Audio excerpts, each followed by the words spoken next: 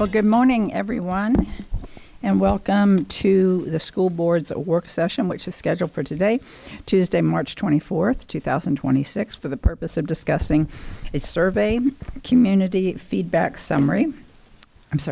AI survey community feedback summary, AI policy, a legislative update, JIC, student code of conduct, and space utilization update. We have a lot on our plate. Let me just, before we get started, let me check and see. I believe Member Ferrant may be joining us by phone.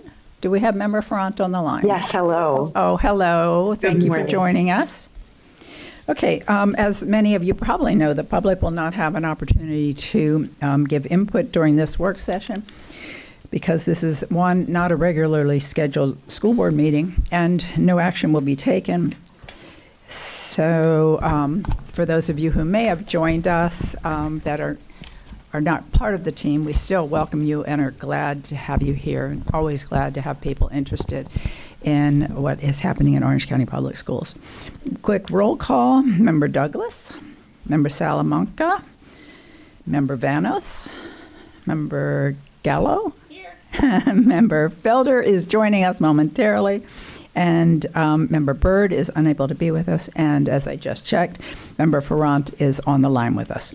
As a reminder, board members will not be, this is a reminder to us as much as you all, we will not be engaging in outside electronics or digital communication during the meeting so that we can focus our full attention on the issues before us. And to my fellow board members and district staff, when speaking into the microphone, please make sure it is turned on and speak directly into it so our YouTube and Orange TV viewers can hear you clearly. All right, we will now begin our meeting with a moment of silence, and then I'll invite you to join us in the Pledge of Allegiance.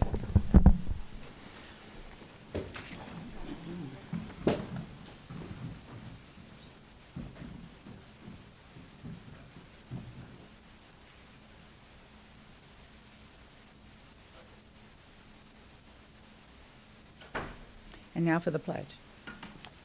I pledge allegiance to the flag of the United States of America and to the republic for which it stands, one nation, under God, indivisible, with liberty and justice for all.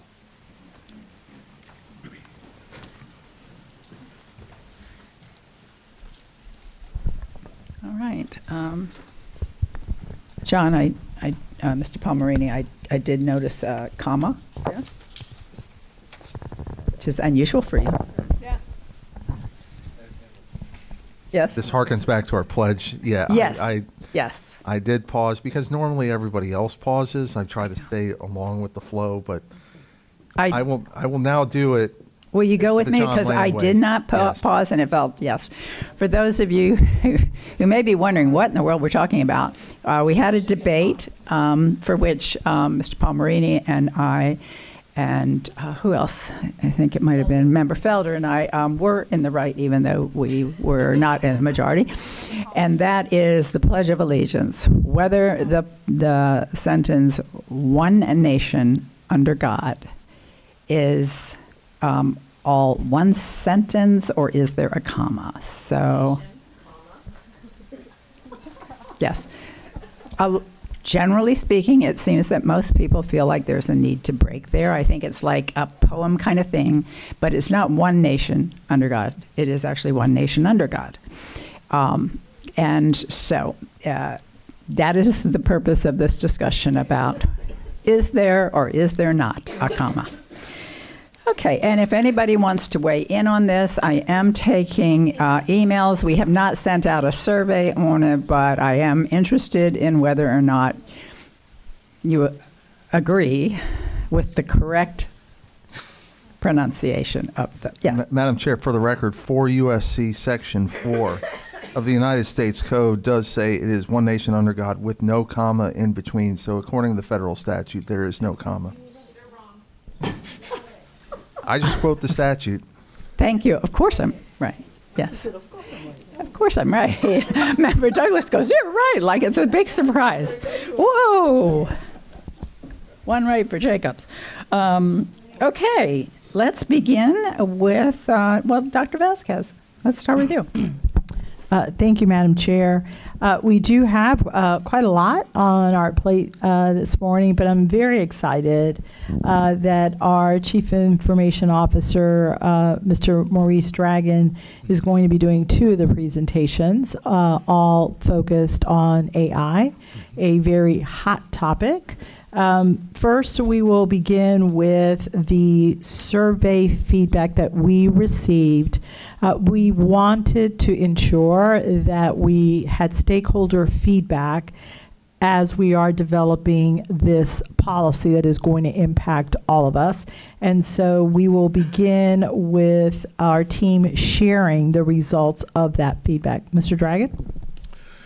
Thank you. Good morning, Superintendent Vasquez, Chair Jacobs, and members of the school board. Today, we will review the summary of the community feedback received on the AI survey recently shared with our parents. The Family Survey on Artificial Intelligence in our school district was developed through a cross-divisional process. This effort included input and collaboration from the Division of Learning, the Division of Strategy, ESE administrators, members of the AI Working Group, the Parent Engagement Office, and our principal leaders. The survey questions were intentionally selected and refined to focus on areas where parent feedback would not only be gathered, but meaningfully inform and shape the district work on artificial intelligence moving forward. An open text option was also provided for parents to share their overall thoughts on the use of AI.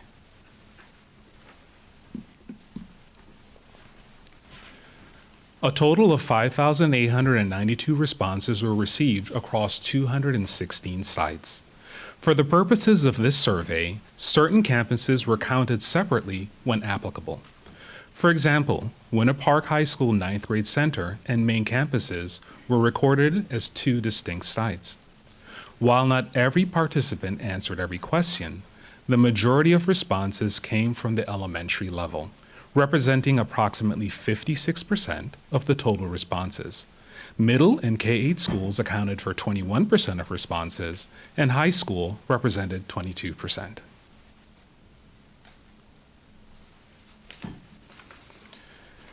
To begin the analysis of the responses provided by parents, all 5,892 responses were downloaded and added to Google Notebook LM. Google Notebook LM was chosen specifically because while it uses AI, it is not a large language model or a large language LLM system that uses information from the general internet to attempt to answer your question. Google Notebook LM uses Retrieval Augmented Generation, or RAG for short. Google defines Retrieval Augmented Generation as an AI framework that combines the strengths of traditional information retrieval systems such as search and databases with the capabilities of generative large language models. Google Notebook LM is not ChatGPT, Claude, Grok, or even Google Gemini AI. It works on a completely different architecture and produces results that are grounded or tied to the content that was added to the notebook. Along with the survey results from parents, resources previously curated from the Artificial Intelligence in OCPS site were also added to the Google Notebook. These resources provided an important connection point to evaluate if the content already developed by the district met the needs reflected by parents in their survey responses.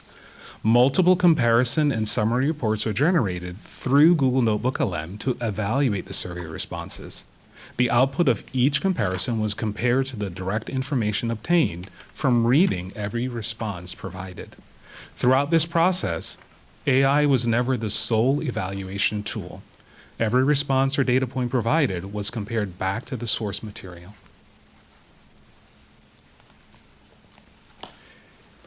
Individual survey responses were downloaded from Thought Exchange and aligned to the schools identified for each respondent. Responses were reviewed and consolidated into a master data set using Google Sheets. A second data set was developed listing each school, its physical address, and the corresponding school board member district. Information was compiled through research supported by Google Gemini AI and refined through multiple review cycles to ensure accuracy. The two datasets were joined in Google Sheets to connect each response to the appropriate school, geographic location, and board member district. Google Gemini AI in Canvas mode was then used to support validation and organization of these connections. AI tools were then used to generate an interactive map displaying survey responses for each question. Results can be viewed by school level, individual school, and board member district. This approach highlights trends by grade level and provides each board member with direct visibility into feedback from families for their district.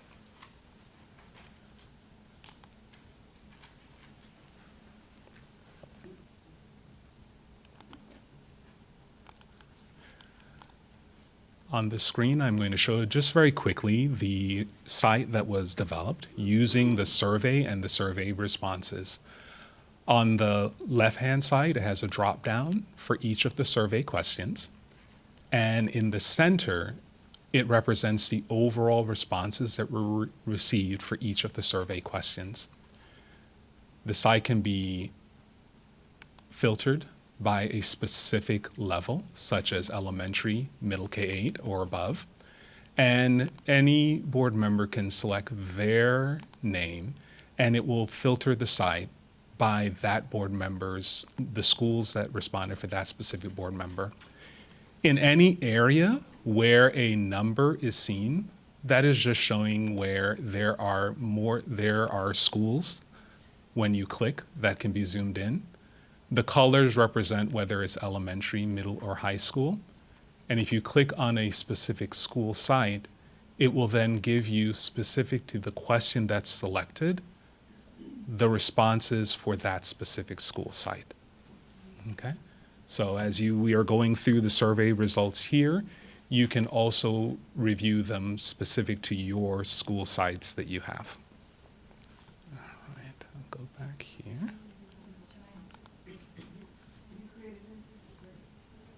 If I can interrupt for just a minute. Yes. This is really neat. Yeah, yeah, yeah, this is super cool. So thank you. I just Yeah. didn't, yeah. You're welcome. You're doing I was going to wait and say this, but great job. I mean, right seat, right person. You're just doing a phenomenal job. Thank you. Both from a technical standpoint, as a manager, culture. Anyway, just Thank you. I couldn't be more pleased, and I don't say it often. Yeah, he's very modest. We, a few of us just participated in a national convening. I think there were over 80 school districts represented. And the sponsor of the event came up and personally said that he is the top CIO that they have worked with. That is just so cool. Yeah. Yeah. He's very humble. Yeah, so I know we have a long meeting ahead of us, but his background, for the benefit of the public.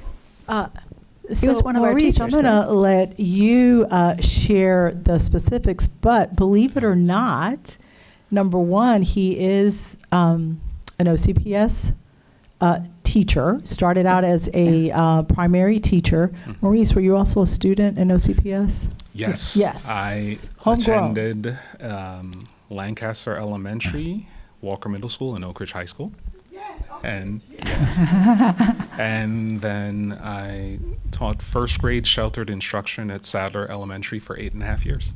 Wow. Yeah. Yeah, that's just, yeah. Yeah, and he's always had a knack with computers. I Yeah. mean, that's one of the things that made him stand out when he was a teacher. I believe he was using iPads with his students before it was a Yeah. thing here. Yeah. And then he moved into the district office in the teaching and learning division. And so his background blends both the expertise with technology systems and structures with the practicality of having done it as a classroom teacher and understands curriculum and instruction. Yeah. And I know a little bit about that industry and people in that industry. And to be honest, if you weren't like born and raised and grew up through the technical side of things, it's generally there's an expectation that you won't be successful. And I just think it's just cool to have you as just, breaking that stereotype model. So anyway, so enough. I'll let you go back to your presentation. All right, no problem. Thank I've you. always wanted to say this, and I just couldn't resist. Thank you. So around 26% of survey respondents indicated their child has an IEP, EP, or Section 504 plan. Based on the survey data, open text responses, and the direct review of the feedback provided, their feedback regarding AI can be summarized into the following benefits and concerns. Initial feedback shows that parents of students with IEPs are already independently using AI at home to provide additional support and filling gaps in their child's understanding. Overall, 12.6% of survey respondents selected support for students with disabilities or learning activities as the most important potential benefit of AI. Parents specifically noted in OpenTech responses that AI could help overcome exceptional student education difficulties and support specific development areas such as speech language, reading, occupational therapy, and behavior. Parents also express hope for tools that assist the learning process and provide accommodations without hindering a child's independence. A high concern raised by parents is the disconnect between daily accommodations and standardized testing. Parents worry that if students rely on AI tools for support during their regular coursework, they will be at a disadvantage when they are not permitted to use those same AI tools during state testing. There are also concerns that the district might use AI as a rationale to reduce human resources. Parents shared they do not want ESE and similar students to receive their support only from AI programs. According to the survey's multiple choice responses, approximately 85% of participants reported they have a general understanding of AI technology. This level of familiarity remains consistent when responses are filtered by elementary, middle, high school, and career and technical education levels. However, there is important context behind these high familiarity rates. A review of the open-ended responses suggests that many parents are referencing their familiarity with commercial or workplace AI tools rather than the AI applications used in education. Parents commonly noted experience with open access chatbots that can generate answers or write essays, as well as AI tools integrated into their professional environments. At the same time, perceptions of AI in the workplace are mixed, with concerns about required use, job displacement, and broader workforce impacts shaping how some parents view the technology overall. Several parents who indicated they were not familiar with AI clarified that their responses reflected uncertainty about how the district specifically plans to use AI and which tools will be implemented. For example, one parent shared, "This question cannot be properly answered by parents because we don't know what type or how AI will be utilized. You must first explain how AI will be incorporated in order to get an accurate response." Another parent noted, "If you could please provide samples of what AI you will be using, that would be helpful." These comments suggest that actual familiarity with AI may be higher than the reported 85%, with some parents distinguishing between general AI exposure and understanding of district-specific applications. The survey also highlighted a clear opportunity for parent education. While many parents are familiar with AI outside of school, they recognize that district-approved tools may have different safeguards, training, and functionality. Reflecting this, parents express strong interest in learning more about the district's approach. When asked which Parent Academy workshops they were most likely to attend, the most selected option, 30.1% of respondents, was school policies, how our district is handling AI. This indicates that although parents are generally aware of AI, they're seeking clarity and reassurance about how the district will implement and regulate its use in a safe and responsible way. The potential benefit of AI, most frequently identified by parents, center on individual academic support and preparation for the future.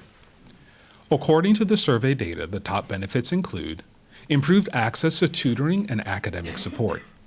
Many parents see AI as a valuable resource for providing additional explanations, tutoring, or practice when a teacher or parent is not immediately available. They view it as a way to help address learning gaps or reinforce challenging concepts. Parents recognize AI's ability to adapt to a student's pace and learning style, offering differentiated support that may not always be possible in a traditional classroom setting. A significant number of parents acknowledge that AI is now embedded in the modern workforce. They believe students must learn to use AI ethically, responsibly, and effectively in order to remain competitive in college and career pathways. Families of students with IEPs or 504 plans noted they are already using AI tools at home to provide targeted accommodations and reinforce learning. These parents often see AI as a bridge to support access and independence. At the same time, parents express substantial concerns, many of which relate to cognitive, social, and ethical implications of using AI. The most frequently cited concerns include reduced critical thinking and problem solving. The most significant concern, parents repeatedly express fear that AI could, quote, do the thinking for students, potentially weakening the development of foundational skills, creativity, and independent thought. Many parents feel students already experience high levels of screen time and worry that AI could further that AI could become a crutch rather than a meaningful instructional tool. Parents voice concern that students may bypass the learning process by using AI to generate completed assignments instead of engaging in authentic learning.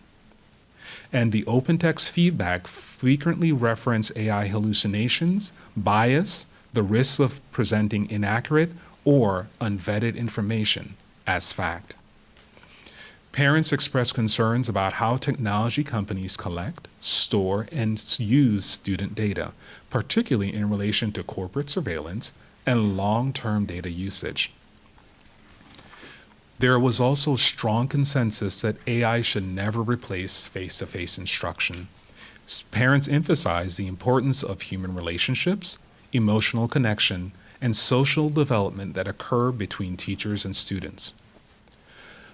A further reoccurring theme in the qualitative responses was concern about the energy and water consumption required to power AI data centers. Some parents question whether the environmental costs outweigh the educational benefits. Based on the survey data and the district's internal review, parents report greater comfort when AI is used with teachers or adult guidance than when students use it independently. When combining responses of uncomfortable and very uncomfortable, 40.1% of parents indicated discomfort with AI use under teacher guidance. That figure increases to 48.3% when AI is used independently. When analyzed by grade level, clear differences emerge. At the elementary level, 48% of responding parents reported discomfort when AI use, even when guided by a teacher.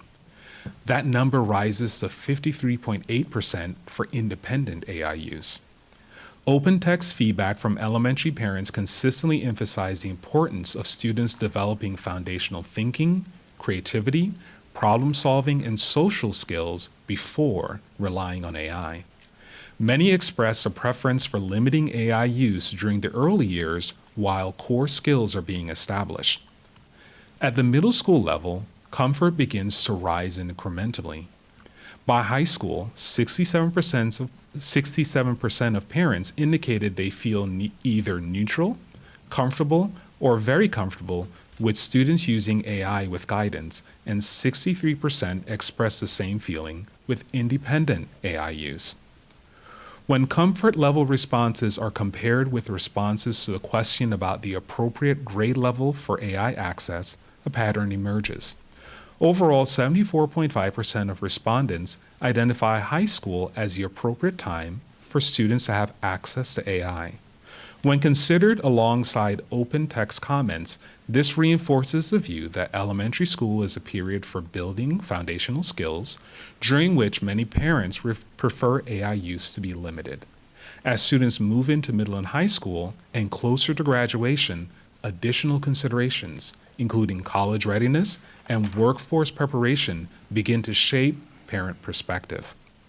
In discussions related to high school, college, and the workforce, parent feedback reflects a strong consensus that AI is an unavoidable part of the future, although opinions are mixed regarding its impact on higher education. Several key themes emerge. Many parents view AI literacy as an essential skill for their children's future careers. Parents noted that AI is already widely used in corporate environments. They reference its use in preparing presentations, drafting reports, analyzing data, and even supporting aspects of the hiring process. A recurring sentiment is that AI is inevitable, and students must learn to understand both its strengths and limitations to remain competitive. Parents express concern that students who do not learn how to use AI effectively may be at a disadvantage compared to peers who can leverage it to increase efficiency and productivity. Overall, the data reflects a developmental perspective, greater caution in the early grades, growing acceptance in secondary school, and a strong recognition that AI literacy will be critical for college and career readiness. Based on the survey data, parent feedback reveals a complex mix of apprehension and pragmatic acceptance regarding how AI is used both by students and teachers. First, parent feedback on student use of AI in and outside of school. Survey data indicates that while only 8% of parents are aware of their child using AI at school, 39% reported their child using it outside of school, and 53.6% of parents either were not aware or were not sure if their child is using AI. This highlights the need for parental training around AI, as the majority of student AI usage may be happening at home. In the open text area of the survey, parents also share concerns around teacher use of AI. Parents are highly concerned that teachers might use AI as a substitute for active teaching. They strongly emphasize they send their children to school for human interaction, social cues, and emotional connection. Several parents also pointed out a perceived hypocrisy when students are penalized for using AI, but teachers are actively using it to create assignments and grade students' work. Parents are also worried about teachers relying on flawed AI detection software to grade or check work, which has led to students being wrongfully accused of cheating. While parents oppose AI fully teaching the class, some do see the benefit if teachers use AI as a back-end administrative tool to reduce busy work, diversify lesson plans, or create extra practice tests, providing it frees up the teacher's time to connect more deeply with students. Finally, the district survey gauged parental interest by asking which OCPS Parent Academy resources or workshops they would be most likely to attend. The responses indicate a strong desire for transparency regarding school rules, future career preparation, and safe home usage. Parents express concern around inconsistent policies applied teacher to teacher on the use of AI in the classroom. The most requested topic is learning exactly how the district is handling and regulating AI.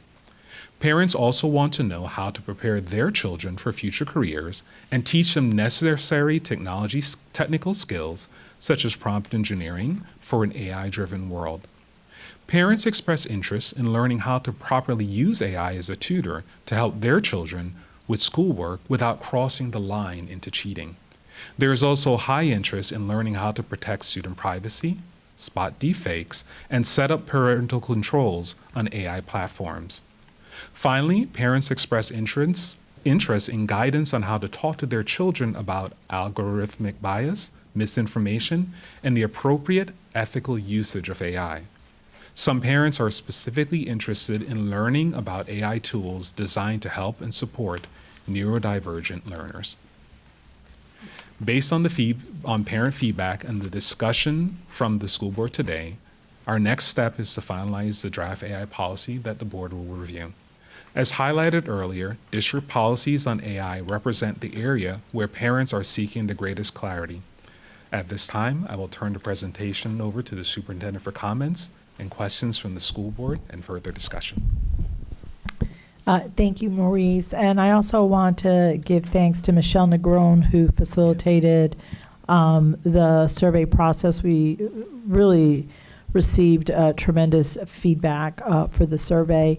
And I was pleased to see as well that most of the respondents aligned what the teachers were saying, parents, and some of the comments that we've heard from the board.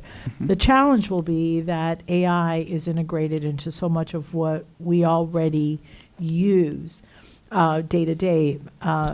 Most, if not all, of our intervention programs have some type of AI. Testing that is done has AI as a part of it. And so we are interested in hearing the board's thoughts on the survey that will hopefully then inform the policy that we are drafting for the district. Okay, thank you, Dr. Vazquez. Boy, that's a heavy lift on that one. But this is a great place to begin the conversation. So one of the questions that I have, I think what I'm most intrigued about, the feedback that we got from parents across the board, like you said, is really consistent with, I think, so much of what we're talking about, what we're thinking about. But the input from parents about what they would like to know is I think it's invaluable. The question is how best, and I know you asked the question, how best do we provide that? And I mean, it's pretty rich in depth of what they'd like to know. So any thoughts that you all have had around what that form is, or perhaps it's multiple formats, which makes sense to me because different parents are going to be more comfortable accessing things different ways. But what's your thought at this point of providing the kind of information that they're looking for? So after our meeting in December, and the board shared in the meeting in December that introducing AI to parents and educating parents around AI inside of our district was an important step for us to take. Initial steps were already taken with the OCPS Parent Academy and that department to provide 3 parent academies for parents to attend. They were all currently virtual, so 2 Parent Academy virtual sessions already held, and then a lunch and learn session on Facebook was also held. And so those were initial introduction sessions for AI. Based upon the feedback that we've received here, the next step is to collaborating with Parent Academy to look at the different avenues they already use to engage with parents and see if those would be appropriate avenues to use, whether it is virtual or if it is potentially face-to-face, to provide additional training for parents. Okay, and there's a lot of different topics covered under that. I'm hoping that as you put something out that you give parents, if they are not interested in everything, but there's a particular area, a particular question, that we give them a way to just kind of zero in on that topic, kind of like you do on a YouTube video where you say, go to, line such and such or point such and such. Anyway, okay, let me move on to Member Felder. Oh, okay, how's that for timing? Absolutely. Do I have any other board members? Somebody better, because we've got some really important questions to answer. And Member Gallo, and then we'll go to Member Salamanca, then Member Douglas. Member Gallo? Thank you, Madam Chair. And thank you for this presentation. I think this was a perfect example of what AI can do and the productivity it could provide in a corporate structure or in a world where you are looking to disaggregate information, analyze the data, and then put it together for a presentation. I think that this is where AI excels. I'm not surprised about like 48% of or 56% of parents are not sure or don't know if their children are using AI. I'm sure if we polled the students, they would tell you that number would probably be closer to 75%. I do think that the parents are spot on. Like I with some of their concerns regarding AI. I agree with them when we look at elementary, what that appropriate use of AI should be or not be. I think more and more research is coming forward that is really kind of showing us the harms of students being on computers too long, especially in elementary when you're learning those core, that core learning, right? Your core math and reading. Where in middle school, later in middle school, maybe look at it, but it's just, lately, I don't know if it's my logarithms or what it is, but I've just been inundated with a lot of research about the harms of screens, Sweden and all these countries that are backing away the link to, the correlation versus causation of one-to-one devices and then academic gains. And there's a lot of research that shows countries and states that went to that one-to-one device did see sharp declines in academic gains. And if we look at like the NAEP data, if memory serves me correctly, it usually appears like our fourth grade does well, and then eighth grade does well in some subjects, but there's a sharp decline in math and English in our fourth grade NAEP, if I'm correct. Like it's usually lower, and I always wondered why. Like why is that data lower? And I'm now starting to question: is it due to the one-to-one device? Like, are we seeing those declines not because of an external interference, but maybe it's an internal interference? So just something to think about as we look and we create an AI policy, because I think you're right. AI is the future of the workforce. I saw an article recently that said that by 2030, our jobs, landscape is going to be vastly different than it looks today, and it will be incorporated AI. But be able to use AI effectively, you've got to be able to think critically. You've got to be able to use prompts and the correct prompts when you're prompting it in. The information that it gives back, you've got to have the ability to analyze that data. You do have to look for hallucinations unless you're using Notebook LM. Like there's so much to consider, and there are some harms with AI with students that we have to discuss and we have to address and we have to put guardrails in, even from an education perspective between parents and students. And I think we saw that in the survey. Like you saw a discrepancy between what parents know, which is not unusual. I didn't think my parents knew anything either when I was in high school. So we've got a lot of education and a lot of training, I think, to do to prepare our students. But I have a couple questions.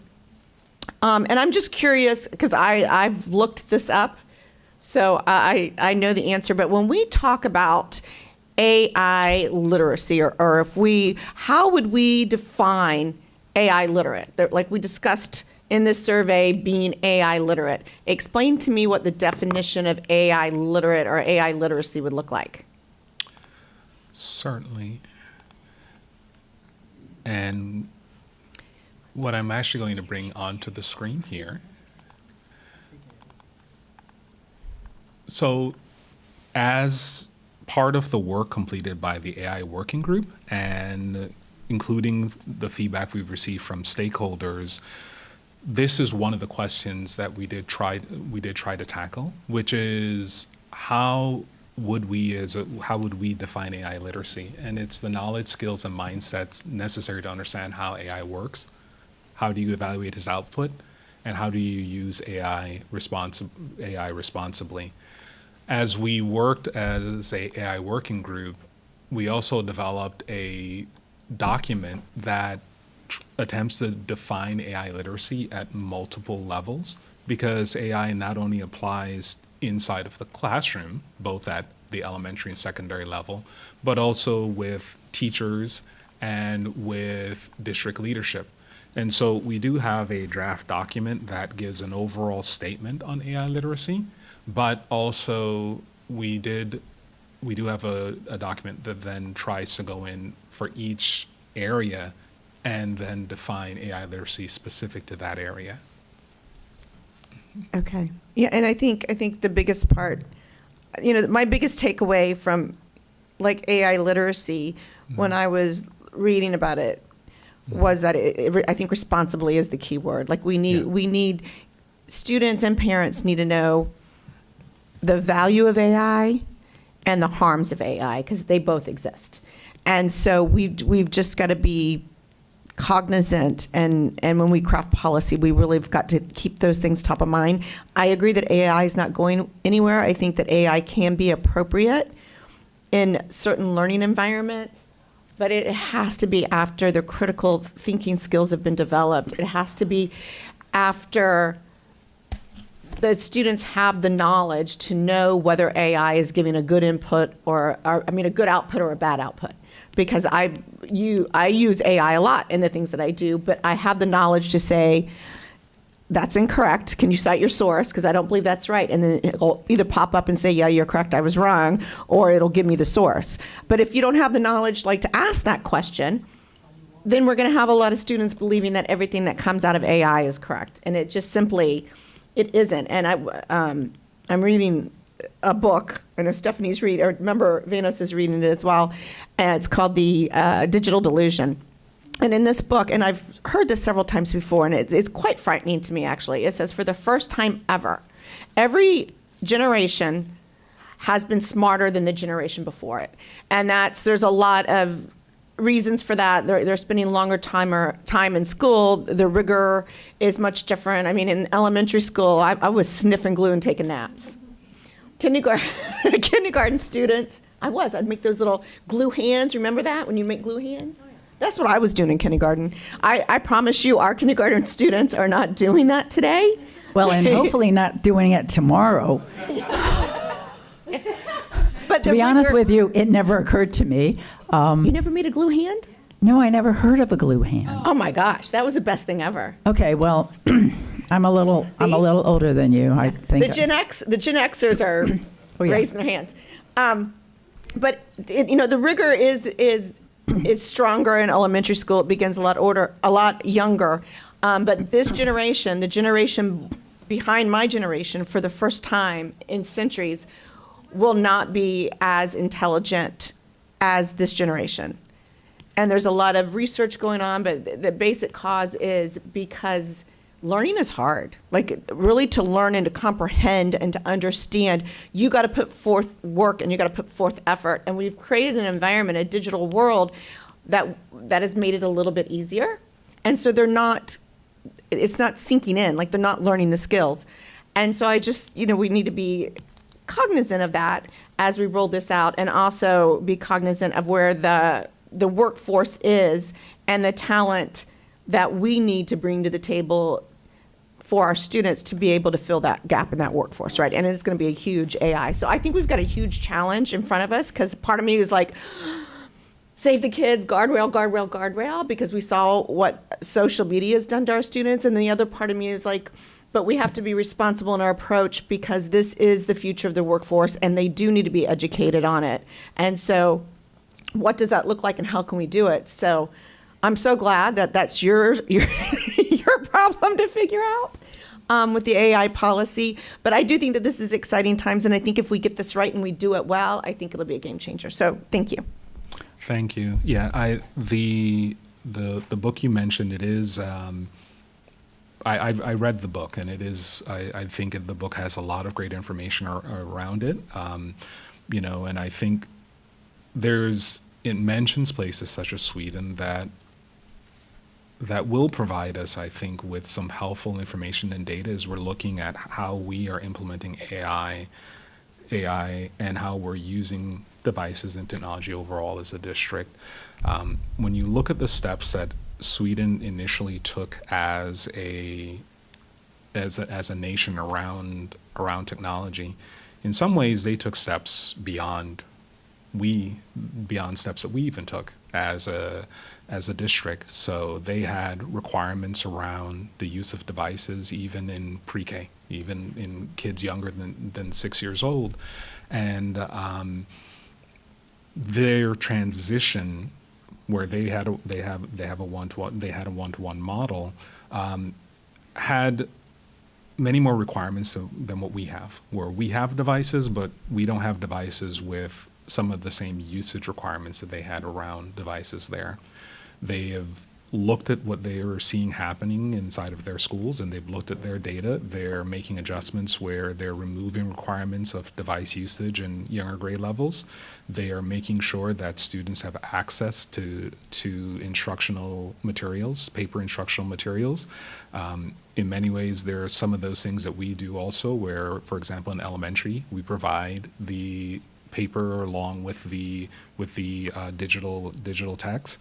And then as you look further into some of the things that they're doing, for example, as you get into the older grade levels in their system, they're looking and they're saying that students need to be biliterate.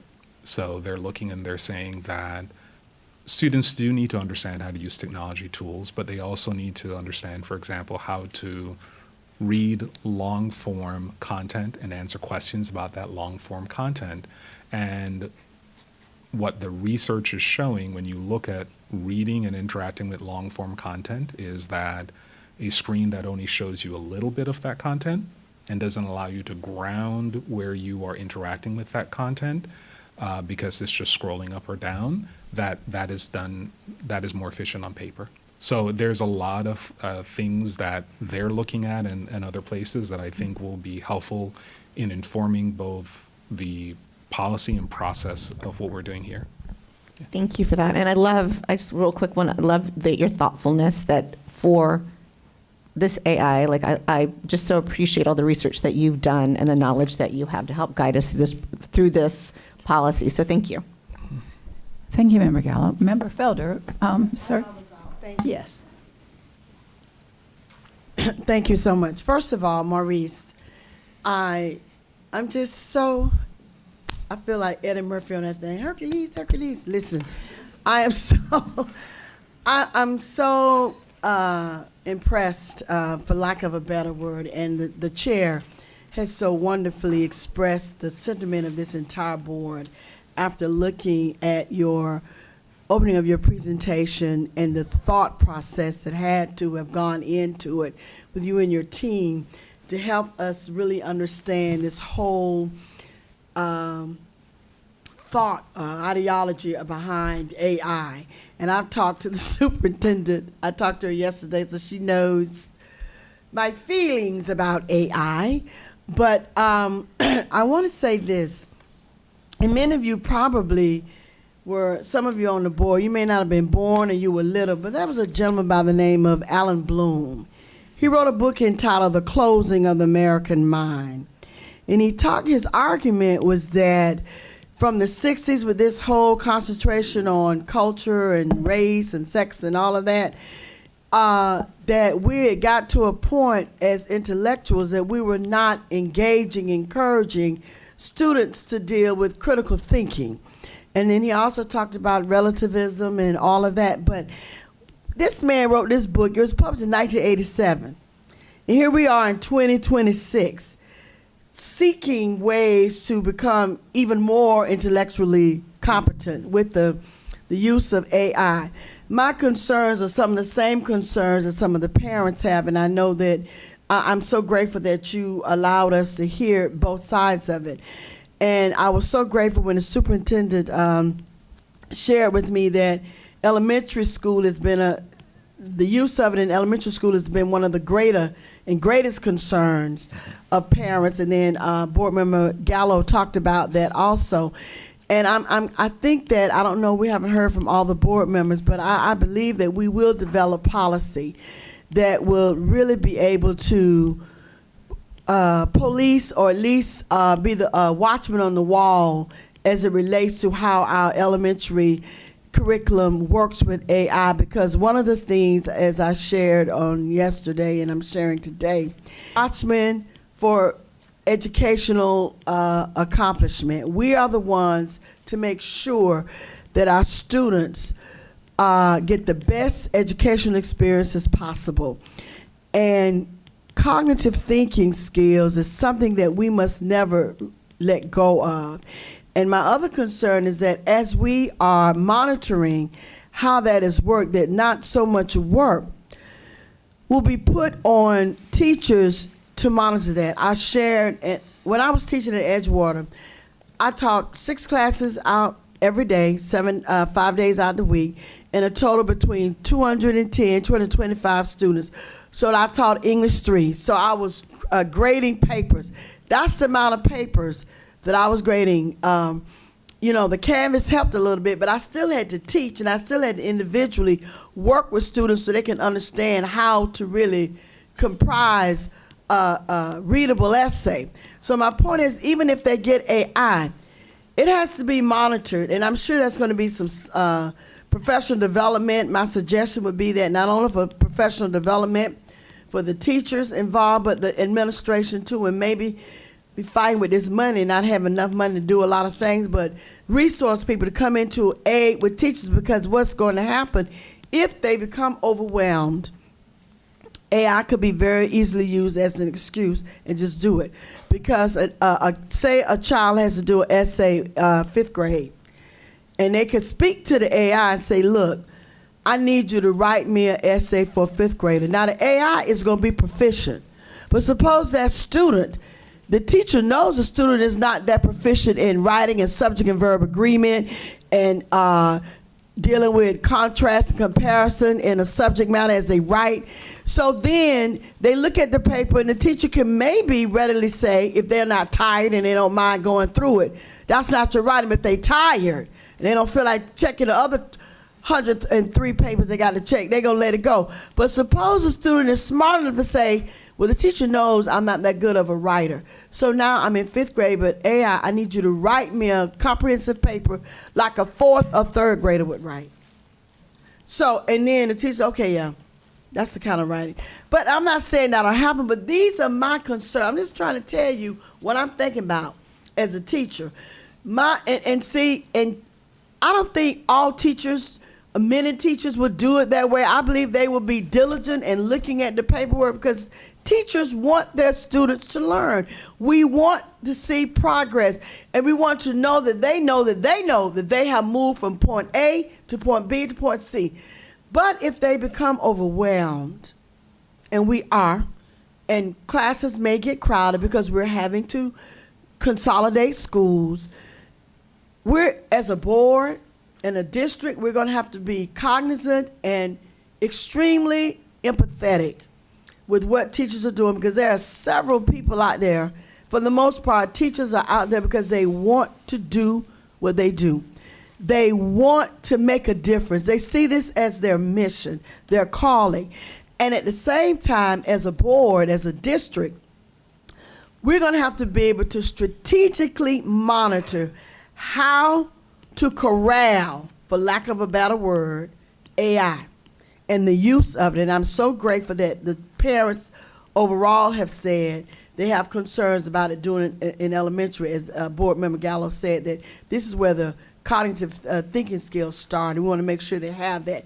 And then, of course, in high school, we don't want them to be behind when they go to college and realize some of their counterparts have expert use of AI, and they get to college in a classroom at a university, and they're lost because they've not had experience with working with it. But, and I'll probably come back around again when other concerns come out. But my major concern is that we have to come up with a policy that we can monitor the use of that, and we cannot be cavalier, laissez-faire with how we deal with the governance of the use of AI. And so I just wanted to just share that with you. I'll probably come back around, but we are at an impasse, and it's interesting. And I go back to Alan Bloom's book. That man wrote that book in 1987, and we're looking at 2026, and he calls it the closing of the American mind. We cannot be so desperate in thinking that we're really being closed, but we must really reach back and keep our major standards at the forefront. We want to establish in our children the ability to critically think on their own, because our brain is a computer that God made. Man didn't make this.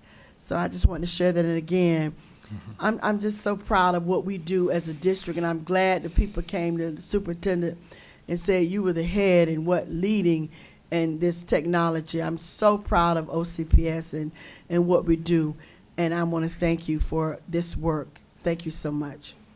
Thank you, Member Felder. Up next, Member Douglas. Is that good morning? Good afternoon, everyone. Okay. Thank you again for your comprehensive, research and survey around AI. I'm just still not very comfortable with AI. I think there are so many unknowns around AI. And just like Member Felder just said, we need to have guardrails around this AI problem. It's not a problem, it's not an issue maybe, but it feels like it, because we're wondering how we're going to use AI with our kids in class. I am a teacher, and what really my concern, my issue will be that how do AI help boost knowledge? How does it help the performance of our kids? That's one of my issue. The other concern will be how can we really measure AI with the performance of our kids? I'm thinking about plagiarism, just like Member Felder was saying. We may not have accurate response or accurate results because of AI, if the kids are using it to make their writing better, and also it kind of, doesn't help the creativity for our students.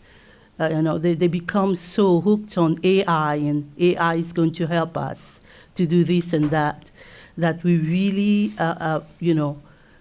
prevent that creativity. And just like the parents were saying, problem solving, critical thinking. How can we use AI and not really impact all this on our kids? That's my main issue. And we don't want AI to take over also our productivity later on in life, children's jobs, and, I still have a whole lot of questions about AI, and it's a little bit scary. I'm just saying, a little bit scary. I'm a little bit apprehensive about what can happen with AI, not only in our schools, but in our society and later on. So, yeah, I think you bring up some really critical questions and concerns that, as you noted, were reflected in what stakeholders, such as the parents, shared inside of the AI survey. And when you look at both those concerns, along with the concerns around data privacy, and also what's being shared around what is captured in the survey about what students are doing right now, and what's captured in, I think, for many of us, and what we are seeing when we go when we talk to students, is that the call for policy and the call for guardrails around AI is not necessarily coupled with the introduction of additional AI tools inside of the classroom. And what I basically mean by that is that what we're seeing today is that students are already using AI, teachers are already using AI, and I'll be very upfront. When I initially came into this position and we started seeing the tools that were coming out that were being used, we blocked them. And we blocked the vast majority of those tools. We then looked at what was the impact of that block. And so I gave the example to the board before where we blocked ChatGPT as a district, and we blocked it on our computers, we blocked it on our network. The result of that block is that we had with using OCPS accounts, over 3,000 active accounts using ChatGPT, the personal version that trains on our data. And so using strictly a block as the only implementation tool that we had to ensure that, to try to protect our data, actually put us in a worse situation where our data was not being protected. It was actually being now used in the system in a way that guaranteed that training was taking place. So when we took that move to integrate it now, where we said we're going to bring ChatGPT and we're going to have a contract with it, that contract ensured that our data is not being used for training, and that we have protections around what's being used. So we've brought in the vast majority, and I think we have now the 3,000 accounts or so that were being used with ChatGPT before. And it's still a piece, though, where that tool, for example, is optional to use. It's not a piece where now teachers have to use ChatGPT to create lessons or with their students. So I think steps like that are the steps that I think are going to be important to look at. The other thing that's really critical to look at, and these are conversations that I know that the cabinet and the superintendent has had, is that if we are going to look at any tools to bring in, there has to be an academic connection. And the academic connection also has to respect what the community, the board, and others have shared are the important guardrails that we want. It has been incredibly clear that the important guardrail that we want is that students should not be able to just go into a program and say, give me this paper, and it just gives them that paper. So as we're doing evaluation of a tool, if we're doing the evaluation of a tool and the tool does that, that may not be a tool that we bring into our district, because it's a tool that does not match what we've shared collectively is an important thing that we think tools that bringing in should not do, because it impacts the student's ability to really take part in that cognitive rigor that we want to see. So I completely agree with the sentiments that you're sharing. And, I think those sentiments are, as we go through this process and go through the policy process, really will help to frame anything that we are evaluating if there is going to be any kind of expansions of the resources that we are using. And we also want to avoid AI hallucinations that the kids are using facts that are not correct. We also want to avoid AI hallucinations where kids are using facts that are not correct. And all this, it's really impactful. We really need to find. That's a great work for you to do, and I appreciate everything that you try to do in helping in school. I think the tools really matter. The tool that you're going to use is going to matter, and it's going to have to be a tool that's going to need to be evaluated, and can't just be stock in the sense of that it's just something you can just get and use. There's going to have to be steps that are taken to ensure that it's really fitting the needs that we have as a district. I think that the pieces around that ability to use a tool for cheating is one of those key things that we have to look at. When we when the district brought in, for example, Conmiga as a tool that can be used with SAT, that was one of the key things we did. The technical term for it is red teaming. So what red teaming is basically you go into a system and you say, what are some things that kids are likely to do, that they're likely to ask inside of this system? And you go in and you ask the same thing. So it gives you a math problem, a sample SAT problem in Conmigo, and we went in and we tried to ask it to just solve it for us, to just give us the answer, and it would not. So it's taking steps like that to ensure that we're looking at tools, but we're looking at tools with the insight of it can't be a tool that just is going to bypass the educational process. All right, Member Vanos. Thank you, Madam Chair, and thank you for this presentation and for the insight of my fellow board members. I appreciate hearing how you're looking at this as well. And I know we've I want to actually start with a question that Member Gallo raised, which was, how are we defining AI literate? And we talk about how it works, how we evaluate output, and how to use AI responsibly. And I know you've kind of talked around it, but how would you define using AI responsibly?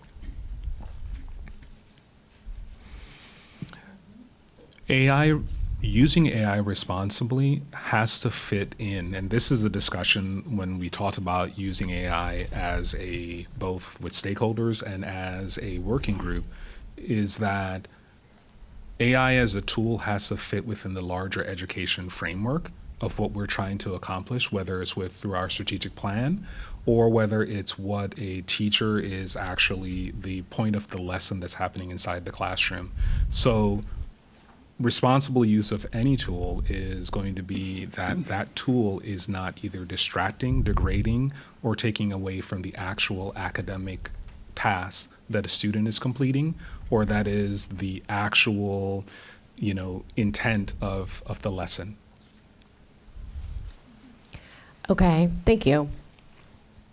So it sounds like the test is almost like a negative, like it's not, I guess if it's not taking away, it's not distracting, but what is the positive use of it in an educational setting? And I'm not talking about AI literacy. Yes, of course, we want our students to understand how AI works generally and all of that, but what is actually the positive benefit of using it to teach math, to teach reading, to teach science?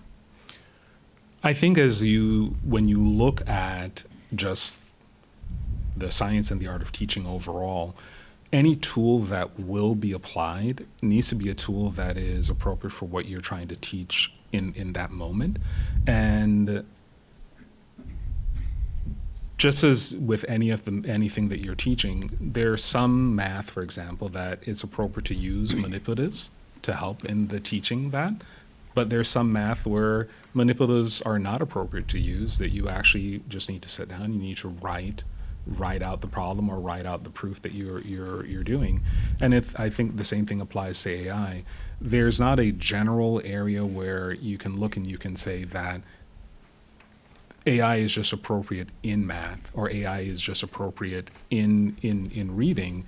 The specific areas, and these areas now, starting off first with what was identified by the stakeholders inside of the survey, is one, it was identified that AI can help to fill in a gap when instruction takes place, a student has a gap in their understanding, and when the student has that gap in their understanding and they have access to the material, but they may not have direct access either to the educator, so they may be at home, or even if they have that access, they're still having issues. AI has the potential to help the student fill in that gap, depending on the tool that they're using, right? Because it has to be a tool that's not going to be a tool that's just going to pull in random resources. The second place that it was shared is that AI has that ability to take and to give access to resources at the appropriate grade level for student if a teacher is creating lessons and creating lesson planning, and then they know that a student may be at one grade level that is different from the grade level of another student, they can use AI to create accommodations for that student so that those materials can be at their level.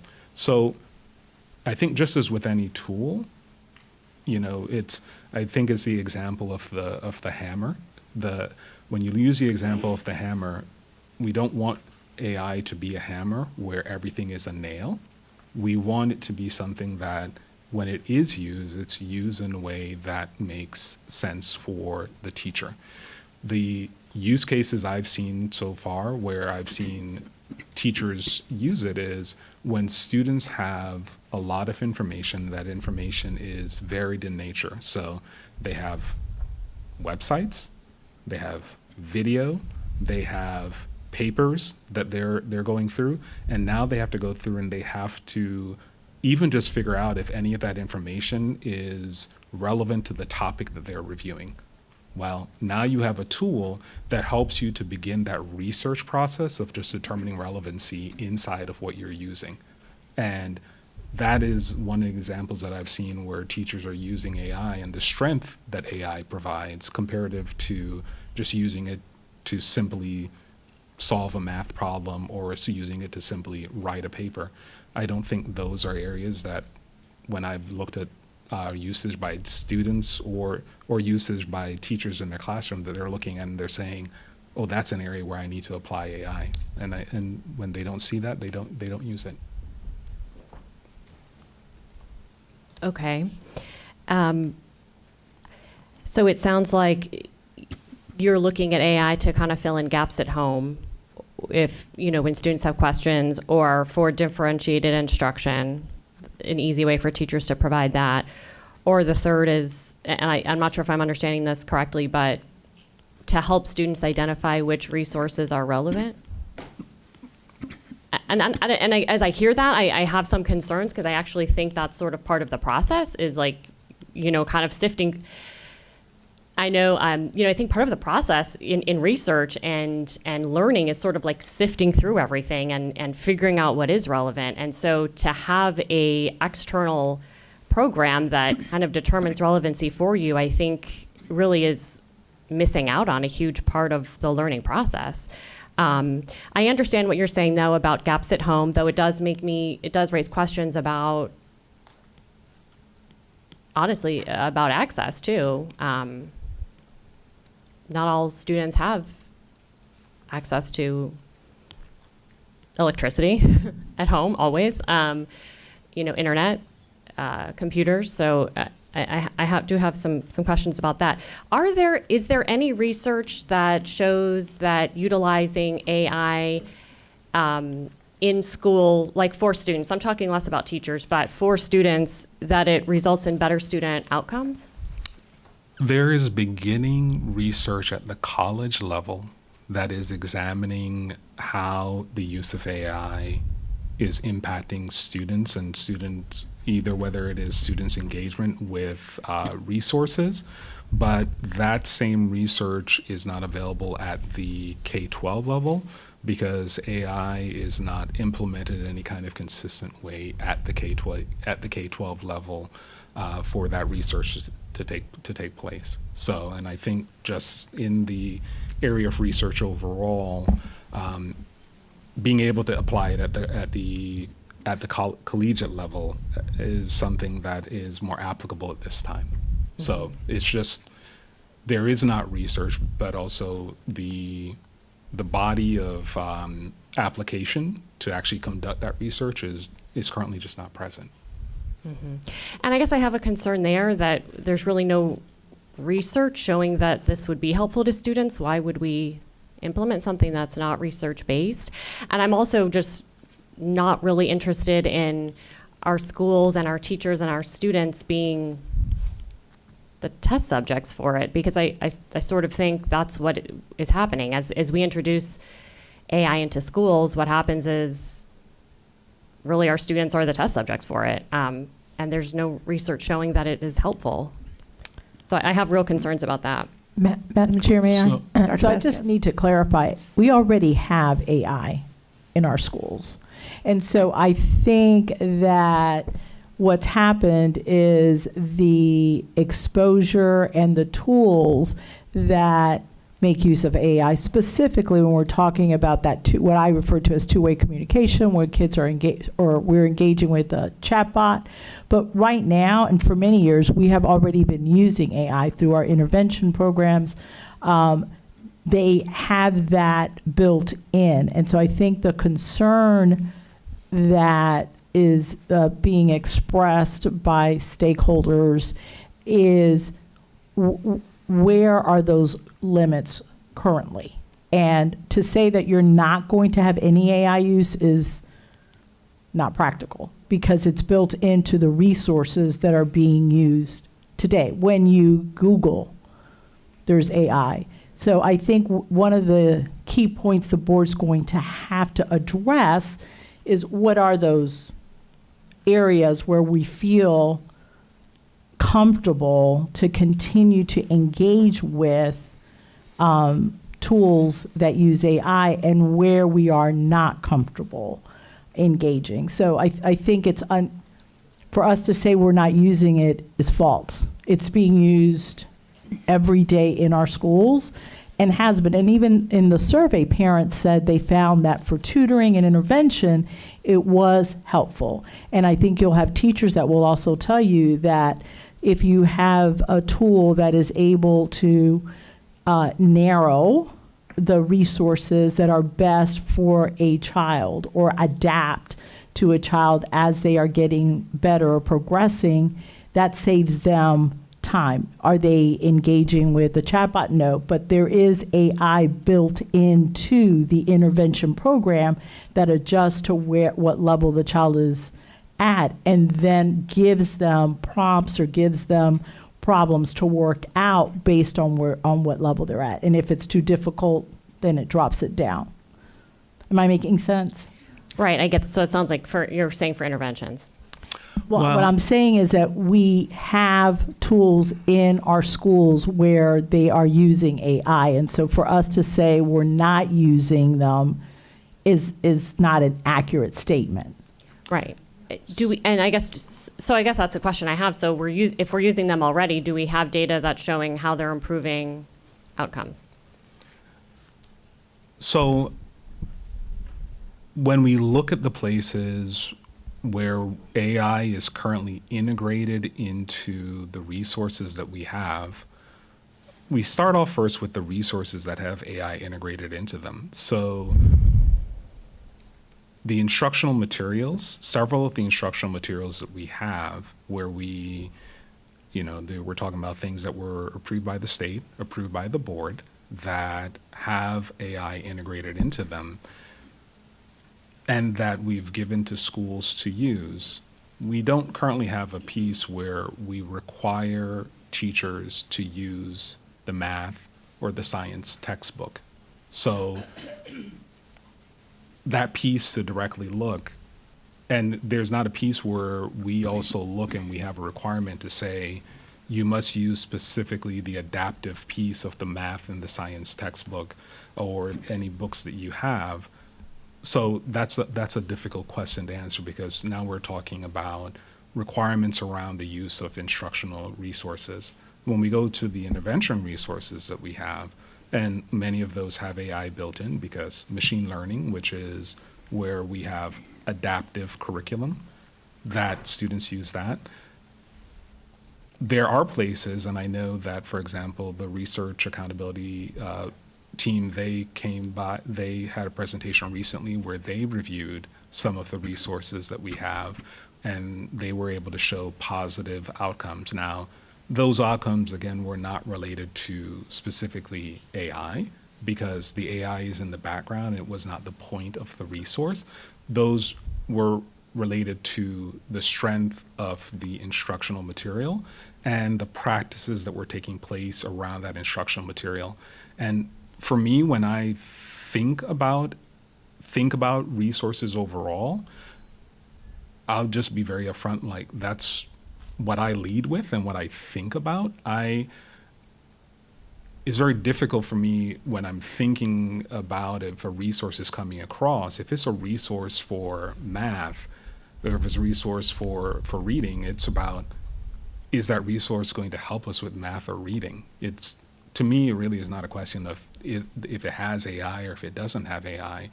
If it has AI or if it doesn't have AI, or let's say if it has AI, then that's where you can evaluate, okay, does that integration of AI meet within our principles about not letting students just easily get the answer or not letting students cheat?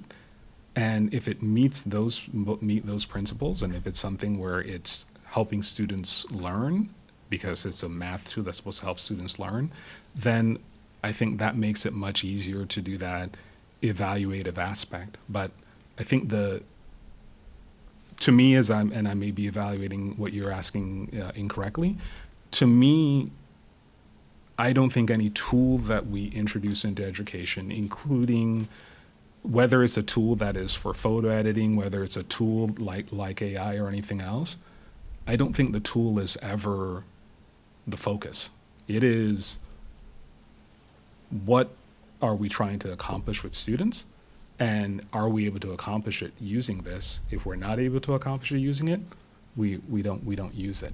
But I think what that also points to is that what we're looking to evaluate are not just standalone general purpose chat tools, which a lot of times when I hear AI being discussed, that's what's actually being discussed.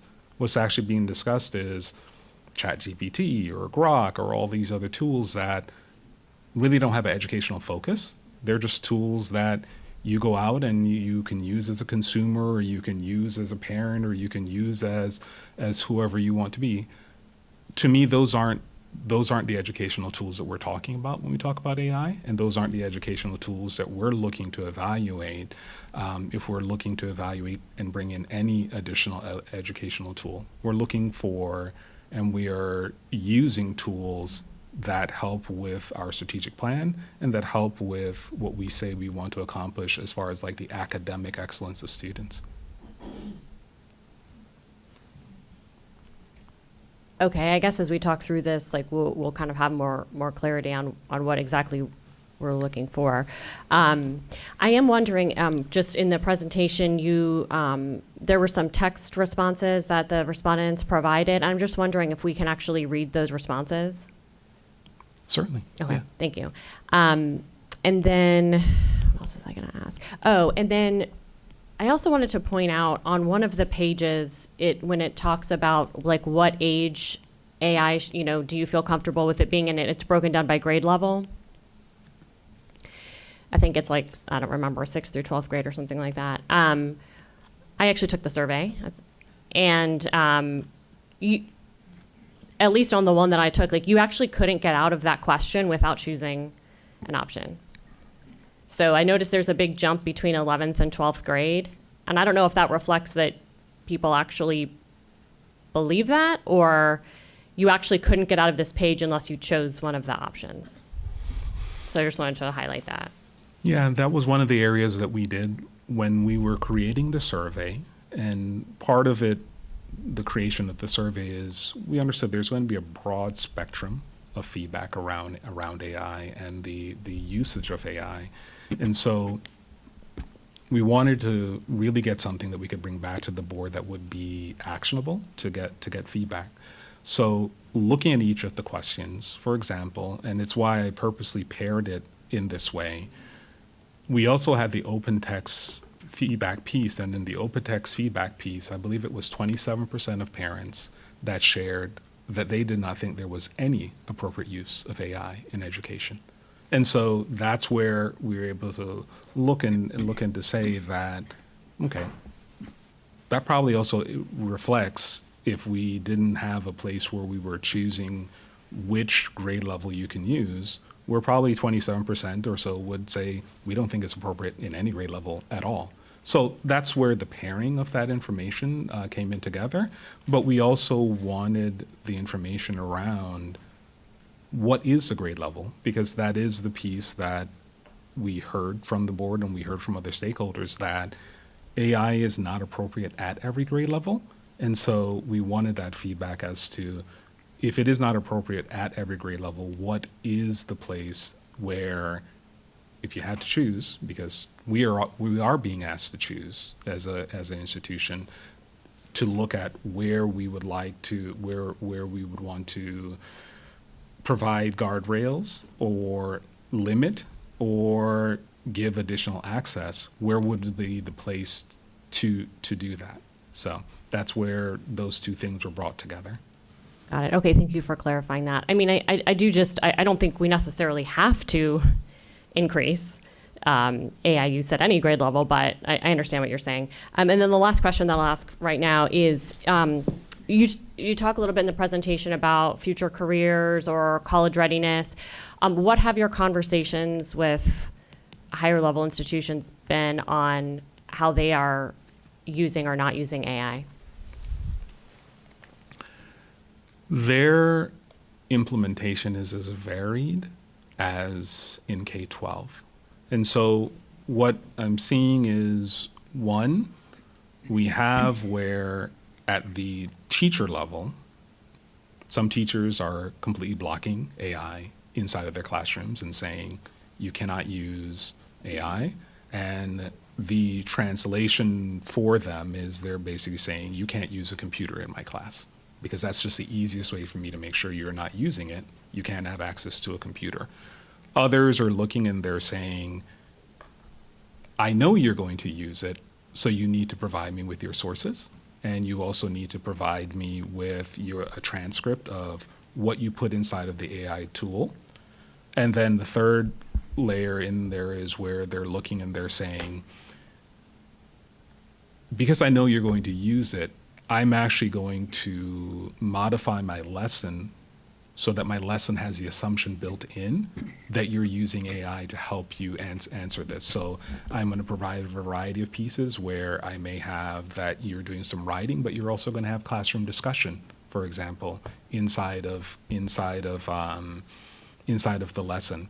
So there is a split that is happening there, where there are more and more colleges that are applying policies themselves around the use of AI, but it is still a piece where at the individual, like instructor level, it is very split. I shared previously, and the superintendent shared, where I went to the University of California, Berkeley, and the CIO of the University of California, Berkeley, was sharing that at her school, she received information where it was, AI is great. It is the future of everything that we're going to do. We should be using it in every single classroom right away. And I have an AI tool that I want the university to use. There was, I'm not sure about AI, but I know that my students are using it. So let's develop further policies and have deep conversations around it. And there was, AI is absolutely destroying the planet. Berkeley is a place that believes and has been this center for protection. Why are we even having this discussion? So the split, even at the college level, even at a place that is seen as a tech-forward place like Berkeley, is there, and it's something that's replicating all throughout. Okay. I mean, that's helpful to know that we're not, it's not as though colleges or universities all have, the same opinion about AI, and we're supposed to prepare them for something that they all already have in place. They're sort of struggling with it as the rest of us. So thank you so much. All right, Member Salamanca. Thank you, Chair. And thank you for this very thoughtful presentation. It's awesome that we were able to get, 15,000 responses is some really good data. It's just such a messy conversation for so many reasons. Number one, it's obviously I spend a lot of my time in the tech world. That's kind of where my other half of my time goes, is investing in tech and spending time being at the edge of all things AI. And what is so interesting about the conversation is I don't know, 10, 15 years later from the one-on-one devices policy, we are at a point where we are getting results on one-on-one device. And perhaps it's not so great effectiveness of every kid having a device.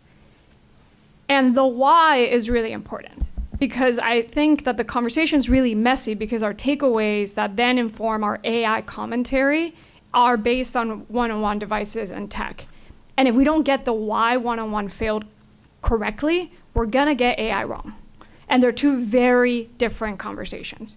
So one-on-one devices, or just in general, call it inflection points. There was when everybody got a smartphone in their hands, including kids, and when everyone got social media, and that's a Facebook account, an Instagram account.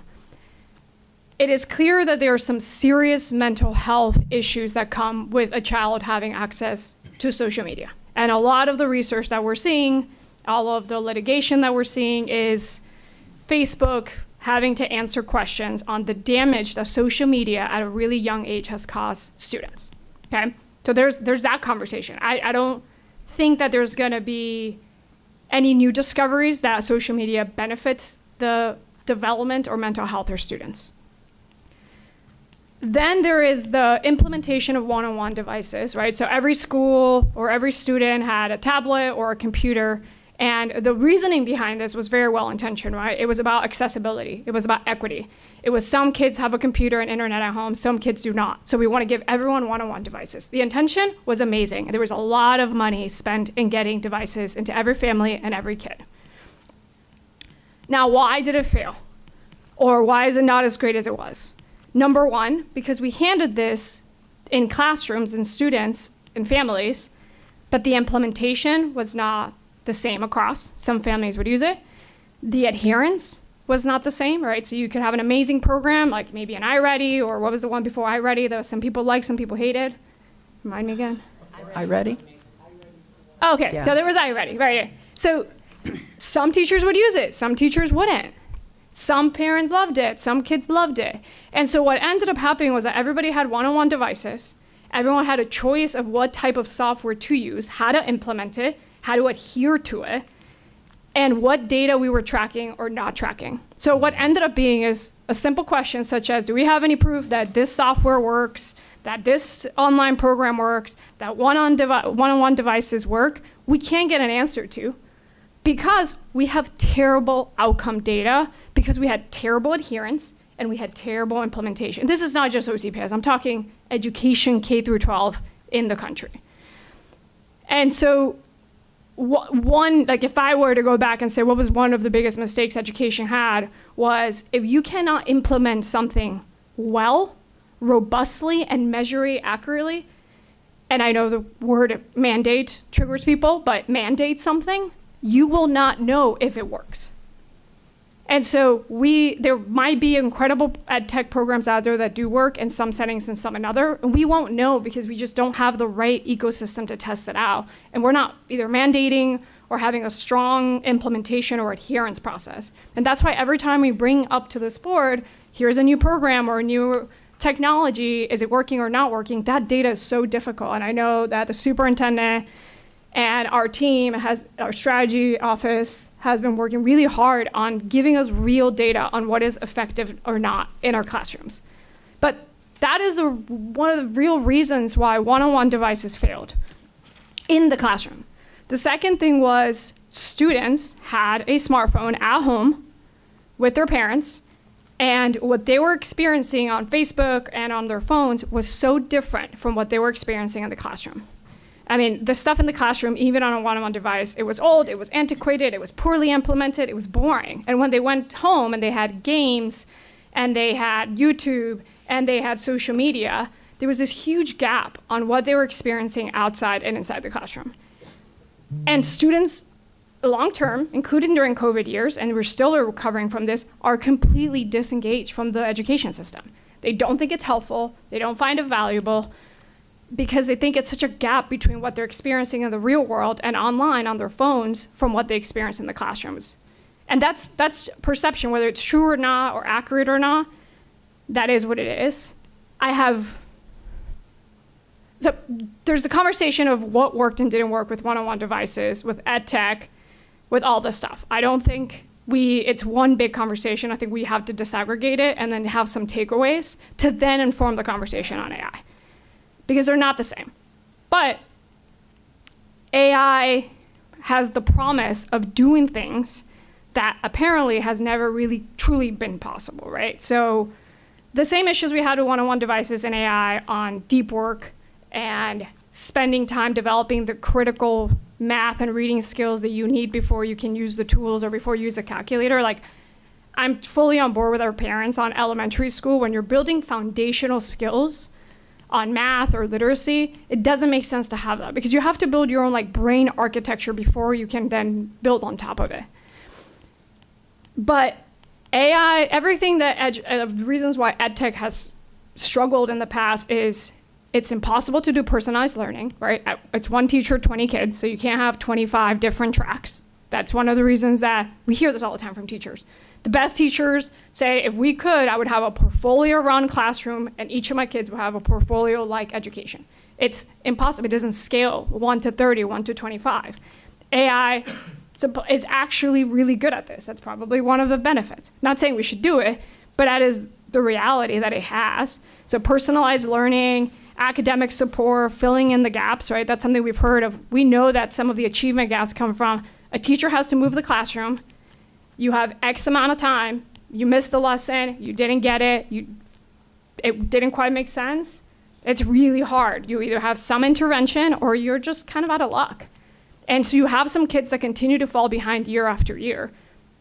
AI addresses a lot of these gaps, and a lot of the tools say, that's why I think parents, and I'm so impressed with kind of how parents are thinking about this, because they're very advanced. I would say they know their students and where their gaps are, right? So academic support being number 1 is very clear to me. Personalized learning support number 2, and preparation for future careers. And I think this is a place where if public education does not catch up or address this, we're gonna have a really hard time staying even more right. So if I have voucher money, and I can spend all my voucher money hiring a consultant to build my kid an agent to teach them math and reading and science at the high school level. I mean, this is someone who's an expert at AI and in a couple hours can build me an agent for a couple $1,000s. My kid does not need to come to school for academic support, because your average AI agent on math, reading, and science is at the graduate level of an university. If you fully know how to program an AI and create an agent, that person or that agent can speak to you at all levels, all the way to a graduate level of college. Where does it break in math? It breaks at proofs, but it's really good at calculus. It's really good at statistics. If you're gonna become a proof mathematician, then yeah, AI breaks. But it is really high up there. I mean, years of professional academic support that our teachers would need to have to be caught up to that level. And so if I'm a parent and I see that our education system is saying no AI, and I can use my own money or voucher money to then use all kinds of enrichment, I would do it.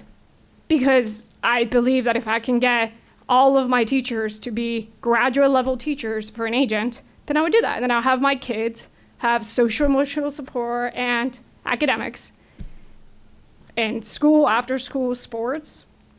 So I think like it is truly existential. I don't think I've seen a technology that is as existential to K-12 education as AI is today, because it is really, really good.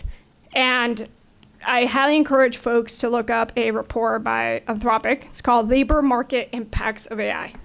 Anthropic is one of the big LLMs.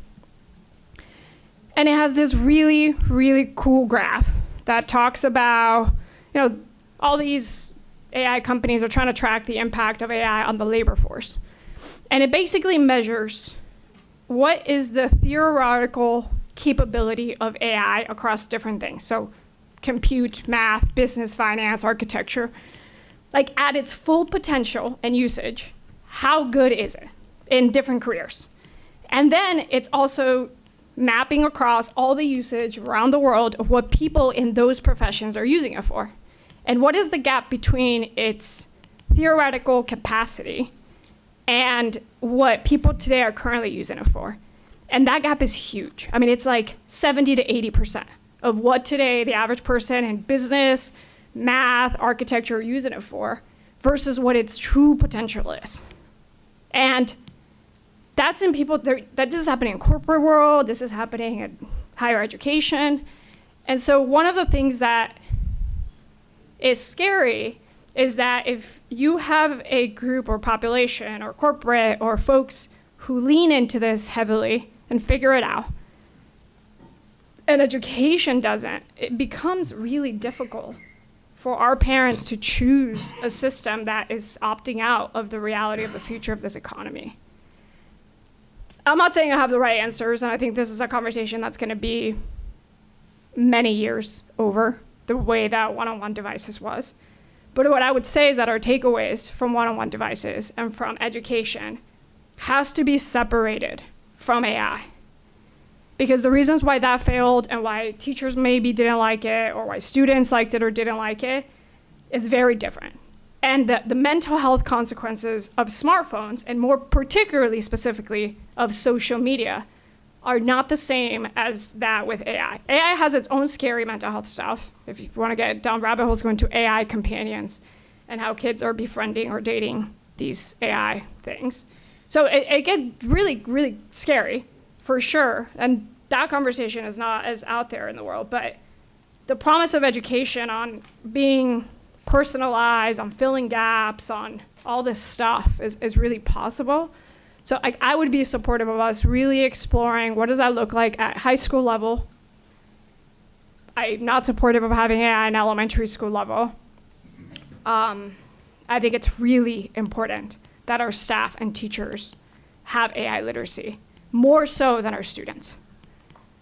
Our students, trust me, they're learning all on their own outside of the classroom. Our students do not want to sit in a Canvas course teaching them how to use AI. That's not where they're going to learn it. It just isn't. We should have safety and best practices and how to use AI, how not to, of course.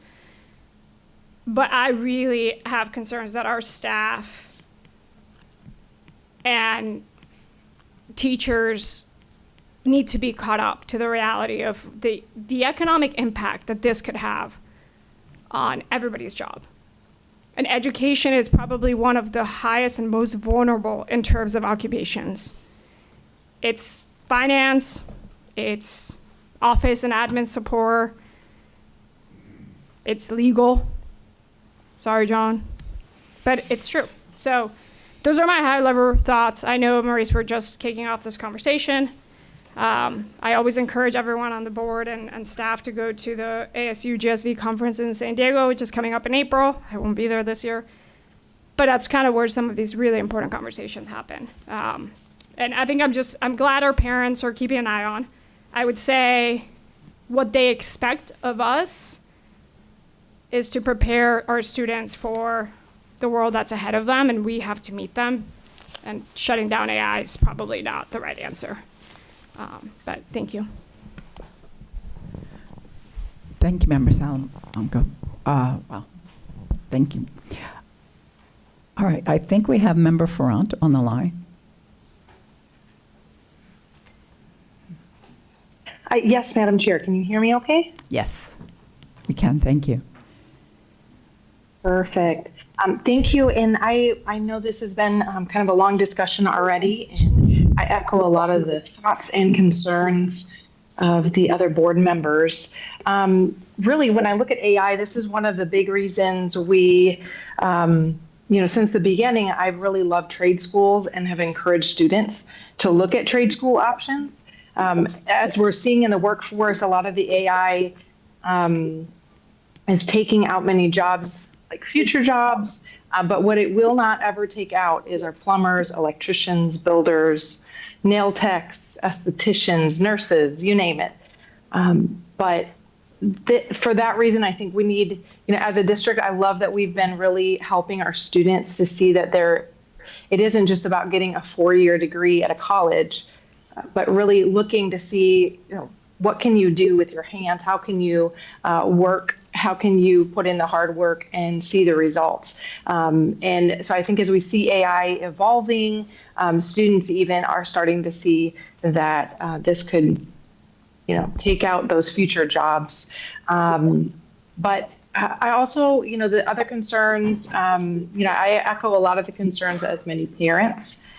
I believe there are wise ways to use AI in the classroom, but it can't be, the supplemental teacher instruction. It can't replicate, critical thinking for our students.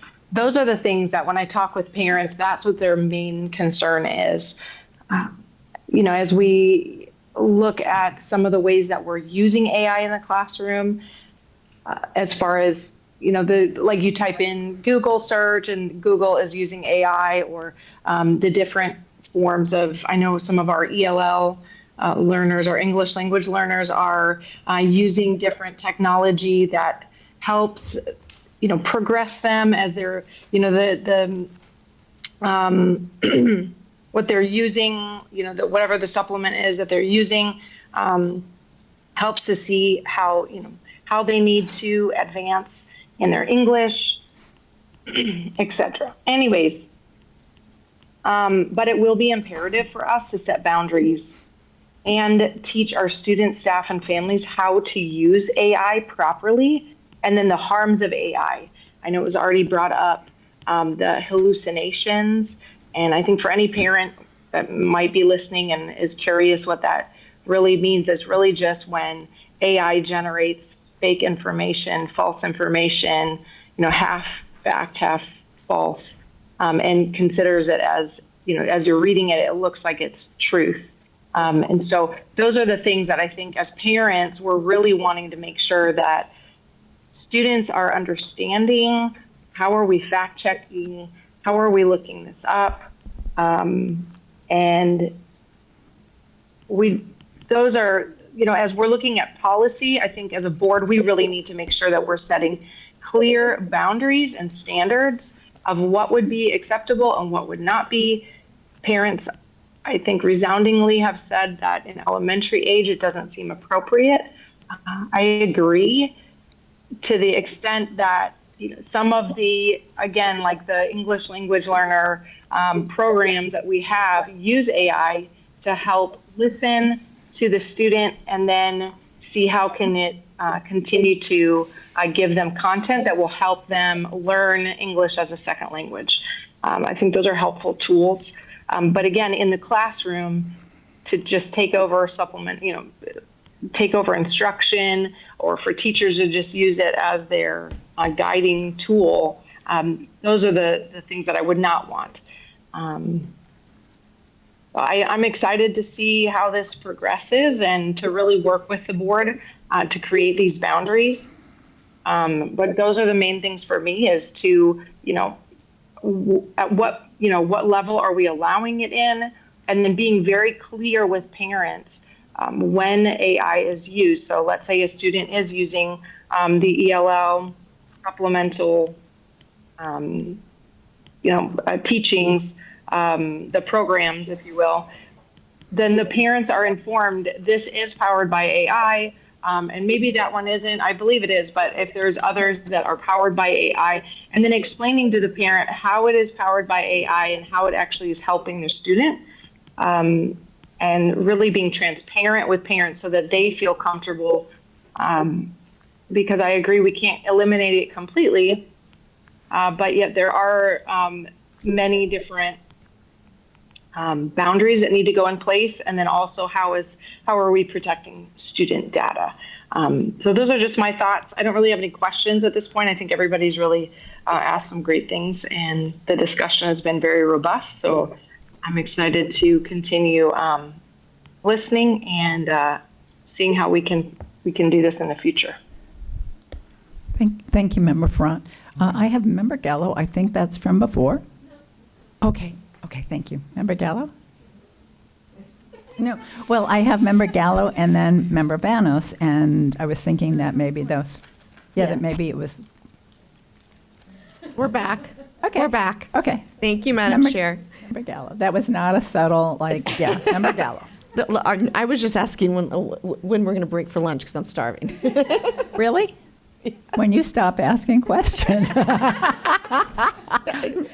point. Fair point, Chair. Is that really Fair your point. question? No. Okay. But I am That's hungry. So I agree with Member Salamanca. We do need to differentiate. Like, we can't lump AI in with all ed tech or with one-to-one devices or with social medias, because it is its own separate entity.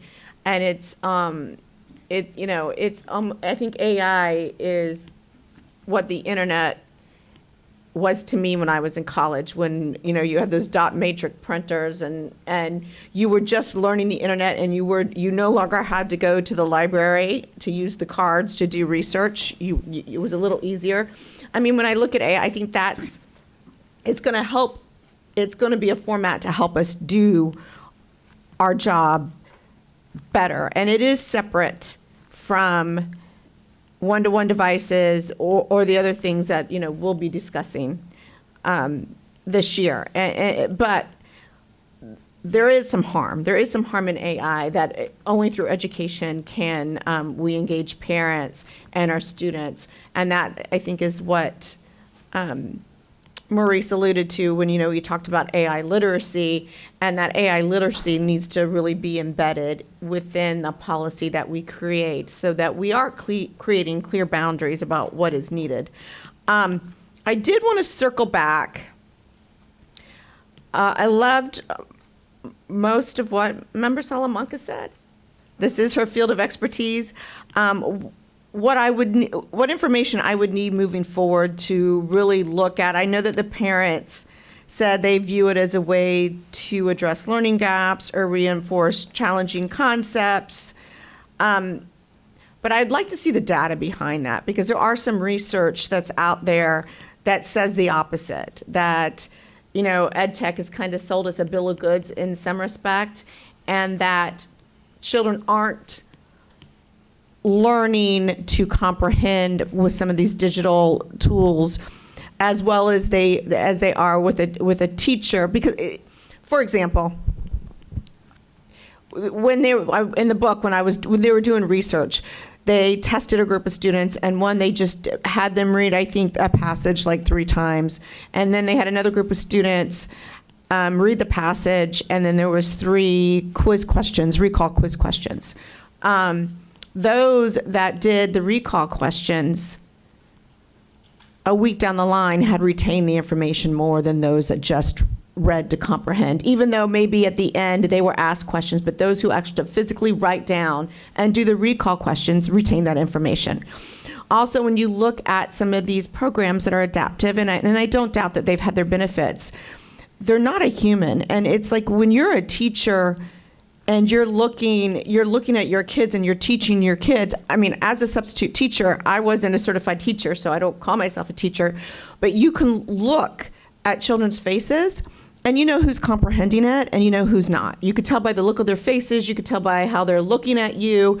The faces, you can monitor what they're doing on the piece of paper, and I don't think that ed tech programs can take the place of that. They can't. They just know, are you right or are you wrong, and then it's going to adapt to whatever that looks like, right? That learning style. So I'm not saying I'm against it. I would just really love to look at the research and the data that backs this up. If there's data that shows, yes, kids are learning better on this program because it is helping with learning gaps, it is helping them learn the product, and it is beneficial, then I am all for it. But I would really, and I know that we do that with every year when we look at return on investment, when we do programs, like, are we seeing the results from those programs? And we've eliminated some programs because we didn't see that the data didn't show us what we wanted it to do. And so we did pivot and we move on. So when we're looking at personalized learning from a digital standpoint, I would really like to see what is the data? What does the data show us? Is it really helping that child learn long term. So, a week from now, 2 weeks from now, will they be able to recall and remember? Did they comprehend? Did they retain that knowledge? Because what I'm reading is it is harder for students to retain the information when it's given digitally. So those are like some of the conversations that I would like to have. Beyond that, I do think that it is here. I mean, it's not going to go anywhere. And I would, if we're really, as we create and go through AI literacy and AI policy and what it looks like, I do think that we should be looking at like AI literacy indicators for the portrait of the graduate. I don't think we have that right now, but that might be something that we would want to add to a portrait graduate as we build out programs. Like, what does AI literacy look at?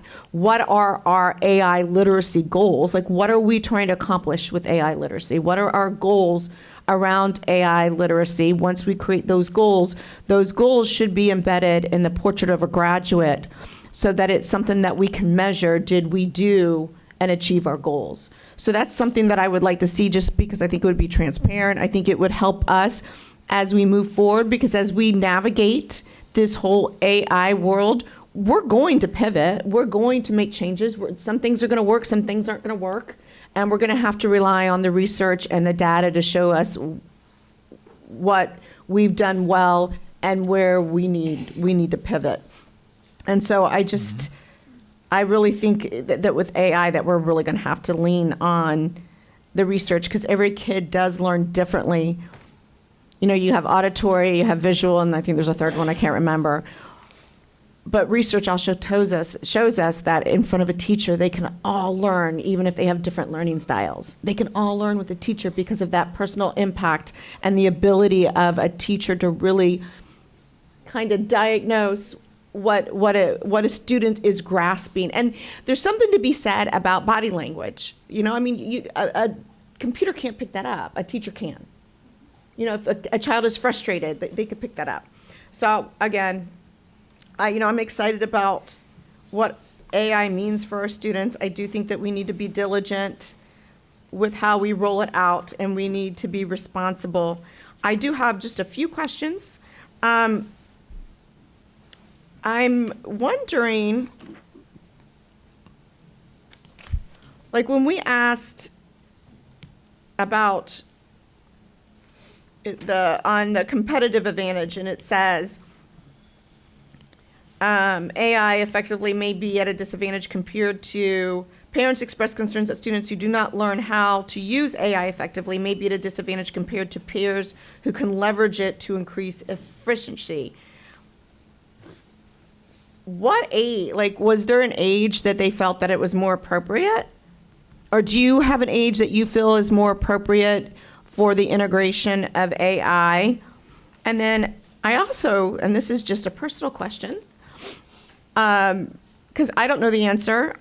I'm sure Member Salamanca does, and maybe some of my other board members, but there is a lot of conversation around the energy and water consumption required to power AI data centers. I know there were some laws that went through the legislature this year about certain requirements as those data centers come into Florida, so that they're handled responsibly and they're environmentally safe. So if you could just talk a little bit about that, because there is, I guess, a huge increase in water usage. And every time I'm on ChatGPT, my daughter tells me, you know how much water you just wasted?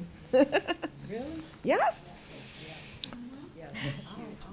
So, beginning first with the competitive advantage piece, those were comments that were captured in the free text component of the responses.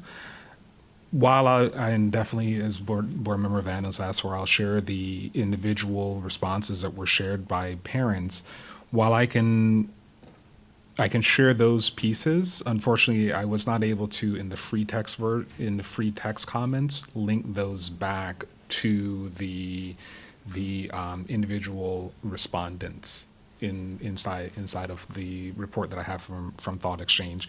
I'll go back and continue to look at different ways to do that, but I wouldn't be able to say, for example, that it was respondents from high schools that mention college and career readiness, but I'll be able to share the actual responses themselves.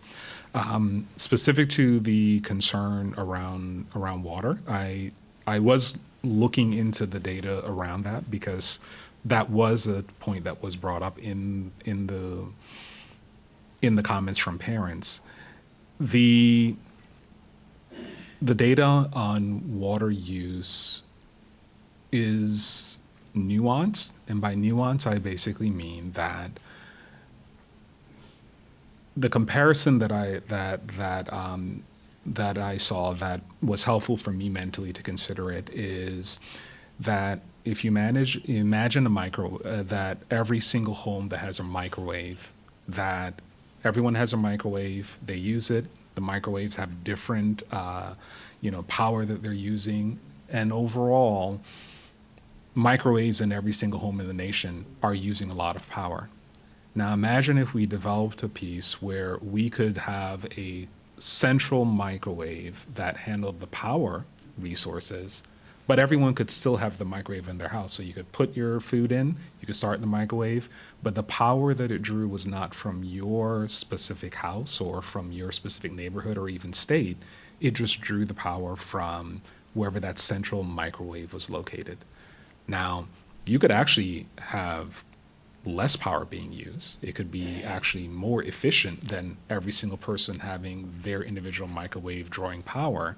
And so environmentally, there's actual benefit to that, especially from the benefit we're all getting from using the microwave. But for the town that is having that central microwave in that town, they're going to look and they're going to say, hey, now we're having to share our power grid with this new microwave company, and they're using more of our power than our grid was initially set up to do. And it's the same thing with the conversations around water and water use in AI, in that the use of water is impacting the towns where the data centers are being built. And many of them don't have starting out infrastructure that was initially built to really serve both the community and serve the data center and the usage that's there.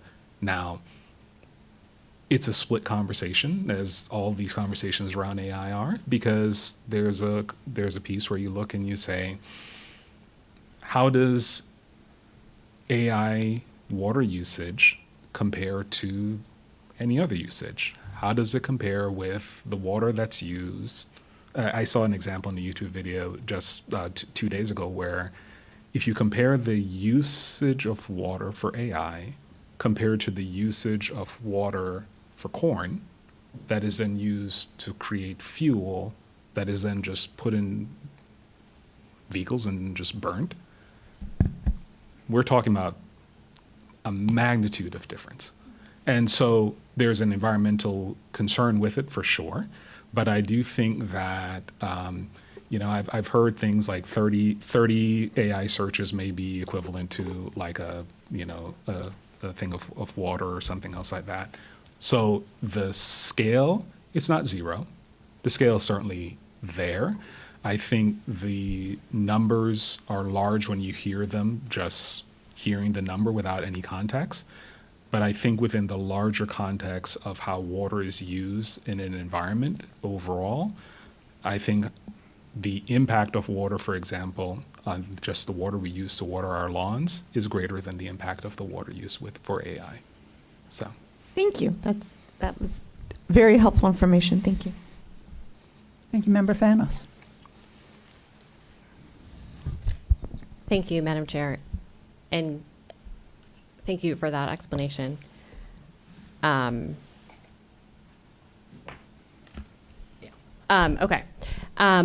I think just sort of synthesizing sort of what I'm thinking after hearing everybody speak, I think, tools, it's been said AI is just a tool, but tools shape outcomes.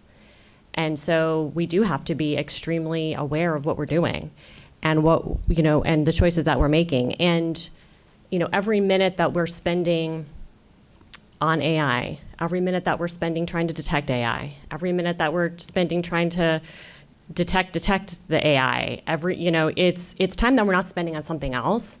And it's also every dollar that we spend on AI, whether it's ed tech that now incorporates more AI, is money that we're not spending on something else.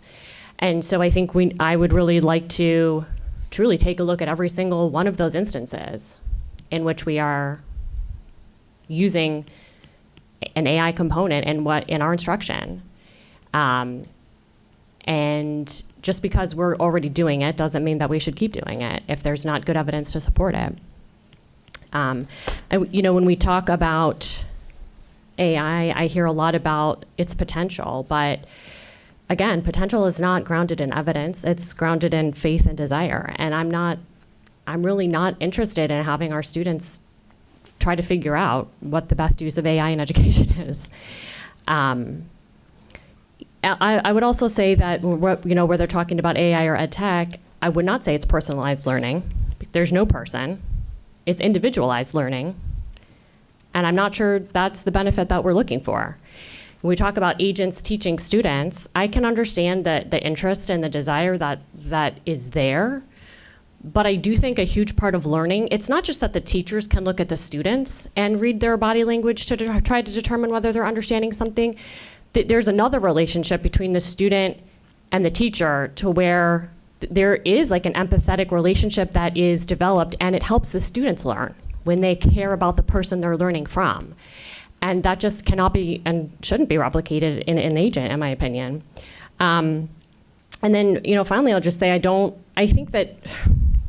agree that businesses should be driving K-12 education.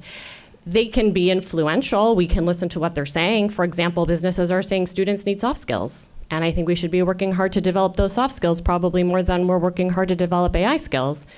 But I don't think that what a business says should be driving what we're doing in K-12 education. Let's see. And I guess I would just go back to is the way that humans are learning, has it changed? I'm not sure that it has. I think the same components that have always existed continue to exist. There needs to be students having the attention span to learn information, sort of that memory piece of it, and then the transfer of the skills that they're learning in the classroom to other situations. I'm not sure that's really changed. And so I know we talk about having to change the way we're teaching, but I'm not really sure that is reflecting any change in the way humans actually learn. Maybe students' preferences have changed, but their preference doesn't mean they are going to learn better learning in a different way. One of my kids would prefer to have ice cream every night for dinner, but that's just a preference. So, those are some of the things I'm thinking about. And, also we talk about the workforce. What we're teaching an 8th grader or 9th grader in terms of technology is technology is going to be way changed by the time they get out and they enter the workforce. And they'll be able to learn those skills that they need for that job when they're at that time. Again, I think we're putting too much emphasis on things that are not core to the core of what we do, which is teach students to be able to learn, teach students to be able to use any tool in the future, not a particular tool. It's building that educational endurance, that cognitive thinking. That's really what we should be doing so that whatever technology they are experiencing in the future, they're ready and able to learn it. So those are just my thoughts at the end of this. Thank you.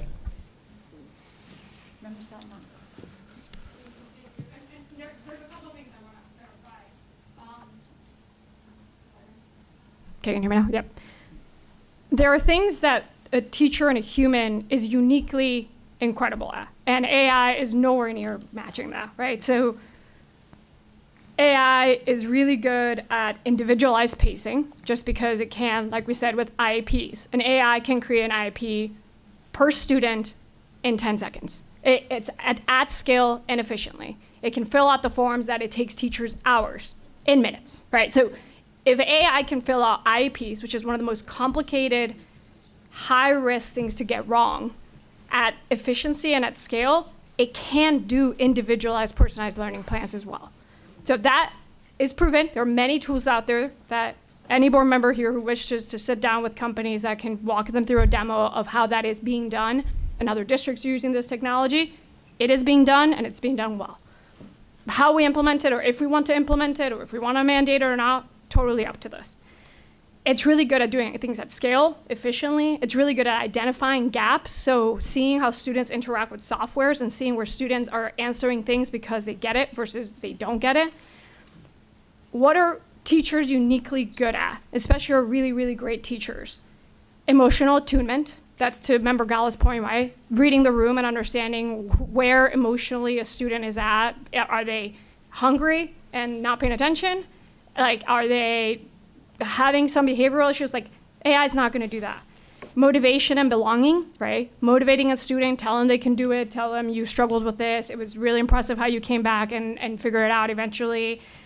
Building bond and trust, right? Like, research shows that the best teachers build a bond and trust with students that allow them to decrease their stress response and therefore be open to learning. So that's what makes a good teacher-student relationship. Moral and ethical guidance. AI has no morality. You could lead it in whatever way you want. A lot of the programs in education are trying to have some guardrails around that, but a teacher is there to hopefully teach some what's good or bad, but even then, we still have a lot of debate about what is good or bad up here, and so that's still a human component. Mentorship and role modeling, right? All that stuff is things that is a human and a teacher in a room is so important. So I'm not saying teachers are gonna go away because of AI. That's not happening anytime soon. But we do track NPS over students and students feeling a belonging, and we're not doing great.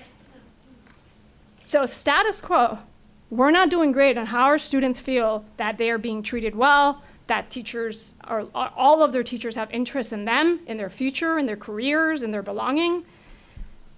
Our engagement numbers, are students engaged with what's being taught in the classroom? Not very high either. So I'm not in defense of the status quo because it's not good. And to the point of businesses, I'm not saying we should do K-12 education to our businesses. I'm not saying a business tells me what to teach or what goes on in the classroom. I'm going off of the survey of our parents, where it says preparation for the workforce is a top concern from them and one of the reasons why they want AI to be considered. And our parents in Florida now vote with their attendance. Either they send their kids to our schools or they don't. This has nothing to do with having business accountability or business telling us what to do. This has to do with our parents telling us what they need to see from the education system so that they continue to bring their students here. We can choose to listen to them or not, but it is something that is very clear from that. I agree that AI is just a tool, and any tool, just as we have up here, any tool or any program, we should measure outcomes. We should have accountability. We should be thoughtful about the adherence of those programs and those technologies. We should be thoughtful about the implementation and where are we implementing it well and not, and measuring outcomes fairly and efficiently. But that shouldn't only be for our programs and AI and technology. We need to have accountability and outcome-based monitoring for everything else that goes in this district.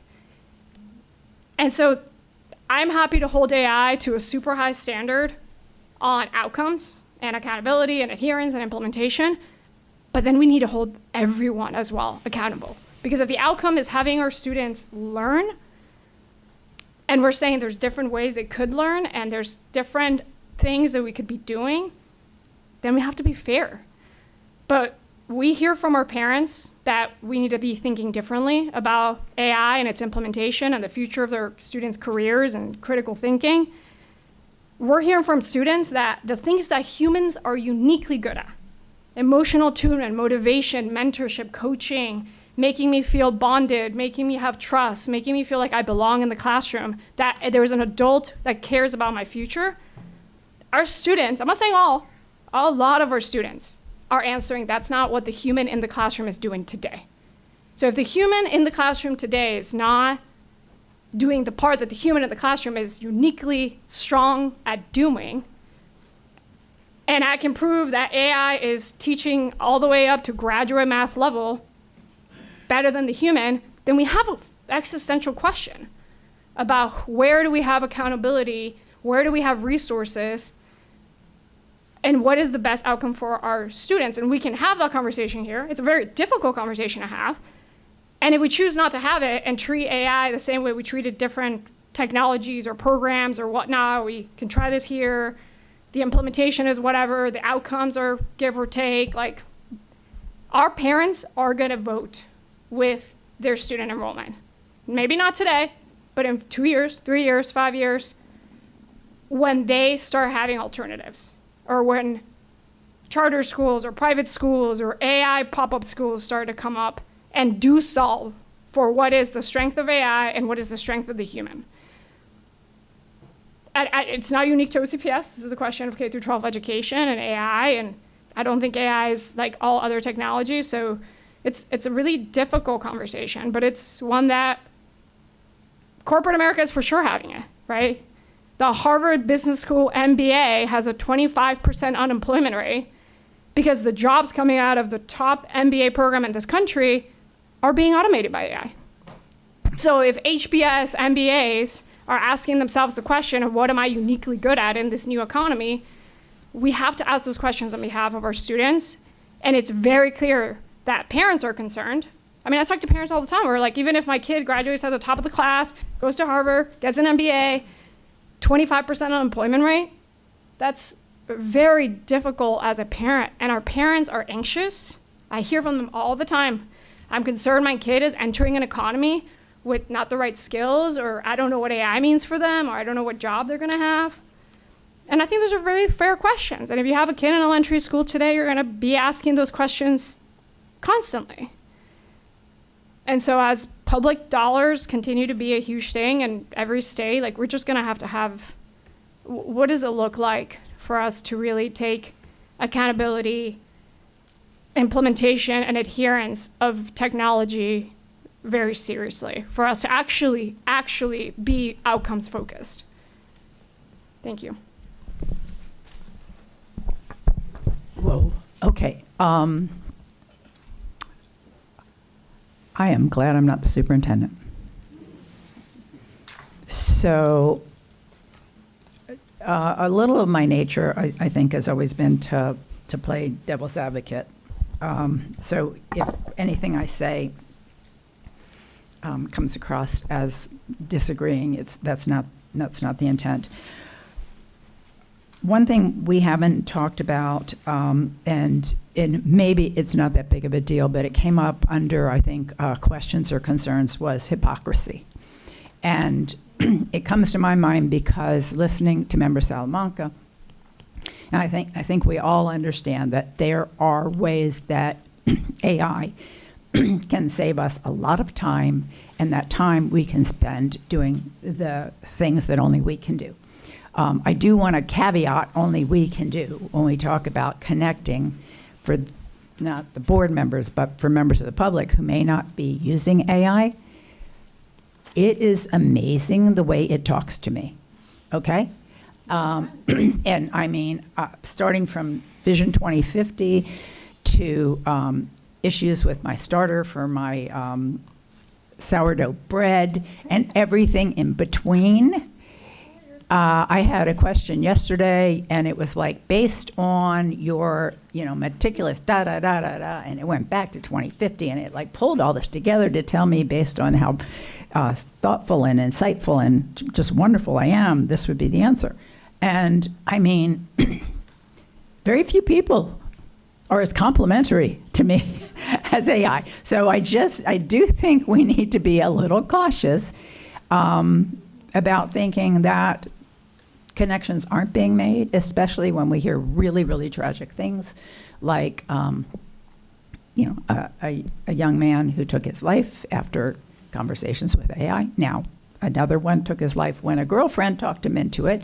But again, I'm just throwing that out there because something I heard about how we make connections and AI doesn't. So I think we need to be kind of careful also when we're using AI that we're in some way able to make sure that those connections aren't being made. I have no idea how to do that. I think at some point there will be things built into the guardrails for AI so that you can maybe choose an option that isn't so personal.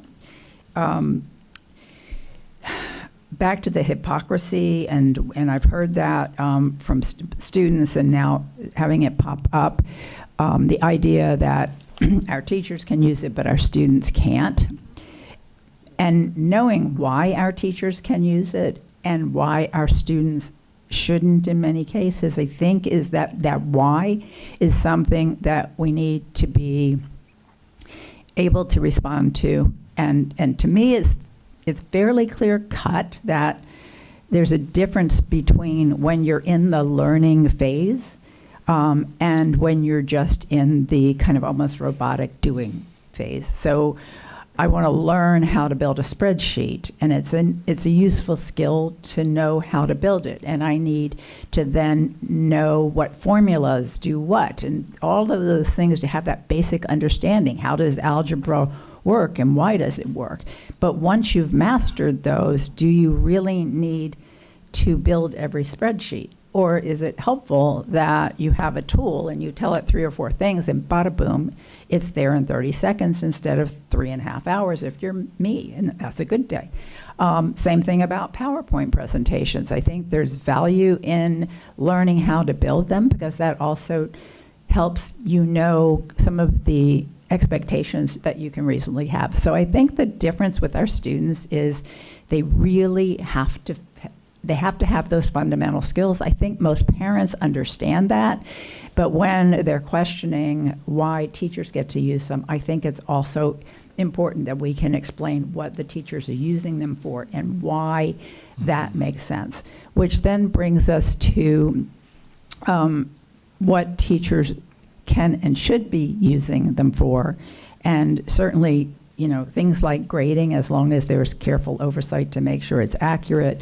Things that come to mind for me is, you know, for instance, when a student's doing, is getting something wrong on a math test, and to be able to see, are there reasons, the math questions they're getting wrong, is there some commonality in why they're getting it wrong? I mean, I don't know if they still do it, but, you know, making the student write out each part of the equation, then you can find which part they're going wrong. So those types of uses make a lot of sense, and I do think most people, when you take a minute to explain that we are using it very limited, but where we're using it, the purpose is to speed up the process so we make available the time that we need in those more important or those areas that students really need that direct contact. Measuring outcomes, Member Salamanca has brought this up several times. And you also mentioned at one point that in order to measure an outcome successfully, you really need to have consistent 100% mandatory kind of use. And I agree with that too. And I don't know where, when I said I would not want to be a superintendent, especially you right this minute, that's a heavy lift. But I think I agree with all of your suggestions there. Implementing them may be extremely challenging, but it's very hard for us to measure. I'm wondering, I mean, at some point, there will be a lot more information out there that we will not have to develop ourselves. But in that middle ground area, I think cautious is a better approach, but I also agree with Member Salamanca that that we can't be so timid that we're not engaged.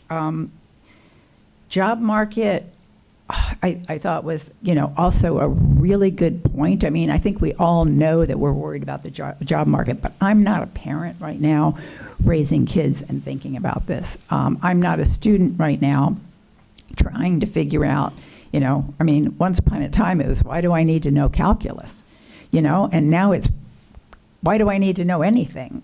So, and yeah, and not just because I'm questioning whether I really need to learn. The question is what exactly do I need to learn? Because what jobs are going to be out there? And so I think a focus, an internal focus on understanding that better. I'm looking forward to, I think it was Member Salamanca. I'm like, I used one last week. yeah, no, but there was a good book that I haven't read yet it was 2Ds, digital delusion, I think it was, and then the other, I think you mentioned it, the labor force impact, whoever brought that up. I think that it is really important. We keep talking, about from classroom to career, and a really kind of deep dive into what those careers might look like, so that we're making a focused attempt to explore and to direct our kids and our parents into fields that we think are viable other than plumbing. But nothing wrong with plumbing, but I mean, I would, other options in addition to plumbing. And the last thing was on the environment. Do we think, because it is, every time I hear the statistics, it really frightens me. Do we think, Mr. Dragon, that there'll be technology that allows us to use AI without using so much water? And the second is, can we use, I'm assuming we should be able to use salt water and not potable water. So the usage of water and the places where they're building the AI factories right now, the kind of water that's needed to cool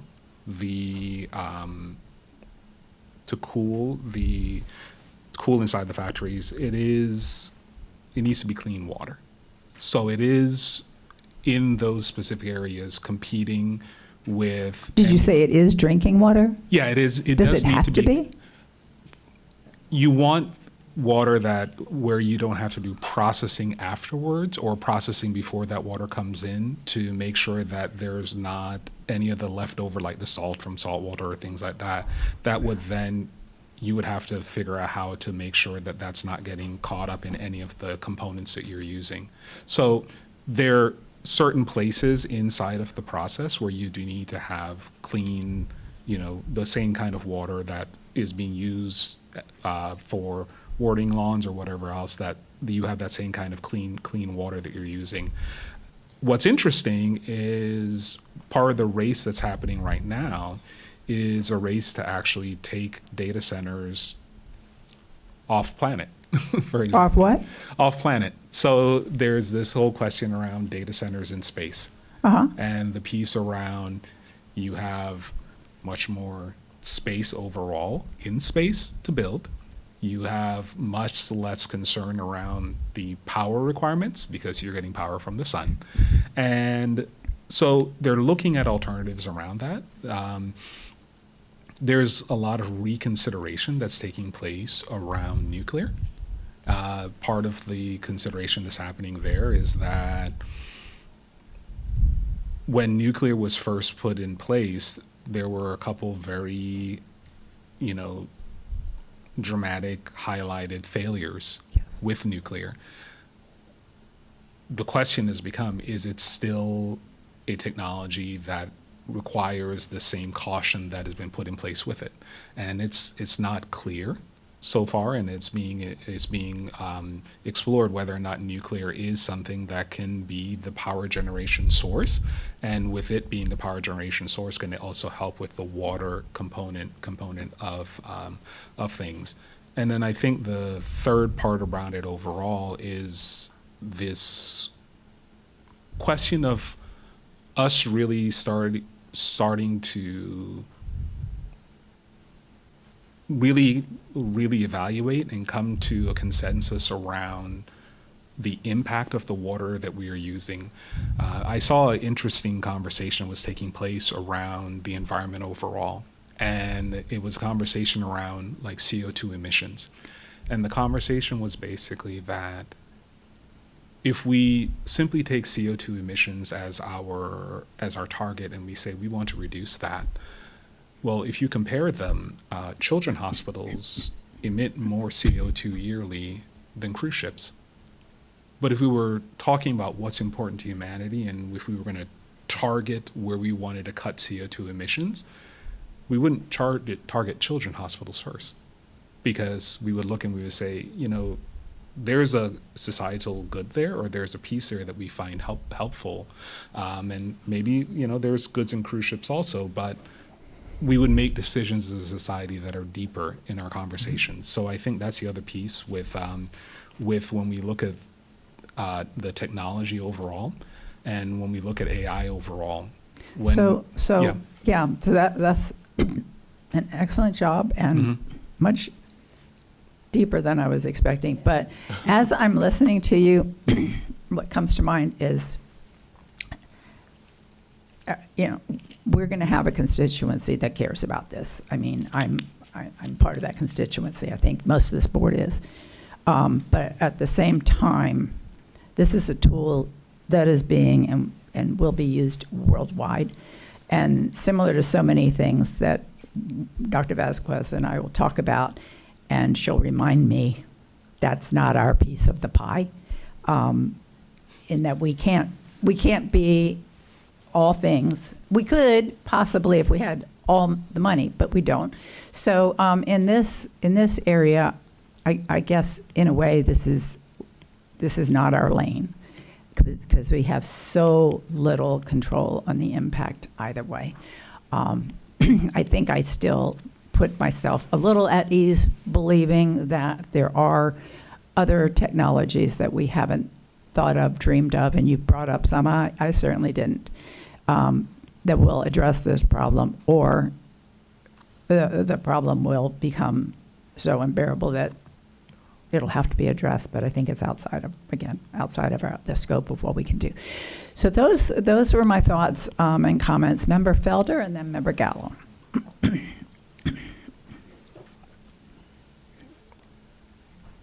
Thank you so much. What a robust discussion we're having.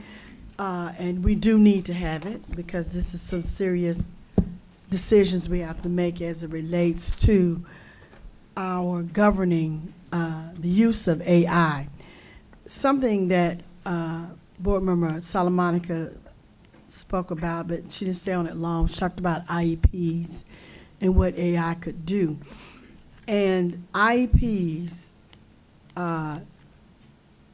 can be and is extremely exhausting, lack of a better word, to write them. Because if you are a teacher and you really are writing them, you can't hurry through an IEP.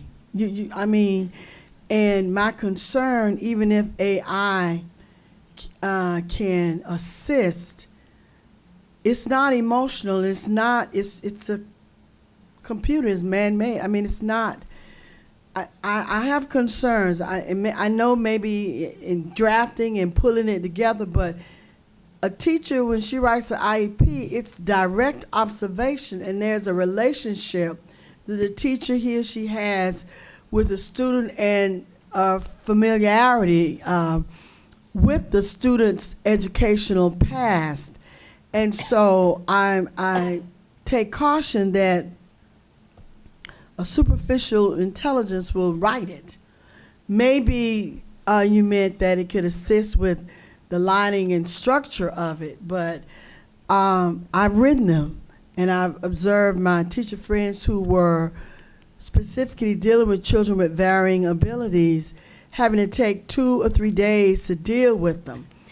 And just as a teacher with maybe a total of 10 kids or 8 kids, and all of my 200-some kids I taught, that's not a lot.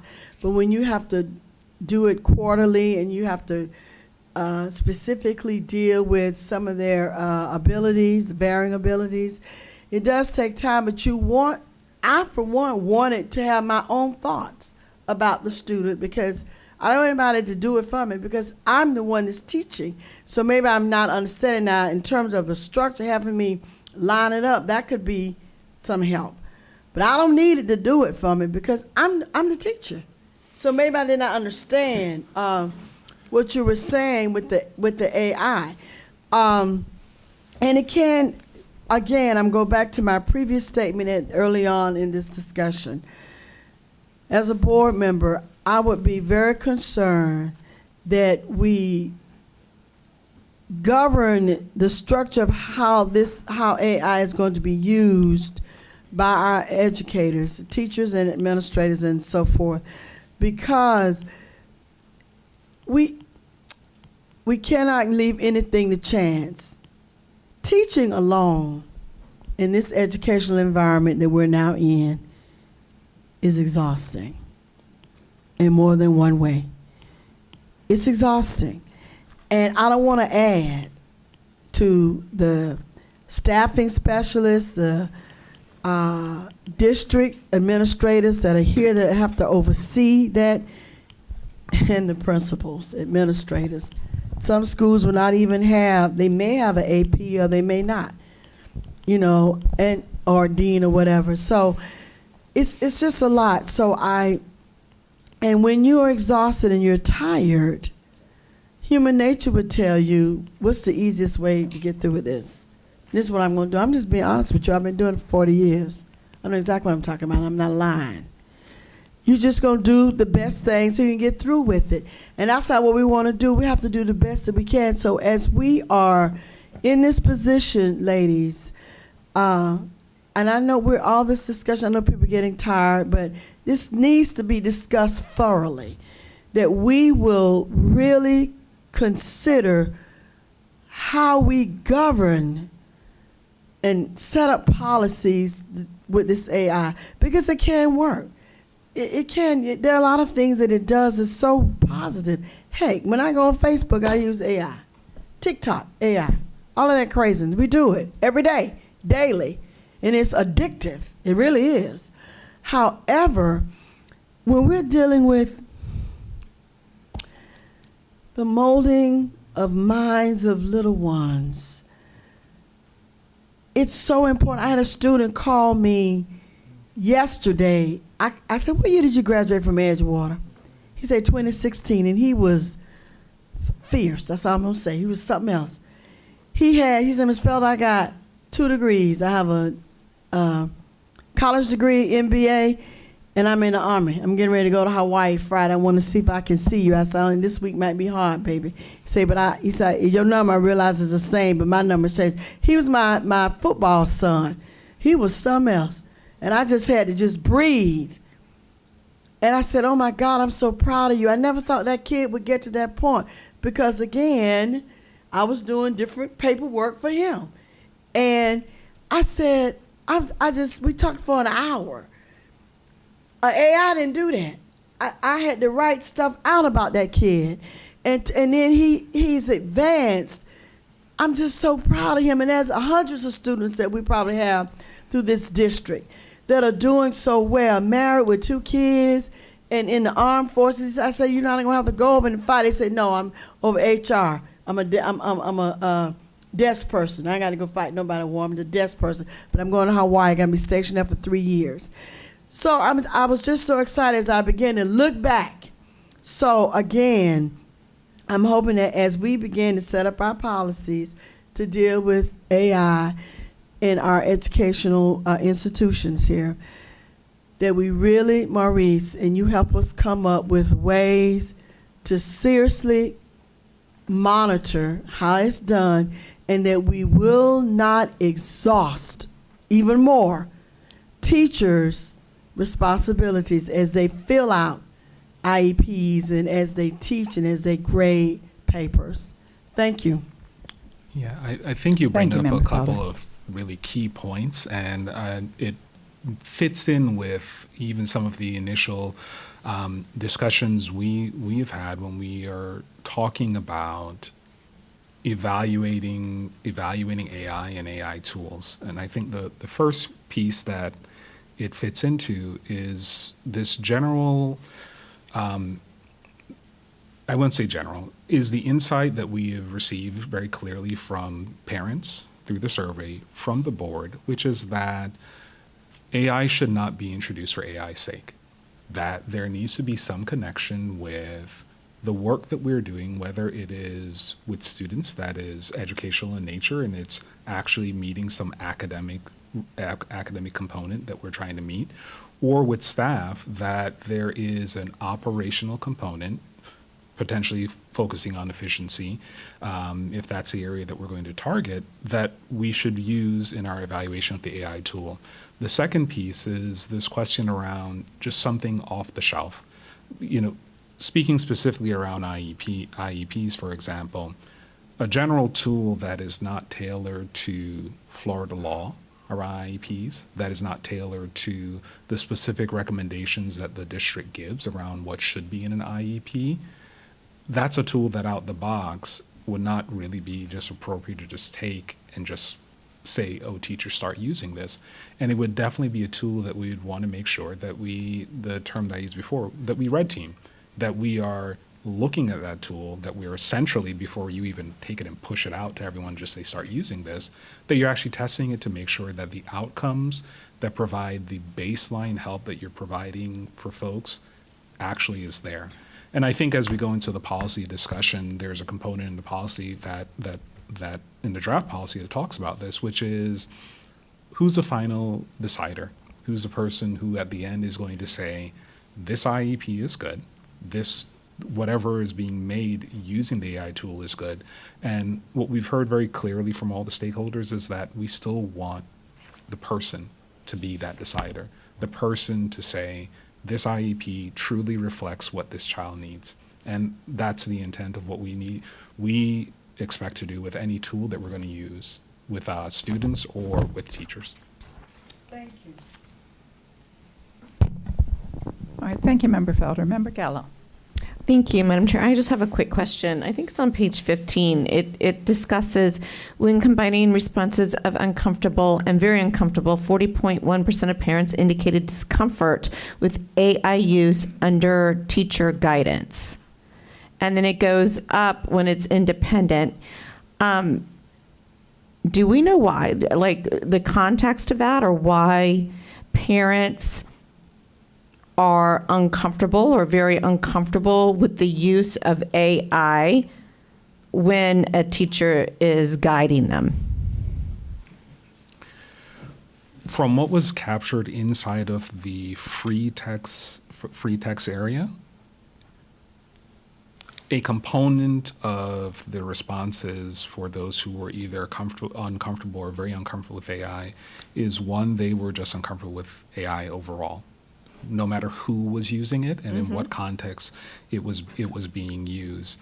The second layer that played into that is, if you are going to use it, what are the safeguards that are going to be in place to make sure that we're not short-circuiting those things that we've talked about, that it's not short-circuiting the students' learning, and that it's not just being used for cheating. Those made up the biggest areas where there was lack of comfort with it, because parents were looking for assurances, or they were looking for the actions that teachers and the district were taking in the implementation of AI to ensure that their students were still learning what they needed to learn. And I think that played a large role in the responses in those areas. Okay, thank you. So then I would, or could I assume that after we create a policy, we put in those guardrails, we ensure that critical thinking is still happening, we address the concerns of the parent, that number would go down? Would that be accurate?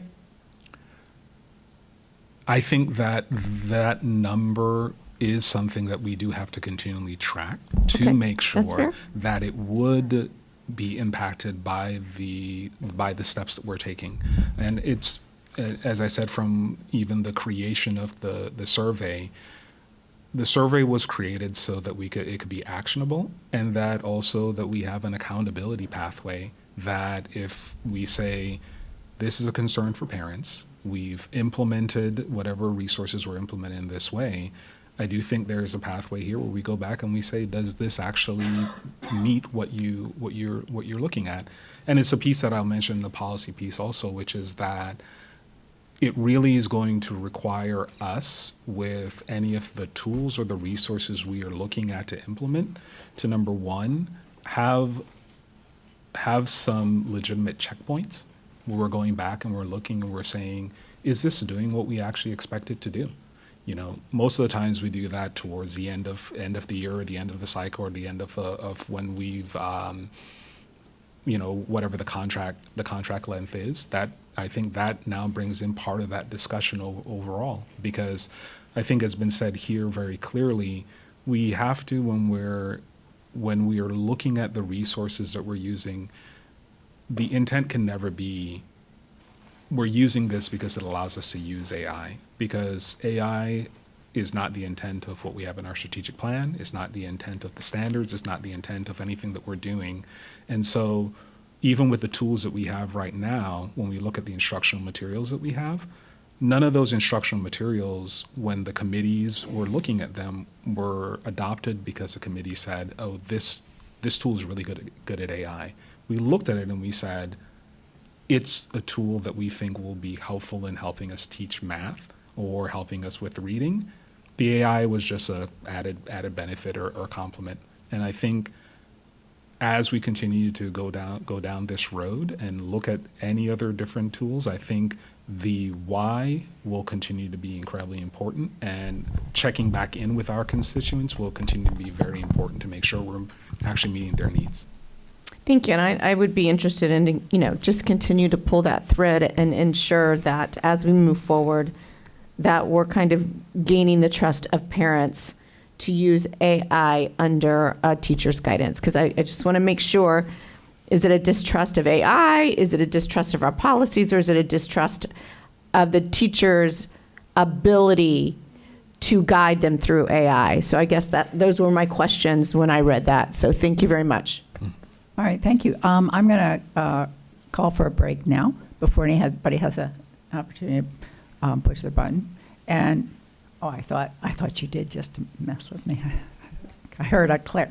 But we are going to take a break for lunch. We're going to try to keep it brief because we still have a lot of ground to cover. So, estimate, Dr. Vasquez, on how much time? If we 15 could minutes? try 15 minutes, Yeah. because we still have AI policy, code of conduct, legislative update, and leasing.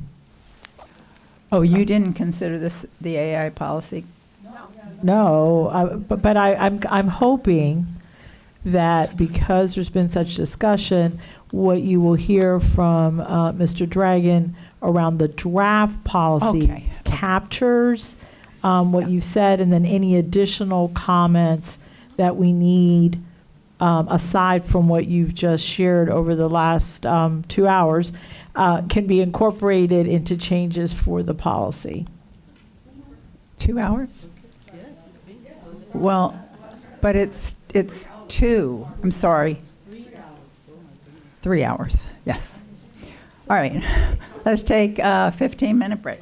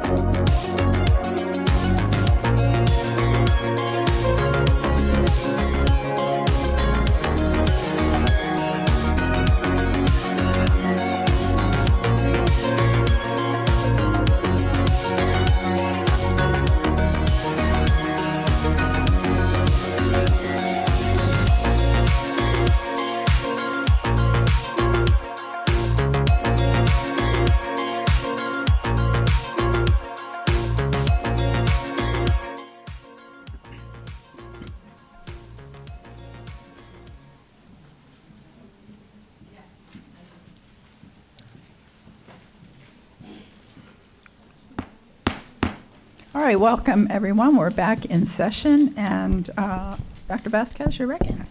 Thank you, Madam Chair. We are going to continue our conversation around artificial intelligence.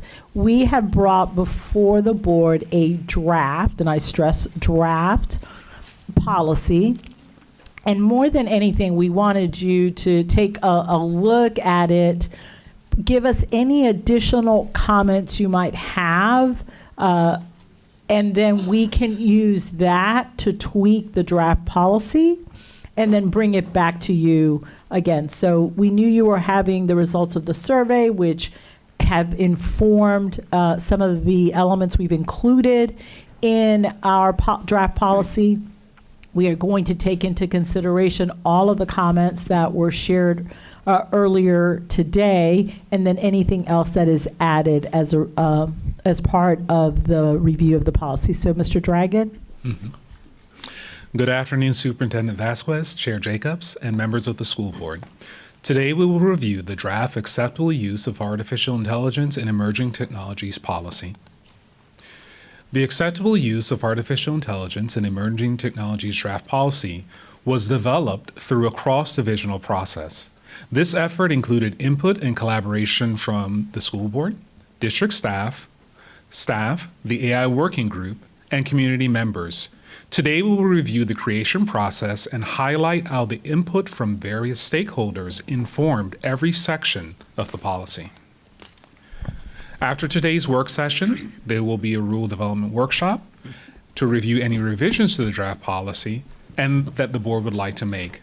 Board approval for the policy is tentatively scheduled for May 12, 2026. The development of the draft artificial intelligence policy followed a structured and collaborative process to ensure alignment with the district's mission and strategic priorities. The process began with the formation of an AI working group composed of representatives from within divisions within the district. In addition, some members of the school board identified individuals from outside the organization to participate in the group. These external participants provided additional perspective on the policy development process and help ensure that the work remained aligned with the district's strategic plan.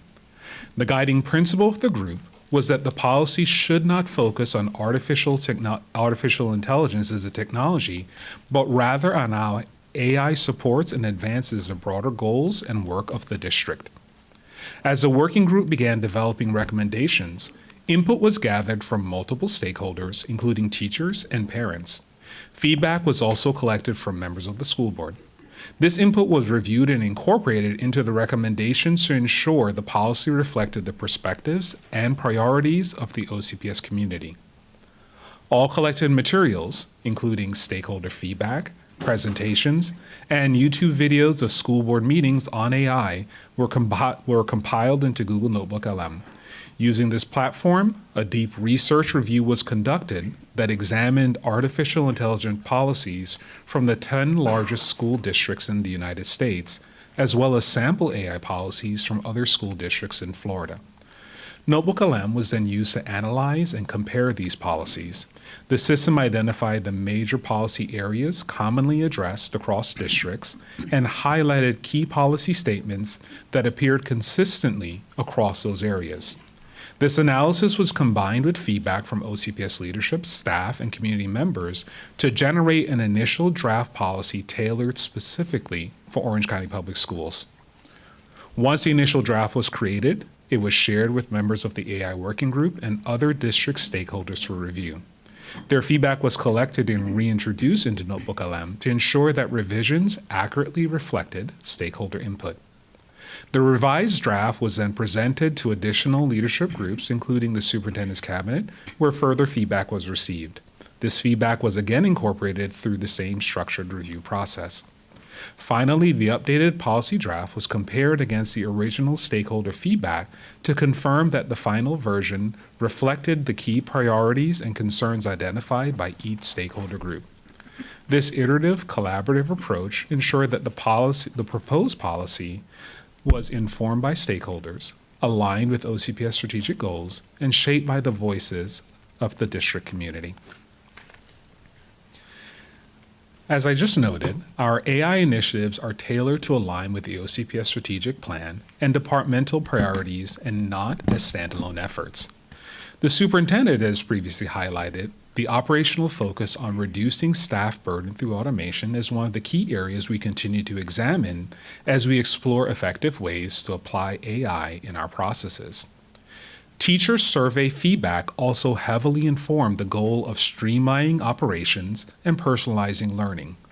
Elementary and middle school teachers reported that AI could significantly save time on administrative tasks, paperwork, forms, and data entry, while also helping tailor reading levels and providing differentiated, personalized support for students. High school teachers echoed this, noting AI's usefulness in differentiating content, lesson planning, and alleviating time-consuming data tracking. Teachers surveyed also want clear guidelines and human accountability. Elementary teachers emphasize that humans must remain responsible. Quote, make sure everyone is using it correctly and still has an opinion. We aren't replacing a teacher or thinking with AI. Middle and high school teachers stated that while AI can assist with certain tasks, the teacher must remain the ultimate filter. The phrase that technology, quote, enhances human potential rather than replacing it comes directly from the unified statements across educators. Elementary teachers stress that AI should, quote, enhance, not replace the human element of teaching, while high school teachers or high school educators warned against, quote, eliminating the human factor, while stating firmly it should enhance, not replace. Multiple school board members have also provided feedback on the importance of maintaining a human-centric approach when examining the use of AI. Board members have cautioned against the erosion of critical thinking, expressing that, quote, pedagogy, the art of teaching, could be lost if not prioritized. As one board member emphasized, nothing mechanical could ever take the place of humans and the human touch. Board members also informed the inclusion of hallucinations, asking that we prioritize steps to minimize the hallucinations that might come out of the AI systems used by either our staff or students.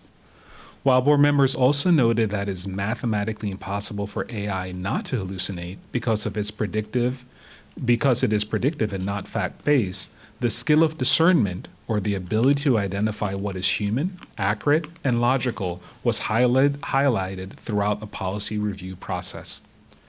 Teachers and community members echoed this concern around hallucinations, calling for source vetting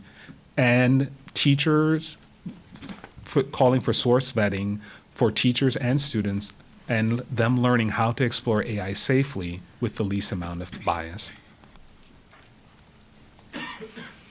The data privacy and cybersecurity section of the AI policy was shaped through feedback from multiple stakeholder groups. First, regarding data privacy, protecting student information emerged as one of the most consistent concerns. Board members have emphasized that data privacy must be the district's most critical guardrail, stressing the importance of full compliance with FERPA when handling student records. Board members warned about the risks of using commercial AI tools, noting that when sensitive records such as IEPs or health-related information are entered into public AI systems, that information can become permanently incorporated into external systems or the public domain.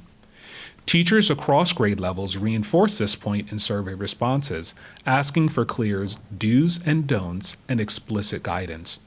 Parents also expressed strong concern, with a large number identifying data privacy as their top issue related to AI in schools. Feedback supported the requirement to use district-vetted enterprise AI systems. Board members have emphasized the importance of closed-loop AI systems that keep district data within OCPS systems rather than feeding public models. Teachers also support this approach, requesting a walled garden of approved platforms so they can confidently use AI tools that are secure and appropriate for the classroom use. Finally, the monitoring provision reflects feedback about maintaining safety and accountability in district digital environments. Parents, for example, expressed concern about unsupervised AI interactions and potential exposure to harmful content. Taking together these perspectives from board leadership, educators, parents, and the district technology teams help shape a framework that prioritizes student privacy, responsible technology use, and a secure digital learning environment while allowing staff and students to benefit from AI tools. The guidelines for staff section of the AI policy was informed by extensive feedback from teachers, parents, students, school board leadership, all who emphasize the importance of maintaining professional responsibility, academic integrity, and fairness as AI becomes more common in classrooms. First, regarding professional responsibility, teachers across all grade levels stress that AI outputs must never be used without careful human review. Elementary educators emphasize the need for explicit accuracy checks, explaining that while AI can generate useful practice problems or lesson materials, teachers must review these outputs before sharing them with students. Middle school teachers echoed this point, noting that staff must always verify what AI produces before using it in instruction. High school teachers also highlighted the need for checks and balances to ensure that AI-generated information is accurate and appropriate. Parents raised similar concerns, identifying the reliability and accuracy of AI responses as a major issue. Because AI systems can generate misinformation or biased content, the policy reinforces that educators remain professionally accountable for verifying AI-generated materials they use and ensuring they align with state standards and instructional guidelines. Second, the policy language around student monitoring and discipline reflects strong concerns about academic integrity. Teachers in middle and high schools reported that plagiarism and cheating are among their top concerns when discussing AI in the classroom. Parents echo this concern and worry about students using AI to avoid doing their own work. Students themselves acknowledge that AI tools can be easily misused when assignments simply require a finished product. Finally, the guidance on AI detection tools reflects a response to stakeholder concerns. Parents, teachers, and school leaders have raised concerns about the reliability of AI detection systems. False positives in AI detection software were frequently cited in the feedback as those tools flag authentic student work in addition to sometimes not identifying AI-generated work. Because of these limitations, the policy takes a cautious approach. Detection tools may be used as one reference point, but they cannot serve as the sole evidence for disciplinary action. Instead, educators are expected to use data, facts, and multiple forms of evidence when evaluating student work for potential disciplinary action. Together, this feedback shapes guidelines that reinforce teacher professionalism, protect academic integrity, ensures that disciplinary decisions remain fair and grounded in evidence as AI becomes part of the learning environment. The guidelines for students section of the AI policy was shaped by feedback from teachers, parents, students, district leadership, and members of the school board. Across these groups, two major themes consistently emerged: protecting academic integrity, ensuring that students develop the skills to critically evaluate AI-generated information. First, regarding academic integrity, educators and families expressed strong concern about students using AI to complete assignments without actually engaging in the learning process. High school teachers identified plagiarism and cheating as their top concern, indicating that unauthorized AI use could undermine academic honesty. Elementary educators reinforced this point, noting that submitting AI-generated work as one's own should be treated the same as any other form of plagiarism. School board members echoed these concerns, observing early examples of students simply copying and pasting AI-generated responses rather than developing their own thinking and writing skills.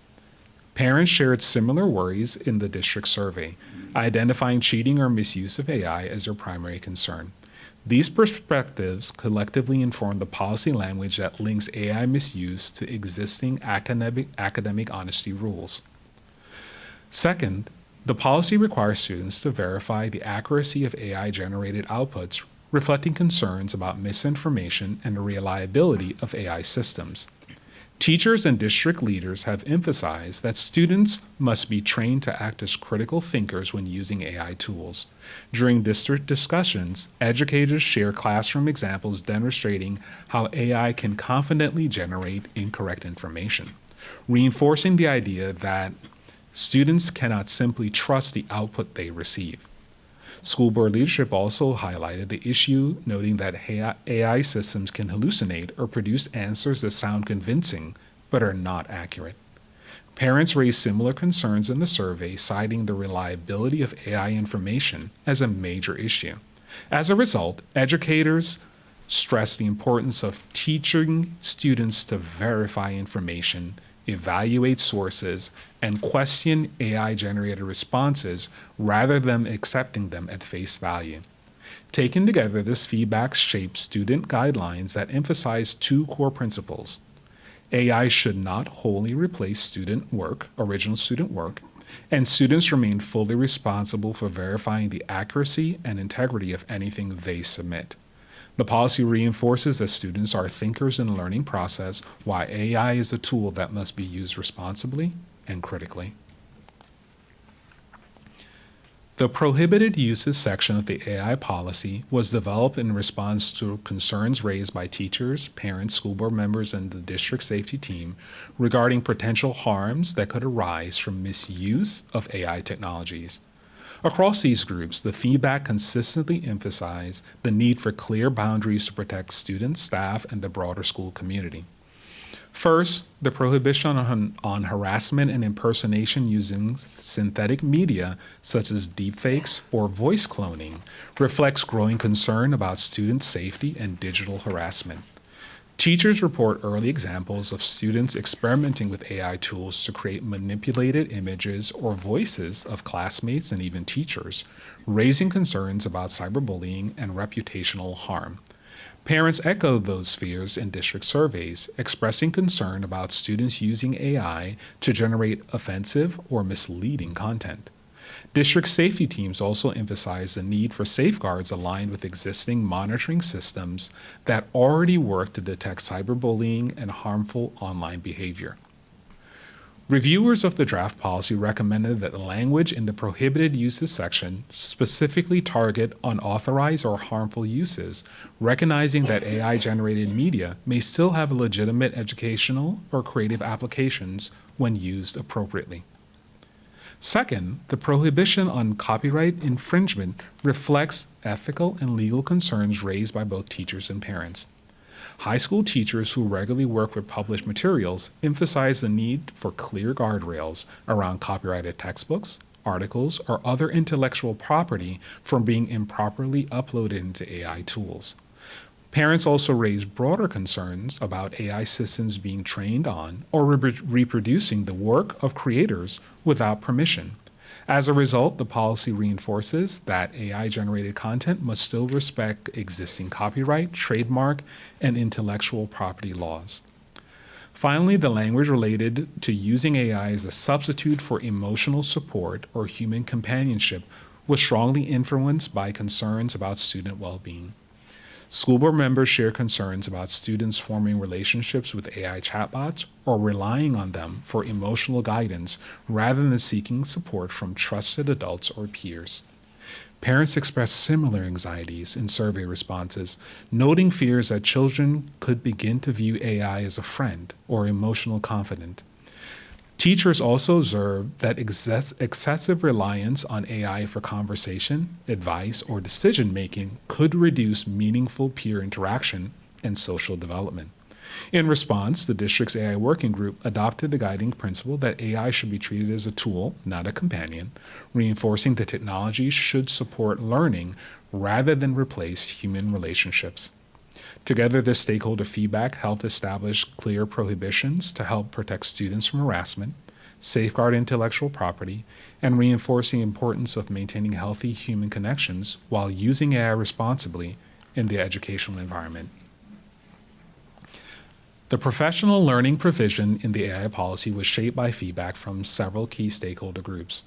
Across these groups, a consistent message emerged. If AI is going to be used responsibly in schools, staff must receive training in AI literacy, data privacy, and implementation. School board members emphasize the importance of training focused on data privacy and responsible use. Board members advocated for formal training to prevent staff from unintentionally exposing sensitive student data information when using AI tools, warning that without clear guidance, educators could unknowingly upload protected records such as IEPs or health data into public AI systems. Second, teachers across all grade levels expressed a strong interest for practical, hands-on training on integrating AI into instruction. For example, elementary teachers requested training on approved AI tools and guidance on issues such as bias, transparency, and data protection. Middle school teachers requested training on how to recognize bias or misinformation produced by AI systems and asked for dedicated time to experiment with these tools in a safe learning environment.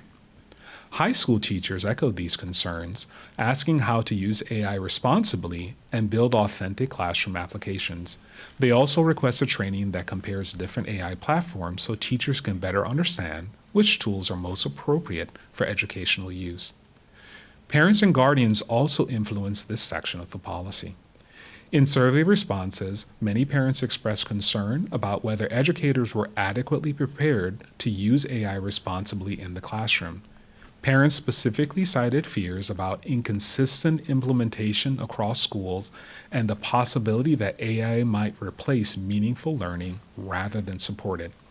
However, many parents also indicated that their concerns could be greatly reduced if teachers received ongoing professional learning opportunities, and clear guidance on ethical and responsible use.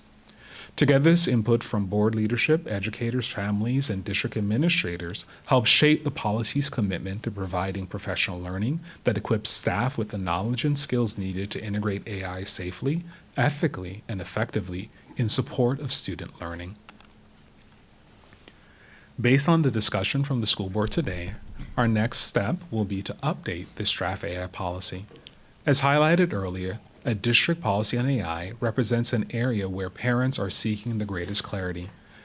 The speed at which AI is updated also likely necessitates a consistent review of a policy to ensure that the policy reflects the, as much as possible, up-to-date state of AI and its potential uses in education. At this time, I turn the presentation over to the superintendent for comments and questions for the school board. Thank you, Mr. Dragon. I know that a lot of time and effort went into drafting the policy, incorporating feedback that was received not only from the survey, but from small group meetings as well as one-on-one conversations.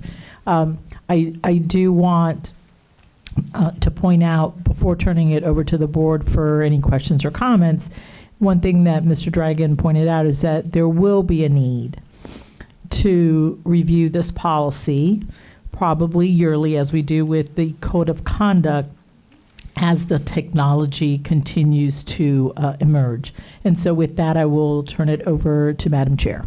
All right. Mr. Palmerini. So, members of the board, we had this discussion yesterday. You saw in the tentative schedule that there was a rule development workshop put in there. Under the policy process we normally have, we don't need to have one of those. We can choose to have one if we believe the policy is new, controversial, or might engender a lot of public comments. So that's why we decided to leave it in here. Based upon the board's discussion, you all could have discussions about the policies. We could have another work session to discuss the policy, and that could negate the need for the rule development workshop. But that would be a decision to be made by the board after full discussion. Right. So I just wanted to get that procedurally out there. No, I appreciate you putting it out there so it's on our minds as well. I have a couple of just, I think, real easy issues. On slide number 5, we use the term artificial intelligence can transform education by personalizing learning. I'm not crazy about the term transform,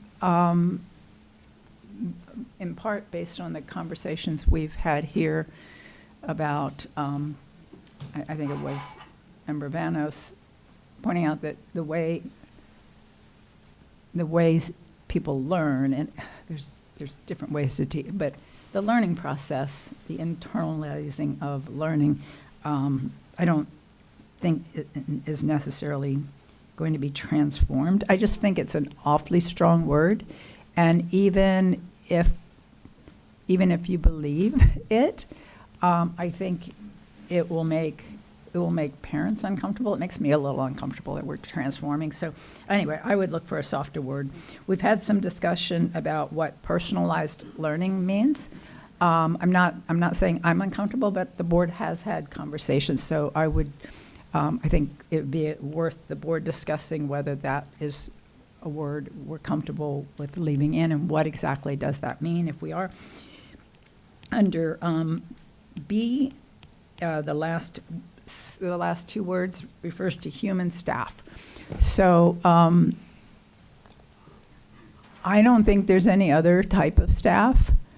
And I'm personally uncomfortable with referring, because I think that means as opposed to technical or AI as staff, and I just draw a really hard line that staff means human and artificial intelligence is artificial and not staff. So anyway, that's again, I feel strongly about it, but I'd certainly, whatever the will of the board is. The last is more a style or issue, and it's on page 9. It's under prohibited uses. So the first prohibited use, deep fakes, et cetera, and that sentence ends with is strictly prohibited. Under B, under copyright infringement, it ends with is prohibited. And I think John will back me up on this. I'm just like a very literal reader. So when I got to C and I read it, I got to the, using AI chatbots as a substitute for human companionship, and it didn't say is prohibited. I would have known that because it's prohibited uses, except that I was a little thrown off because A and B said prohibited. So I think my brain was thinking, C was going to say prohibited, and the fact that it didn't and the other two do, just then that gets to that legal issue, which wouldn't necessarily apply. But anyway, all of that went into my brain. Mm-hmm. So if we could either keep prohibited everywhere or eliminate it since it's redundant, I don't care which, but just humor me. Okay. No way. Oh, I feel so much better. Okay. All right, with that, let me go. Pretty much the thing is lit up, so I think everybody wants to speak, which is great. Member Gallo.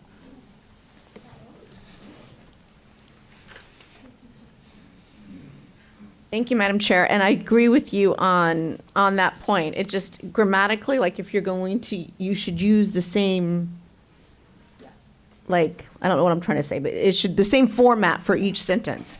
And so, and there's no, like in the middle one, it says what the discipline will be, and in the other two, it doesn't say what the discipline will be. So at the very least, I guess maybe refer to student code of conduct. So I don't have to ask that question anymore. So let me, on the data privacy and cybersecurity on page 6, it talks about staff shall use district vetted secure AI systems that do not use OCPS to train models. So when we look at data privacy, obviously we don't want them inputting IEPs into, ChatGPT to gain answers, because that's open AI. So do we have sources available like this? This policy could go into effect in 3 months. Do we have the programs available that they will be able to use when doing some of these items that won't be OpenAI? Like, will we have those programs available to them? Currently available to staff, we do have actually, based upon the steps taken in December, we do have access to the ChatGPT version that is for education that, when used, will not train on our data. Oh, certainly, yeah. So based upon the approval of the board in this past December, we do have access to ChatGPT for Education, which will not train on our data and will use our data appropriately. So we have that as a tool. We also have access as a district to Google Gemini, which leverages and runs on top of our Google Workspace, and also is bound by the contract that we have with Google that says that they will not train on our data, their AI systems. So we have systems today that staff can use that will not train on our data. Thank you. And then going to guidelines for staff on slide 7.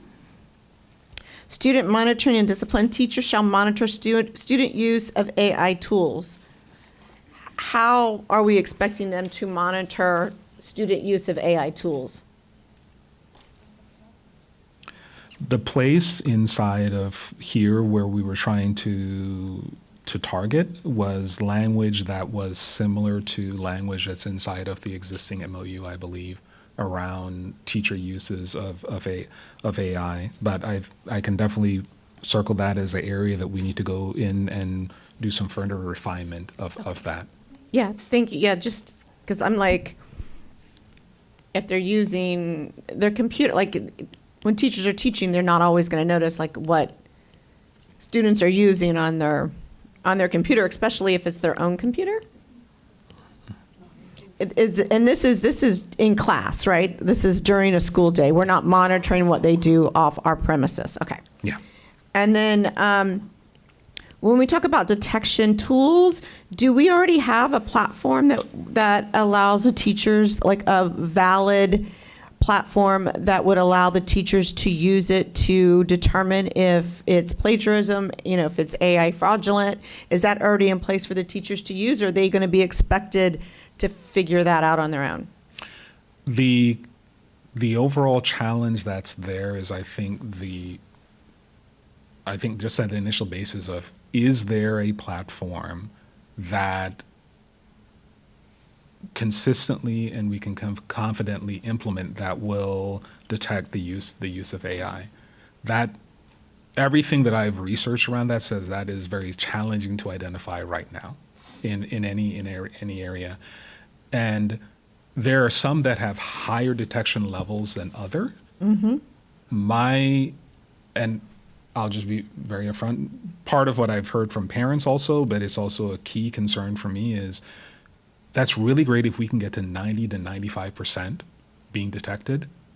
That 5%, however, represents a child that wrote their own paper and a tool is saying you did not write your paper, and then they're being failed by their teacher. And so I think this is one of those areas where I don't want to compare it to space travel, but where we have to be really careful, because I think I'm more concerned about the byproduct of telling kids they did not do something that they actually wrote. Agreed. And the academic impact of that. So we don't have a centralized tool for that. So I guess my concern would be is that we're putting something in policy and we're not necessarily giving our teachers the ability to abide by the policy. Like, I mean, unless you can help me understand, like when I read something, and I'm not a teacher, but when I read something, like I can tell generally if they used AI just in the way that it's worded. It's got a certain like rhythm to it that you can kind of pick up when you use AI a lot. It'll use certain words, like social media posts, it'll use certain emojis. Like, I mean, there's a way that you can kind of look and then determine, but how would a teacher be expected to figure out if something was AI generated or not? Like what would they use, or how would they determine that a student did something fraudulent? Like what is in their tool belt to be able to determine that? Madam Chair, may I? Mr. Dragon, correct me if I'm wrong. I think this was more if the teacher is saying that the child's work is not their own and that they've used AI, that they would have evidence to be able to prove or disprove. That was one of the biggest concerns parents had with the survey, is that there have been false accusations of students doing work and the teacher saying that it wasn't their own, and the parents saying, yes, my child did do that work. So if I'm not mistaken from our conversation, I thought that's what it referenced. Yes, and that's where, we can definitely use some cleanup on the language here to reflect. But that's what this is trying to reflect, is that if it's going to be stated that a student did not complete their own work, that determination cannot solely be based on a AI tool saying it and nothing else. Because AI tools on their own are not consistent enough for it to be the only determining factor. Okay, and I appreciate that explanation, but then I'm thinking that under A, we may need to rewrite that paragraph to make it a little bit more, just to clarify it, because as I'm reading it, it says employees are responsible for verifying the accuracy and objectivity and appropriateness of any AI-generated content before disseminating it. I know, but how is a teacher verifying the accurate, so this is their work? Okay, this isn't this, okay. Got it. I misunderstood it. Okay, thank you. Because I was thinking that the staff responsibilities. Okay, so yeah, maybe just clarify that this is their responsibility. That makes so much more sense to me. Okay, so then my questions are good there because it's just their own work. It's not, because I really did think that the teacher was going to have to determine if the student's work was AI generated and do it for accuracy, and I just didn't understand how they were going to do that. I think just a very minor word change in there would probably clarify that. And again, the same thing I think under C, because I didn't realize that was the purpose either, and I think we can just add a little bit of language so that we understand what we're talking about. Okay. Thank you, Chair. And then the chair covered slide 9, and then, so my last question is on slide 10, under professional learning, which is this, I love it. The district shall make professional learning focused on AI literacy, data privacy, and ethical integration available to staff. Do we know what that looks like, or how will we, what platform will we be providing in it, and how soon we will be providing it to our teachers? Initially, we do have the curriculum and digital learning team has worked very hard on creating a course on AI on AI and AI literacy for teachers to use. It is something that is already done. They're already doing some pilots with that coursework today. That being said, it is also very clear from the feedback we've received from teachers that they want beyond just a Canvas course, that they want other professional development opportunities. And so as we finalize the components of the policy, I think the work will also be to ensure that whatever is included or added into the professional learning component, based upon board feedback and what we've heard from teachers, we make plans around direct face-to-face professional development for staff that will also address that. Okay, perfect. Thank you so much. Those are my questions, Madam Chair. Thank you, Member Gala. Madam Chair? Yes. So there was a question with regard to the MOU or what we actually had language added to the last CTA contract, which states as follows. If a teacher becomes aware of a student's failure to follow instructions or misuse of an AI platform, he or she shall take action to correct the student's non-compliance.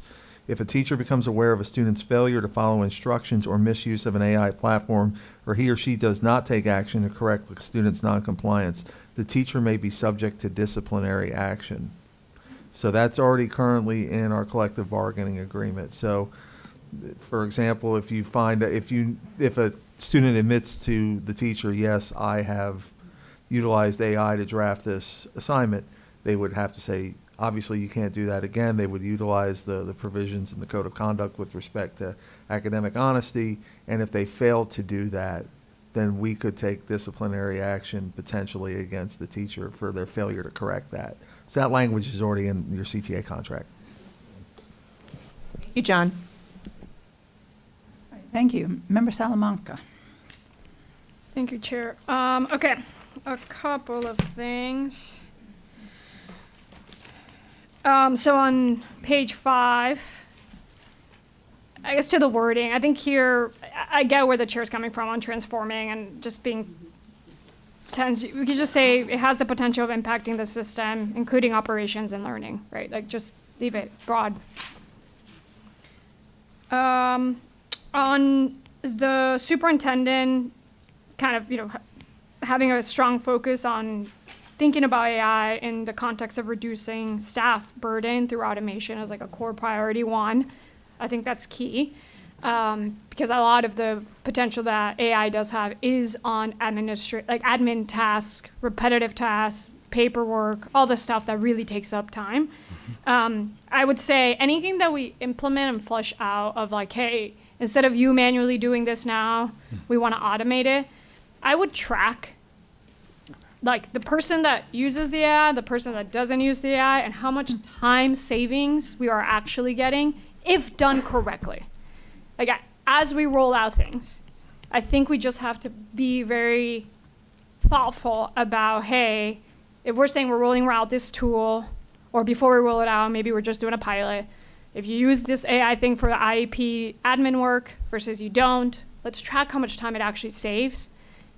And it saves if used appropriately, as the way it's intended to. So that would be my one thing. On the human staff component, and I think this definitely gets into the weed to Chair Jacobs' comment.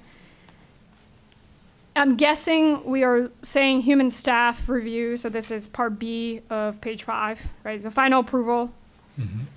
All high stakes decisions, including student placement, grading, disciplinary actions, and personnel shall be made by human staff. We're being explicit on human because we might have platforms that have agents. Like, is there a reason to be like? I get it. Look, I think one of the points that we talked about earlier is any software that the district uses today has likely rolled out AI already within the software. It's not unique to us. It's Salesforce. If an enterprise uses Salesforce now has AI. As we know, like we all have Facebook or Meta, whatever we call it. There's always an AI bot there. Like none of us opted in to have AI as part of the products that we already use, but they have AI. So here, I think we're being explicit that a human staff member, not let's say some random software we use has an agent staff has to do it. So I'm okay with keeping the human like explicitly saying there. Because we just don't know what software that we use out there might start using agents or stuff that it's like the decision we're accountable for is the human decision. Yeah, there was part of the discussion was the fact that, we were hearing around companies actually putting agents in as almost staff. Right. And saying that, agents could run certain parts of the operation. And that's where the word human was inserted here to basically say that this is a piece where, not saying replacement or anything else like that, but if there is going to be an agent that's going to be considered a staff member somewhere down the road, we still want humans to be the final approver. Yeah. So I'm okay with keeping the human staff component there because I just think that if we just say staff and we have software and agent, like it's going to get murky. I think we just have to be explicit that final approval of all important decisions in the district have to happen by a human. That is much better. The concern I have with human staff is that for somebody else who reads this, a parent, teacher, anybody that's not sitting here in this room having that conversation may think that we as a board have some confusion of whether AI is staff. Is it our staff? And they think of staff as a person, and I think that they could start wondering, have we crossed over and... Yeah. No, and I get that, but I'll give you an example. I loved your language. Let's say we have a software that our bookkeepers use. I don't know, whatever the software is. Right. And that software today, I don't know, I'm thinking like ADP, I don't know, whatever we use for bookkeeping, suddenly rolls out agents that are helping bookkeepers do bookkeeping stuff. And let's say the school budget goes through this and these little agents run around and submit a school budget recommendation. There's a recommendation. They were the ones that worked on it. It wasn't humans working on it. It goes to the bookkeeper. The bookkeeper, a human staff member, is the one that has final approval. Right. So that's what we're saying here. That being said, yeah, we might final- not know that there was all these agents that were non-human staff running around doing other stuff if it's part of the software, right? What I like is final approval, because I think I had kind of the same. Oh, final approval shall be made by human staff. Well, then we don't need to say the human part. Yeah, maybe, yeah. Just Yeah, if we take the human part out. by And staff. So you just want to staff. say by staff. Yeah.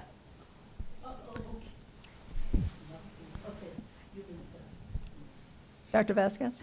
So I just wanted to think about this. One of the concerns, both shared both by the board and the stakeholders, is that human factor. And I think this was an attempt to say that although we may be using tools that have AI as part of it, that final decision is one that is going to be made by a human staff. And I do think that as we revisit this policy, if we get to a point where we are using a software that has agents, that may then need to be clarified. But for right now, the only agents running around are people, like real people. And so I think it's, as we're building that trust with the community and our stakeholders, that we have heard them, that human element, I think, is the reason why we have the word human before staff. But we will, adhere to the board's pleasure. All right, well, I'm fine with keeping human, but I understand what other folks are, but I don't feel strongly on this, so I will defer to how the rest of the board feels on it. Well, I think we should look up the definition of staff then, because I do think there's a difference between staff and an agent. We're paying staff. And, anyway. But we might pay for software that has agents that are. Yeah, but there are, there are Agents, it's staff. companies that agents are staff. That people are losing their jobs because AI or the agents are now doing the work of a human before. Yeah. Yeah.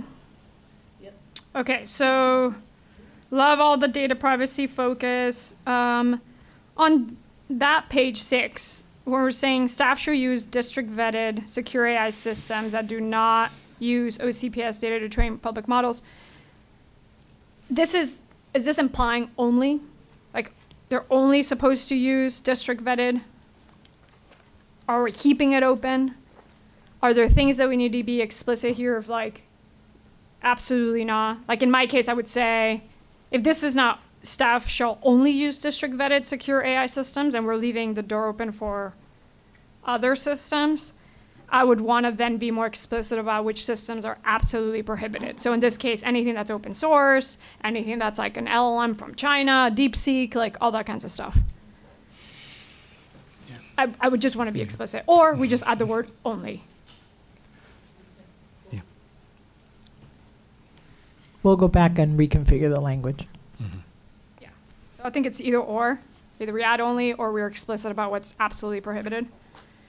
And then I would say anything open source is not accepted. Okay. Okay, page 7, and this goes to the detection tools, because I'm sure this is going to come up again. So I did a little bit of work on this because I really was trying to understand. I see on Facebook all the time in the different teacher groups and the different community groups being like, this was written by AI. There's communication we send from OCPS that people say we wrote in AI. There is assignments students do that I have gotten emails from parents saying, this teacher saying my kid used AI. They did not. Like there's a lot of AI accusations getting thrown away. And so I looked at a couple of studies, and obviously the Turnitin.com was like the software and tool that education used all the time. So Turnitin.com's accuracy for figuring out plagiarism or it wasn't written by the person that it was written by or something was 93%. Turnitin.com accuracy on actually catching AI is 77%. And if you have human plus AI content, Turnitin.com's accuracy on predicting is 43%. And so I don't think there's a lot of tools out there that are actually good at catching AI, because there's a lot, it's hard. It's literally called natural language. It means that it speaks the way naturally we all speak. So it's really hard to find it. So I'm glad that we have this, because I think that if you used AI, because this tool told me you used AI, is used as the sole basis for disciplinary action on our students, I think that's deeply unfair, because these tools are very inaccurate. Yeah. Just because you have a gut feeling does not make it right for disciplinary action. And so I'm very supportive of this. The second thing I will say on the research I did, and this is a Stanford and Vanderbilt study, all these detection AI tools are particularly hard on second language learners, because they use simple sentences and very kind of specific tenses in writing. And second, on students with learning disabilities or autism, like their type of communication. For call it ELLs and ESC students, they will overwhelmingly be impacted if we allow teachers to use AI detection tools solely as disciplinary action. Because these students, the way they write, the way they communicate, these AI detection tools flag that at a disproportionate rate as that's AI, even if they wrote it themselves.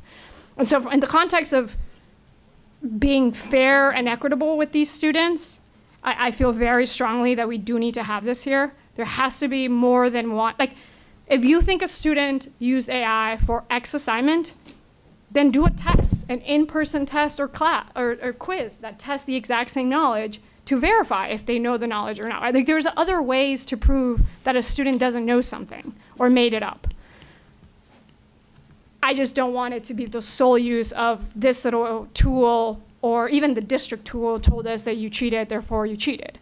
I want to be very mindful, and I think most of that comes from that. Okay. I don't think anybody disagrees with that, right? We just need the language a little more clear of what it applies to. Yeah, okay, on guidelines, so page 8. The AI generation does not mitigate the student's responsibility for content submitting. So like, are we gonna do any guidance on grading policies? Like, I know that this is a CTA thing, is there a conversation on grading policies or like recommendations of grades? We can certainly work with CTA on having forums to have discussions related to grading. In the past, that has always been a topic where teachers have had that final decision, and there's a long history of that, and it can happen not just within a school, it can happen within a department. I'll cite the example where there's a teacher that counts homework, test, and classwork equally, and then you have a teacher that only counts the test. So there has not been agreement on that, but we certainly can ask to partner with CTA to open up those conversations again and just see where they are. Yeah, I think this comes down to some of the feedback we got from parents and teachers on like the do's and don'ts, right? If a student's using or is allowed to use AI in one classroom but not in another, and grading is different, easier or tougher in one class versus like. But that currently exists in our schools right now. Correct, yes. And I think AI might make this even worse. So if we were to open the conversation on consistency of this, like, listen, if the teachers don't feel strongly about this, I feel like it's a bit of it's going to happen even worse now. If some teachers allow it, some don't. Students are I think parents are going to find it inconsistent. It is, and parents have shared that the issue really lies with strong philosophical differences. We have teachers that allow students to make up work, right? And because they're looking for mastery. And there's other teachers that do not.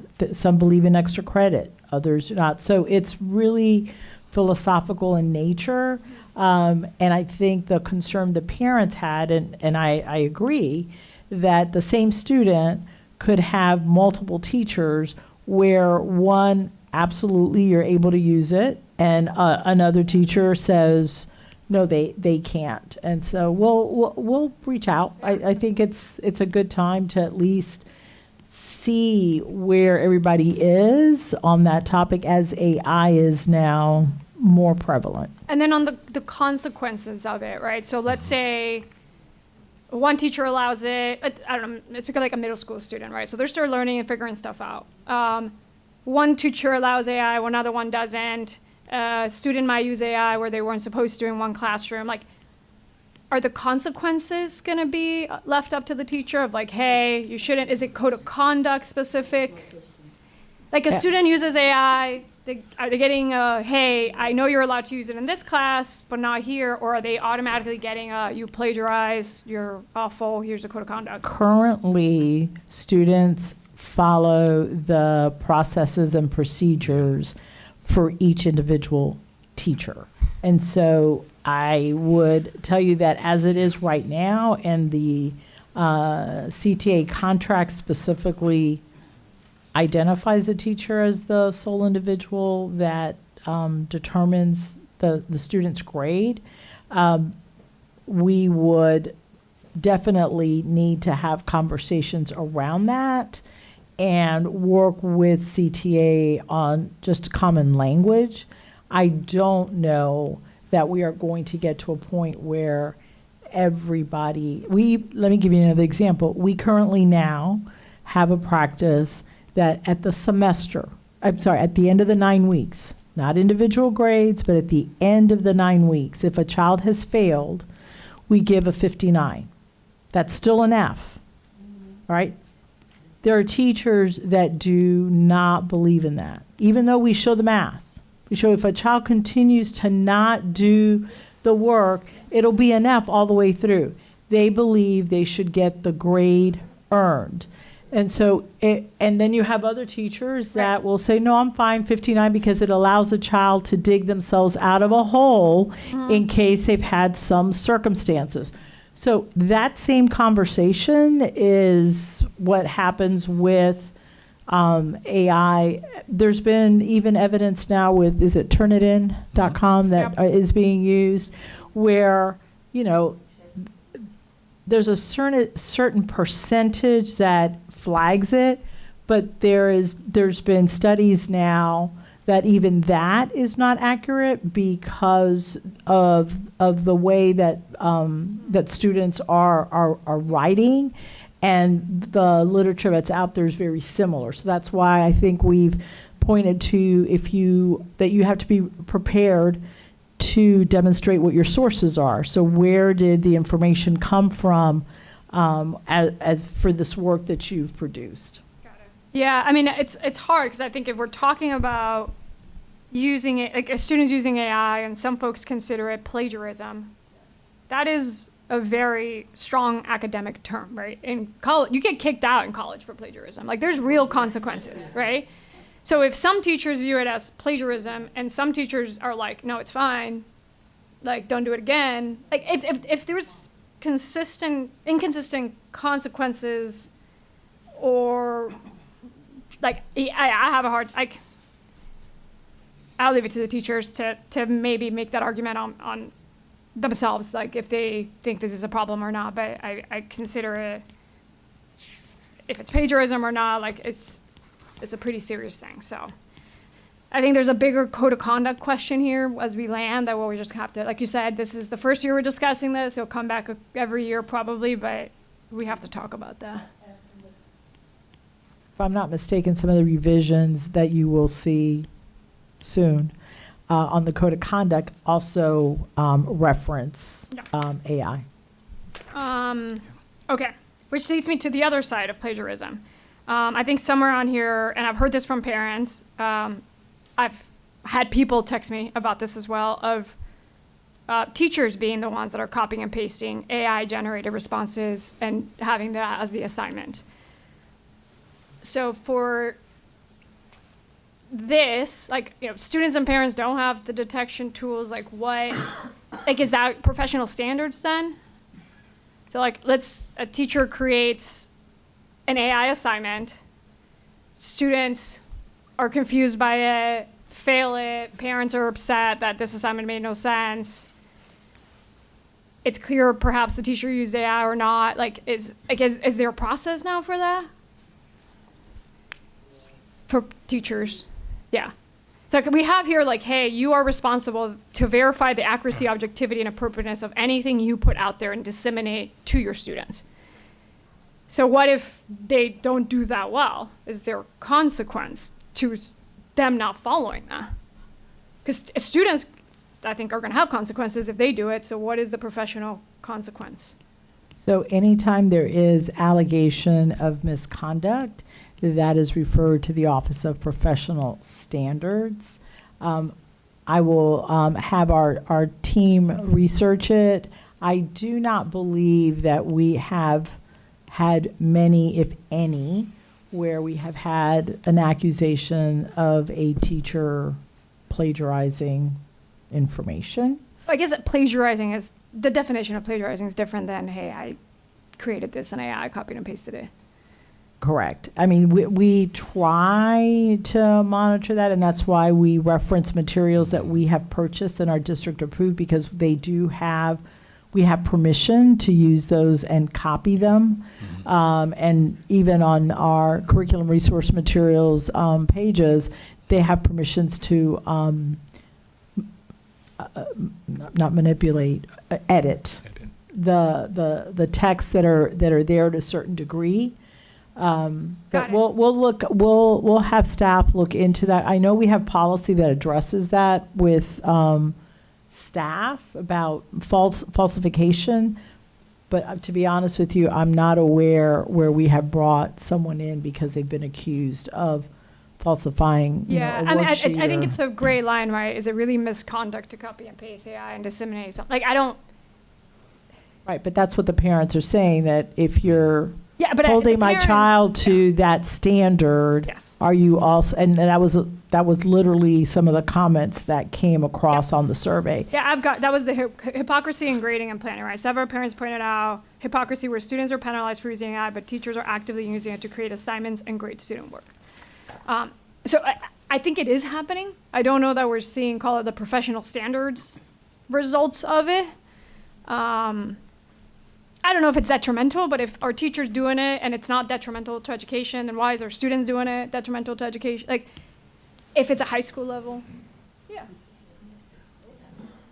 We'll look into it and bring it back to you. I mean, there's just a whole lot there, and I'm going to use terms that are probably antiquated right now, but I mean, teacher pay teacher, you had Pinterest, you have all sorts of things that are out there that people will take and manipulate and not cite the source.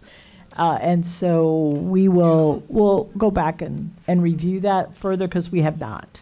Yeah, okay. Yeah, I think if we have guidelines for staff and those guidelines are not followed, then the question is, what happens? Like, does a parent have anything they can do? Specifically because we just got the parent feedback and it's a whole point in it, so I do think it's happening. I just don't know if there's an escalation process for it. Okay, and then last one is on page 9, part C, human companionship. So I think here we're talking like the AI companion stuff. I don't know if we need to define it a little bit more of what is the difference between an AI companion versus an AI tutor. And there's definitions of that, right? Like an AI companion has emotional memory, as Chair Jacobs said, overly compliments you all the time. There's Overly complimenting. All those things they said were nice and true. There's certain AI companions operate a little different than, call it, some of the more other ones. And so I mean, I think here we might have to flesh out a little bit more what is an acceptable AI chatbot or thing versus companion versus not. That it just stood out to me as what that is. Okay. Yeah, that's it. Thank you. Okay. All right, Member Vanos. Thank you, Madam Chair. And I did just want to speak to the difference, in my opinion, with teachers and students. I mean, I view it as like teachers are experts that may be able to use a tool, but that doesn't mean that we therefore train the students through that tool. Do you know what I mean? Like I do feel like there's a difference. And okay, so I'll just first off, I know we talk about the policy needing to be reviewed regularly, which I definitely agree with. And in fact, I was just talking to a principal who, he said to the extent we have a policy, like it should probably be reviewed quarterly rather than yearly, just because the changes are so quick and rapid. I mean, I'm going to go back. So this is before the slides. We're just talking about, you're talking about the guiding principle of the group, and it's focused on how AI supports and advances the broader goals and work of the district. This was on page 4. Again, I mean, I get where you're going here, but I feel like we don't actually know if AI supports and advances the broader goals. Like, that's kind of the whole point. We don't really know that it advances any of this because we have no evidence to show it. So I just feel like it's important to keep pointing that out. Okay, going to the first slide, number 5. I really appreciate Chair Jacobs' comment. I really do not like the first sentence at all about transforming, personalizing learning. And honestly, the more we talk about it, the more I do not believe that this is streamlining literally anything. So I have issue with the whole sentence. And then, okay, I do have a question about on B at the bottom. It talks about all high stakes decisions, including X, Y, and Z. So does that mean that there are other high stakes decisions that are not included in that provision? The attempt in the language here was to give some examples of it, but I definitely think there is a discussion point if we're going to say high state decisions and we're naming specific examples, if there's a piece of just leaving it there or if there's trying to incorporate more. Or including but not limited to. Including but not limited to, yeah. Well, it was just a question. I mean, yeah, like what else are there other high stakes decisions? Yeah. She understands the sentence, so it's not a matter of changing the sentence. The question is, give it, just while you're talking to us, what are some other examples of high stakes? No. The ones that we have written here are the initial ones where we looked and said these are things that are going to impact either a student's final grade or where they're going to end up inside of a coursework, inside of their next year in school. So the intent was just to give some of those initial examples, but I do think that's an area we can go back and we can either identify some more, included not limited to, as Mr. Pomerini shared, inside of there. Okay, but it sounds though like if someone if someone could advocate that a decision is a high stakes decision, that's just not included in here. So I'm just wondering how we would determine that. I guess that's just my question. Maybe I'm being too technical, but how would that determination be made? Because someone could argue, well, I think it's a high stakes decision and this isn't an exclusive list. So I think, a human staff or whoever we decide it would be the final decision maker. So let me punt this to the superintendent, because I hear what you're saying, and I suspect that these were the ones that came to mind, and there might be others, so it's all inclusive. But to the point of who makes that call? So, high stakes is a term that can mean different things to different people, especially depending on who the audience is. We attempted to capture those things that we know impact students. So, for example, their grades, promotion, placement in advanced classes. That also would take into account placement of students that have special needs, evaluations. So I don't know that we can have a list that covers everything. I think we can look at the verbiage. And again, this was an attempt to demonstrate that we believe the human factor should be the one making the most important decisions, as opposed to a tool that if you're using AI maybe to sort the class or to decide the grouping of students based, on a specific skill. They could use AI to do that, and someone could argue, well, that could be a high-stakes decision because that's impacting direct instruction. I look at high-stakes decision as those things that have a tremendous impact on the child. So whether a child gets promoted or retained, or they have access to certain courses or programming. But we'll go back and revisit the language. I don't think we can have an exhaustive list. Okay. Thank you for that clarification. Is it that we don't have high stakes? I mean, I was just asking you've clarified how you're defining high stakes, which I think is helpful, and maybe that's just what we need to kind of incorporate into that. So Okay. That's, understood.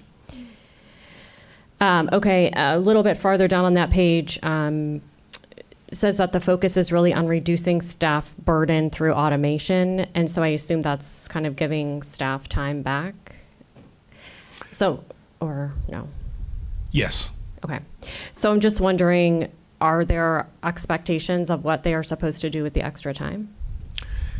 So that's an interesting question, and the reason I say it's an interesting question, I saw a recent, I think it was mentioned, one of the reports of a study by Anthropic, where they were talking about employees and where employees are seeing benefits from AI. And one of the things that came through in that study is that it was actually the work that was being completed when the workday was done, where a lot of employees, they were saying AI is helping to reduce that, and they're able to now cook for their family or spend more time with their with folks. And so that specific point that's there, and it around that time that is saved may not necessarily be just time that is directly in the work hours that's there, because we know that there are some things that when you are in this field that you're doing even outside of the regular day. And I think if we can increase efficiency, give some time back, then that now just becomes time that that educator has to use. That they have that time to use. That it's not now suddenly time that needs to be repurposed for something else, if that makes sense. That was kind of what I was getting at, so I appreciate that answer, that it's not, we're going to take this time away so you can do something else with it, that we're going to tell you what to do, so I appreciate that. Okay, let's see.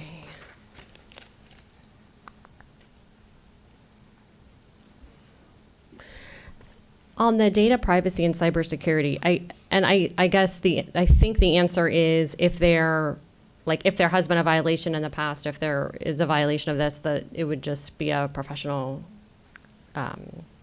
conduct investigation. Or is that true? If there is a concern around either data privacy or data protection, we would use the established processes that we have around, references to professional standards to address those concerns. Have we seen any of that before?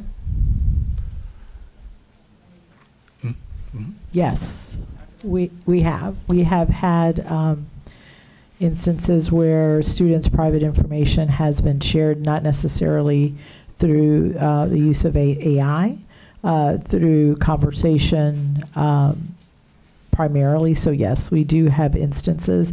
And most of those cases, when they're done with professional standards, have to be reported to the state, especially if it deals with FERPA. Okay. Got it. Thank you.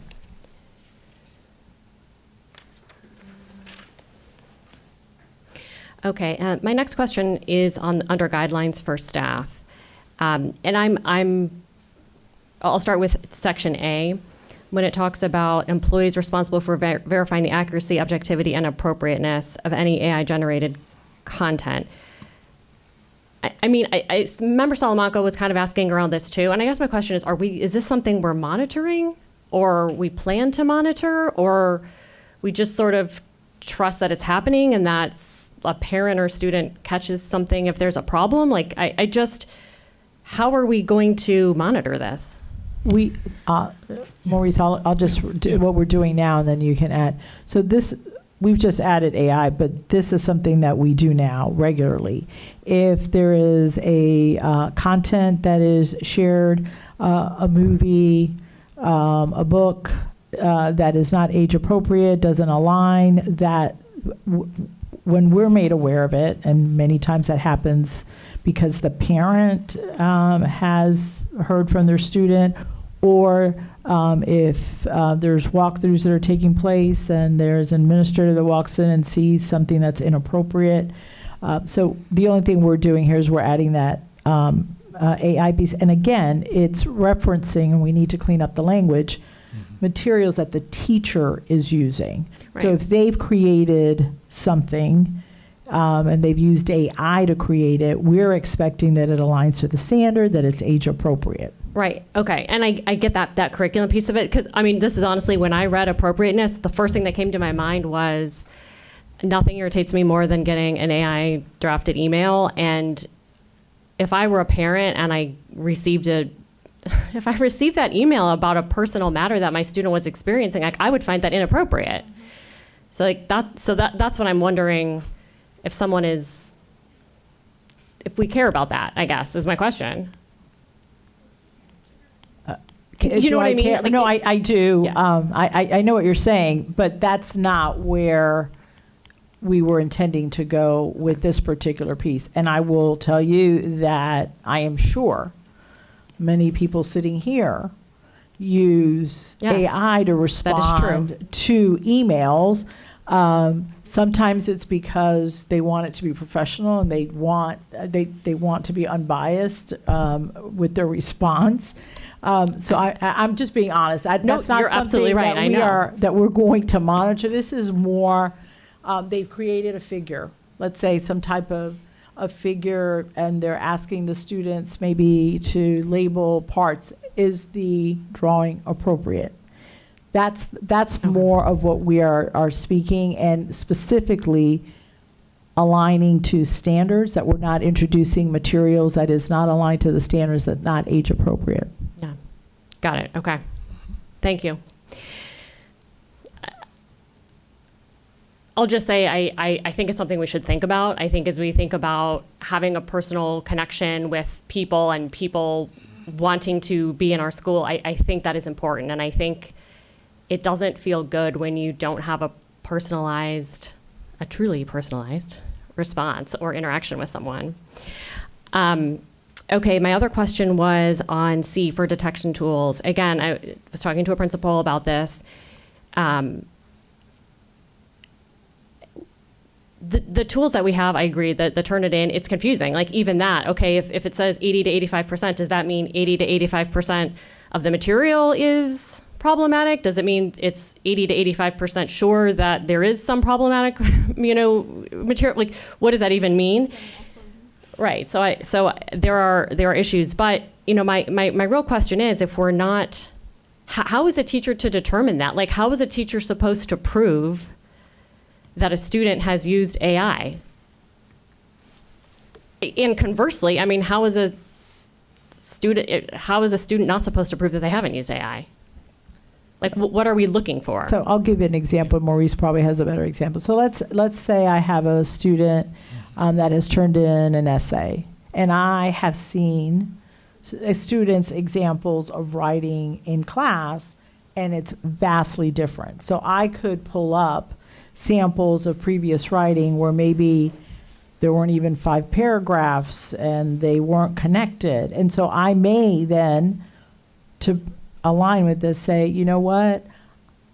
I'd like for you to write for me a 5-paragraph essay on this topic or elaborate on this, and then you can compare and see, well, the structure of the sentences, the complexity of the vocabulary, the grammar, all of that does not align with what you have produced. And I think what we're trying to get at, and again, this is based on the feedback, that a child may not be accused of cheating, plagiarizing, just because they think they have, that you would have other evidence, which points to that human factor, that as a teacher, if you're giving them an assignment, you should be able, based on what you have seen in class, determine, no, this doesn't align with what I've seen, and then if they can't produce another sample right there, then the teacher has the right to say,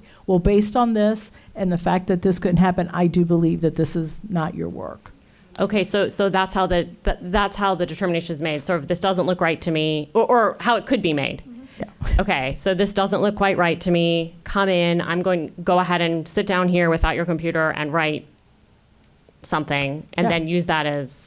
Right, or you can also, if you think, I'm using English because it's easy, but even with mathematics, let's say they've turned in an assignment and it's perfect. They don't have any, I might say to them, okay, I'm going to give you this word problem and I want you to solve it for me. And it could be almost verbatim from what you've already given them, and they can be able to demonstrate to you, yes, I can solve it because I know the algorithm. Got it. And so that's really where, when we talk about how AI can help or hinder, there are ways, because our teachers are instructing, they are monitoring on a regular basis, and so we just want them to be able to protect the child's rights and the teachers, that you just don't blatantly say, oh, well, that doesn't look like it's something that you've written, because we do know that unfortunately we do have some biases sometimes against certain children, and so we may assume they can't, but they are able to do that.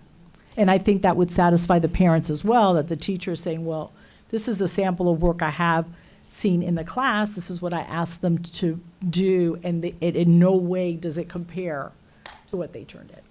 And I'm just curious, do we know how often that happens? I do not, I have not had those types of conversations with teachers recently, although at our SUP advisory, that was a big concern with middle and high, a little bit in elementary, was the fact that they would use it to cheat. And so I don't know how much of that is evidence-based or it's preconceived that they believe that that's what's happening because that's what they're hearing. But I do know that as a teacher, you can prove or disprove that what the child has turned in is their work. And I liken it to, I'm dating myself, when we used to do science projects.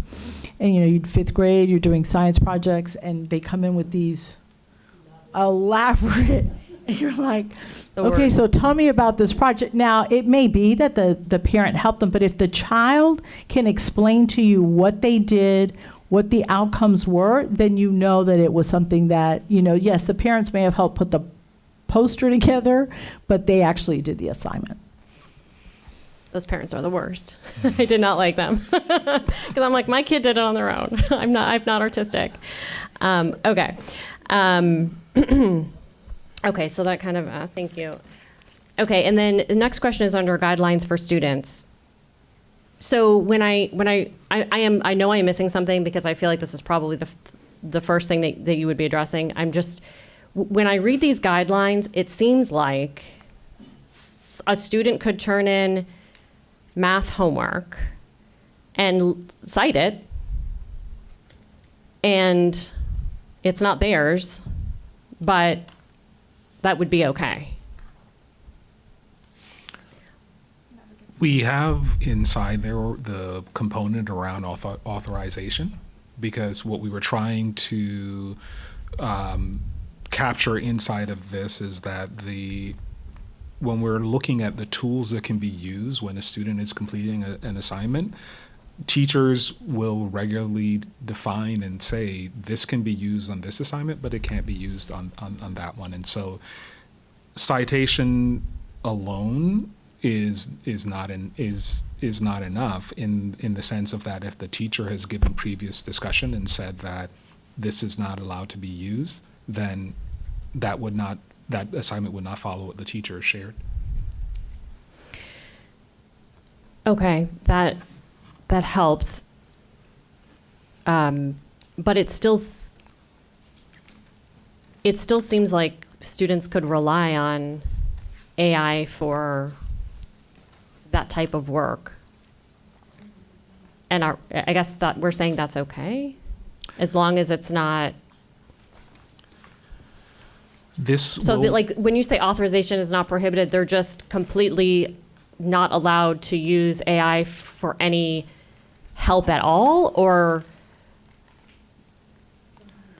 And I guess I'm asking because we talked earlier about how, like, if a student doesn't understand something when they get home, like the teacher's not there, they could consult, like what you had said, or the thought was they could consult AI for help on, homework. But how do you then distinguish that from this? So I do think that, and there is a relationship inside of the language that's here, and I think in some of the proposed language that you'll see coming up in the. Mr. Dragon, I'm sorry. Oh, sorry. Yeah. Let me get It's just closer. that I've got on both sides of me paper shuffling, so if you could pull Yeah, that closer.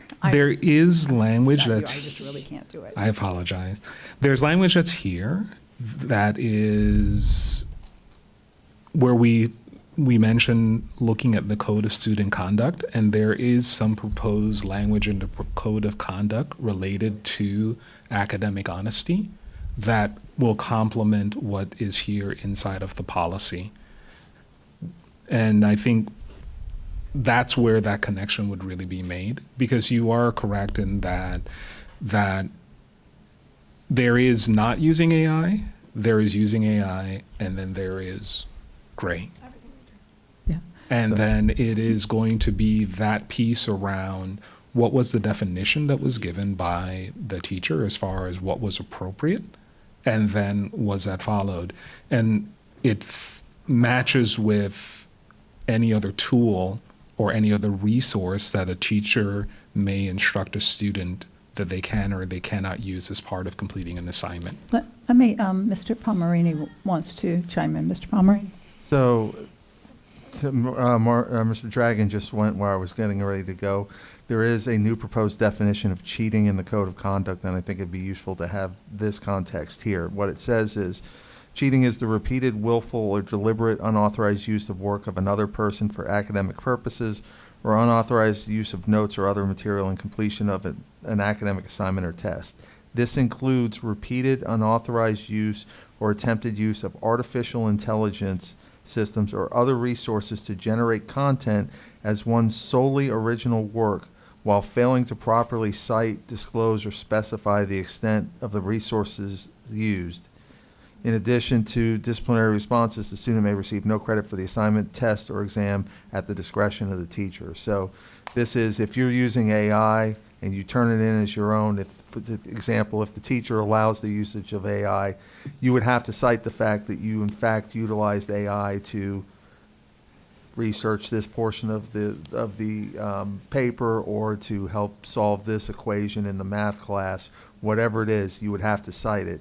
And if you fail to cite it, that would be covered under the cheating policy, the Code of Conduct. Of course, if the teacher doesn't allow the usage of AI at all based upon his or her own personal preference, then any use of AI would be cheating with respect to that teacher. Okay. Okay. Inconsistent concern.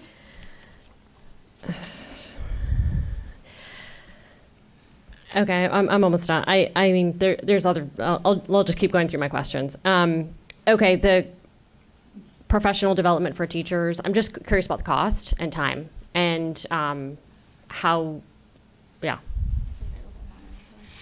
And also, well, that was my second question, was also that, you know, reading this professional learning, it sounds like teachers could choose to use AI in the classroom without attending any training. Yeah, we don't have a current mandatory required training component. Thanks, Maurice. And I think we've had this conversation around other PD. The board several years ago, not current board, had great angst on mandating training. And so unless it is something that has been required by the state, so for example, if we are adopting new materials for ELA, we would require that training. The board could deem that this is something you want everyone to have, and we would be able to do that. But as a practice, it has always been, for the most part, voluntary. If they attend during school hours, we pay for the substitute. If they attend during the summer or on the weekend or after hours, I'm not sure we do much of it after hours, we also, I think, may pay a small stipend. I know we do for the summer and on Saturdays. Yeah, I mean, I do have some concerns with this being used and there being no training, but I also have concerns about if we're training on AI, it means we're not training on something else and how those costs are prioritized. So that's just another concern I have. Okay, and then under prohibited uses, going to that section C again, which many people have raised, you know, I see on page 9 that, you know, you talk about excessive reliance on AI for conversation advice or decision making. How do you, I guess I'm just unclear about what does excessive reliance mean? Like, how are we determining if it's being used as a substitute? And these questions have been raised. I'll just add on to really the issues that have already been raised. I have a lot of questions about that. And I think that's it for now. Thank you. Member Douglas. Okay. Well, it's been a long day. Anyway, I will just go to page 5. And I'd just like Chair Jacob said about the transform that was trying, you know, the teacher is resurfacing, trying to kind of, you know, what can we replace transform with? Can it be facilitate or assist or support instead of transform? So that's on page 5. On page 8, I have, let me go to page 8. On the transform, we did have a Okay. recommendation from Member Salamanca to use the term impact. Okay, Learning, that's one. learning and operations. Okay, And whatever you guys understand, choose, not- I'm trying to find a solution as well. Okay, we said on B, students utilizing authorized AI tool shall verify the accuracy of the output. Do they only use citation to verify the accuracy of the or can they have other way to verify the output? A video or something different. We're talking about AI. It's something new for everyone. Really, nobody really have a solution to AI, even though they write books, they still don't have. It's not a primary source, really, per se. It could be because they write it down, but is that the accurate information? We don't know. I mean, it's vast and, you know. So I just was wondering, is citation the only way they can really verify the output? Just food for thought. And also, can we state possible consequences on this one as well? What did you say? Is that on page 8 right here, right? Is that page 8? Yes. Can we state possible consequences if they do something, yeah, it's a code of conduct. Okay. Yeah, but my question is that up to the teachers to give it, or is it, what type of consequences do they get? Is that up to the teacher to choose the consequence they want to give to the kids? Because that's not consistent. I can believe that if you do something wrong, you have to take back the course, or I can just have a slap in the hand and say you redo the work. So what exactly, what is the consistency here? Because we want to be equal for all students. So why don't we go back to the superintendent on that? Because the issue of consistency is something you spoke to before. Yes, and so that is something that we struggle to find where it is, given the fact that we allow teachers some sense of autonomy. And so since we are really venturing in uncharted waters, I do think it's an opportunity for us to possibly partner with CTA and see if we can't come up with some solutions Yes. that may work while still allowing some of that autonomy, but also to provide us some consistency, because we do know that that is a concern we're hearing from parents. We're hearing that as a concern from students and teachers, and obviously you. So we can broach that conversation.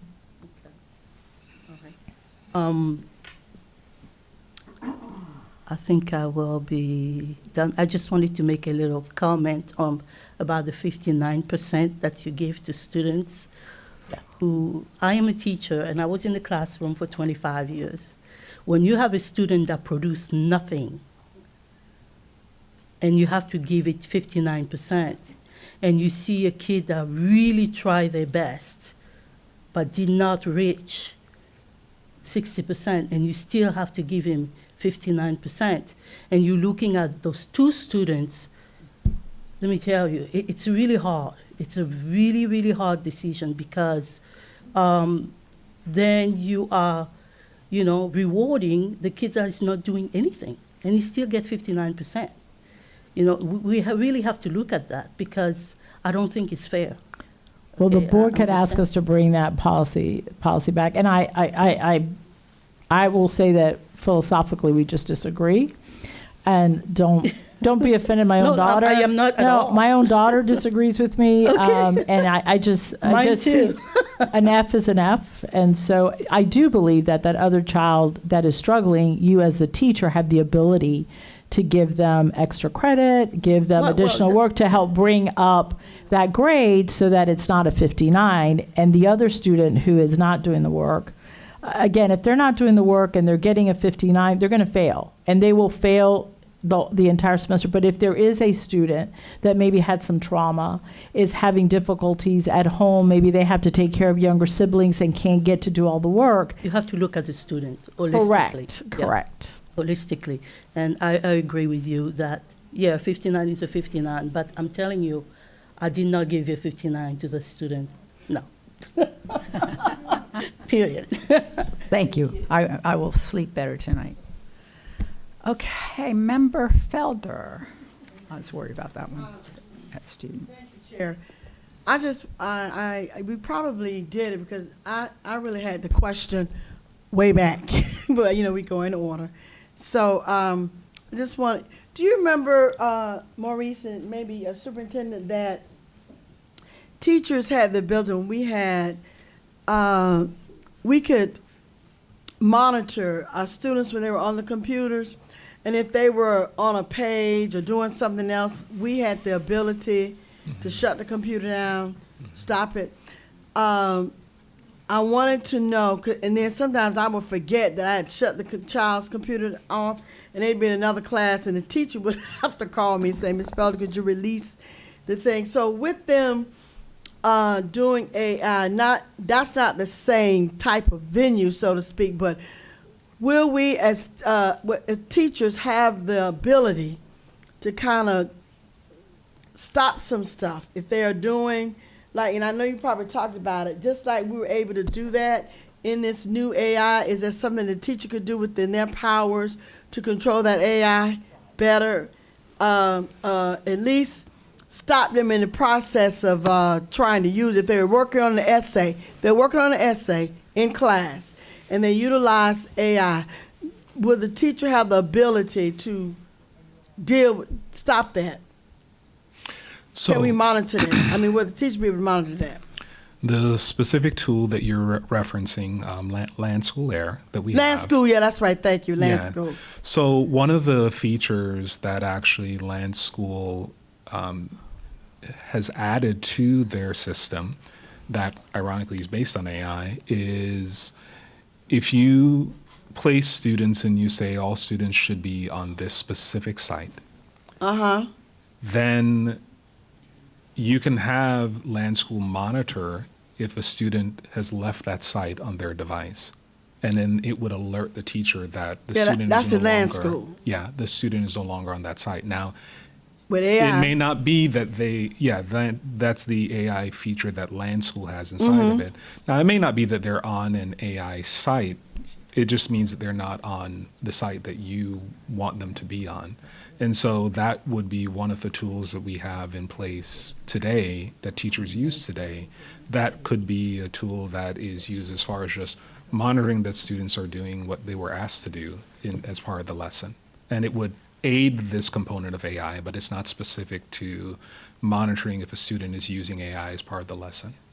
okay, so if they were using it, they wouldn't come off the site, right?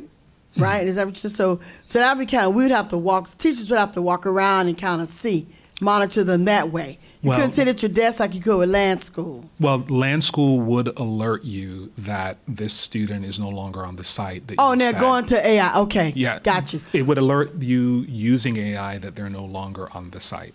Okay. And another thing I wanted to reference, I don't know whether it was board member Salamonica, but we were talking about, we're already using AI about the cut and paste. Now, was this AI when sometimes we would do progress reports or final grades, administration would require if a teacher gave a student a D or an F, we needed to give a rationale, a reason. Now, like I said, at Edgewater, the last place I taught, I must have taught about in a day between 210 and 225 students. I don't even know if it 210 to 220 students a day, 5 days. So who has the time to think of these creative phrases to say as to why? So what I would do, they had a list. If you gave a student a D or an F, you cut and paste, sleeping too much or too many days. We could do that. Was that AI? Was I utilizing AI then? What was that? I did it, and I know teachers are doing it. Who has time to do all that? I'm just being honest. True confession is good for the soul. Yeah, I was copy and pasting because, and if I, and of course, and in part of that cut and paste, it would say request for conference, student parent conference. Because I think if you given a student, and then the ones that A's and B's, I would cut and paste why I thought they had the A's and B's. Because students, along with parents, want to know how well their child is doing and why they got the grade. Was that AI? What was that? I used to do it all the time. What was that? What I will say, what it's making me think of your question, and it's not a direct answer, but I remember we were having a discussion in a group about, students going home and they're having their work completed, but they didn't do their work. And then someone generally looked and they said, sometimes when I went home, my dad would just write my paper for me.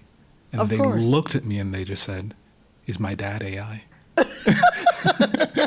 And I said, well, I think AI is accelerating questions around some practices that have been there that now, we have harder questions we need to answer around what does authentic feedback look like? What does it look like if you're trying to authentic feedback at scale? And can these tools help you in drafting that initial piece, but then you are still, as we have at the beginning of the policy there, providing that final human touch to ensure that anything that is going out that has your name on it is actually something that reflects your thoughts, even if AI just helped to clean It was up. my thoughts. I just didn't have time to try to creatively think of something different. It was already written out. It was exactly how I felt as to why I gave the student the A or the B or the D, and especially if you're failing a student. I think we should be able to explain to them, the parent needs to know what transpired to cause that to happen. And the other thing, I do remember, thank you for your answer, that we used to give them 50%. And at first I used to be upset about that. And I think it's now 59%. But when I thought about it, if a child got a 35 or a 25, no way in the world they would be able to pull that up. But if it's a 50 or 59, then they could pull it up. And I know it used to be, some people would feel like it's so unfair because students are working so hard, but I would do like the superintendent suggested. I had an extra little thing that said, I need you to do this. So I want you to pull that 59 up so they could pull it up. But I was, in the beginning, I felt I didn't like it at all. I think if you did 25%, that's what you're going to get. But then, again, empathy steps in after a while. Empathy will step in. I said, okay, I understand why we're giving them 50%. But I just want to know if I was practicing AI in the last 35 years, because that's exactly what you do. Cut and paste, cut and paste. All right, thank you so much. Thank you. Member Gallo. Thank you, Madam Chair. And I'll be very quick because I think that we did cover this, but just in case there's some confusion with anybody that is listening, when we were talking about the guidelines for staff, in no way, shape, and form were we saying that they could not use AI to create supplemental materials or to make their job easier. We were just saying that they need to ensure that it was authenticated and it aligned with standards. That it's aligns to the standards and that it's grade appropriate, correct? And that it's not copyrighted, yes. Okay. I just want to make sure, because even when I was confused, because I know teachers are using AI now just like they use other supplemental material. No, and I believe professionally and personally that with proper guidance, AI really has the ability to transform time for teachers, not to give them something else to do, but to give them back some time, and in some cases be able to do more individualized small work small group work that they would like to be able to do, but because of time and sometimes the span or the gap of knowledge within their classroom, it makes it very difficult. And so we want to encourage, I believe we need to encourage that they engage with the tool in a way that's responsible, not only so that it becomes a useful tool for them, but their students are using it. They may not use it in schools, but they're using it outside, and it's going to help them then better understand, better be able to detect if the student's work is authentic or not. Yeah. Thank you for clarifying. Yeah, no, thank you. And because I know that we've had lots of discussions here at the dais about really reducing the burden that is placed on our teachers, and AI can be a powerful tool in accomplishing that. So thank you.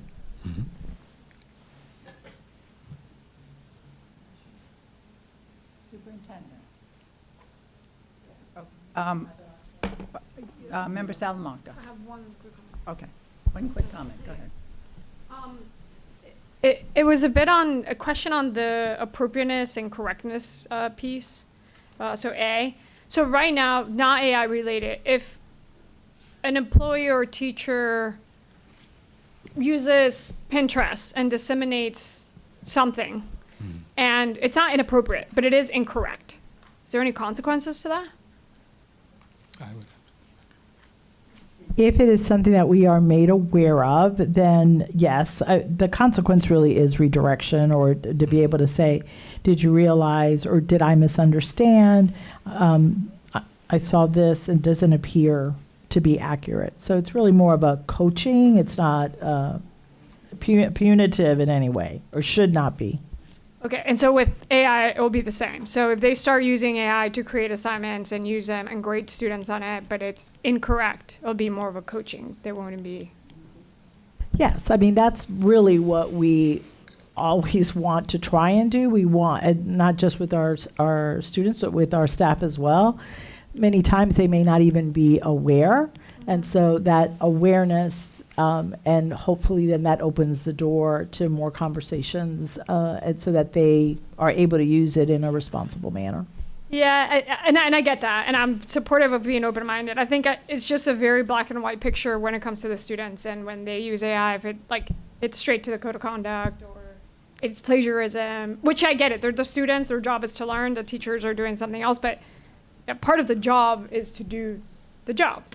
And that is part of the job is to create the assignments and to make sure the assignments are accurate as well. So I get the coaching component, but I think I'm just having a hard time with inconsistency, I guess, across the board. And the professional learning part, like you said, a teacher might not know that that was incorrect or that the AI operated this way.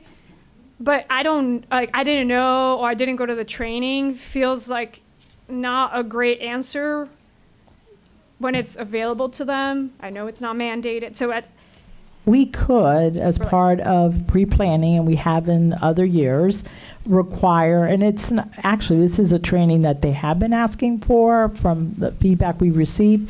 So we could make it available during pre-planning. It would not be something that consumes a large amount of time, but it could be just the beginnings of the training, and they are able to take it during that. I think we have 6 days of pre-planning. We may also be able to look if there's any dollars available to pay them this summer if they wanted to come and take AI classes. So we certainly can look at making it a requirement. I would also hope that our approach with staff is how they would approach students, that they had that conversation. Maybe the child wasn't aware, and so the first time is just, a warning and, informative. Then the next time that it happens, now maybe there's more of a consequence. Same thing with, an adult as well. We would, if we consistently have I'll give an example. We're supposed to have doors locked. Right, and we have the state that comes and visits. We do impromptu visits. So when we go out to a school and there's doors unlocked, the first offense is a conversation. Did you realize your door is not locked? If it happens again with that same staff, then they're referred to professional standards. And so we can have that same type of escalation as it relates to AI with our students. And that could be done through the code of conduct. Yeah, I would say that to the degree that maybe as we start to have AI in our classrooms, in our tools, or some teachers are more for it and some are more against it, maybe we have an escalation with our students, that it's a little bit more explicit and consistent on violating the guidelines as we all get used to it. I think in particular, given that we are going to have inconsistency in one classroom and one teacher might let you use AI and one might not. And it's not you use AI 100% of the time to zero. There is what happens to the student that use AI for 40% of the time. And I think that gray zone is where it's going to get messy and complicated. And so to the extent that teachers can be explicit at the beginning of the year, this is what my AI policy is, that would be great. And to the extent that everybody's on the same page of, hey, we're going to coach you through this, the first violation or second violation, it's not going straight. Like my biggest concern is because student wording sends us to the code of conduct immediately, and the code of conduct has wording such as plagiarism, that takes you to a very extreme level of a violation. And so a more moderated approach to it is different, right? Like we're not taking our teachers from, hey, you used AI and it was incorrect, to immediately you plagiarize, because that's a different term. And so I don't want to do a different approach with students, unless the teacher has explicitly said you're not allowed to use AI in the classroom, and then the student knowingly, willingly violates that classroom policy. Then, of course, that is a code of conduct question. And so I think for me, the dots that I would love to be better connected is the disciplinary consequences or code of conduct approach to students, given that we have such inconsistency, because we do want to give teacher autonomy. That's it. Thank you.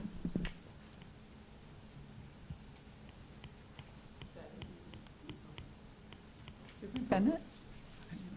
All right, thank you, Madam Chair. I have a proposal for the board. Given the time and the fact that there are still 3 other items on the agenda, so there's a couple of options that we have.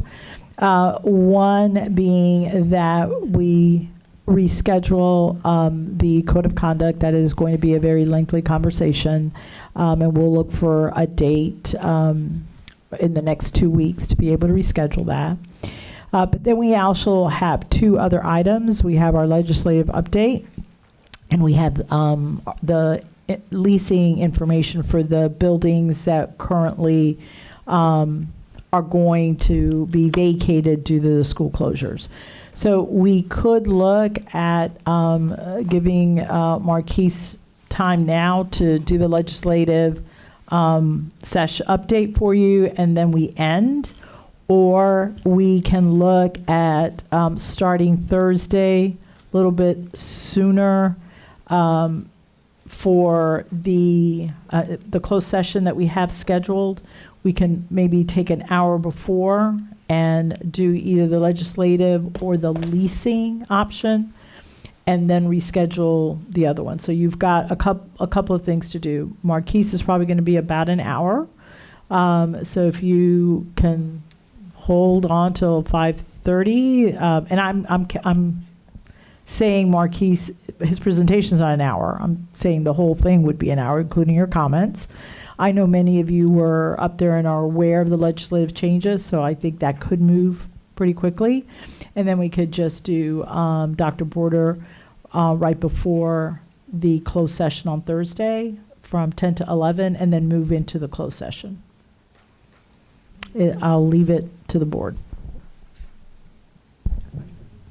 All right, let me clarify, let me make sure I understand this. So obviously, we're going to postpone code of conduct. Yes.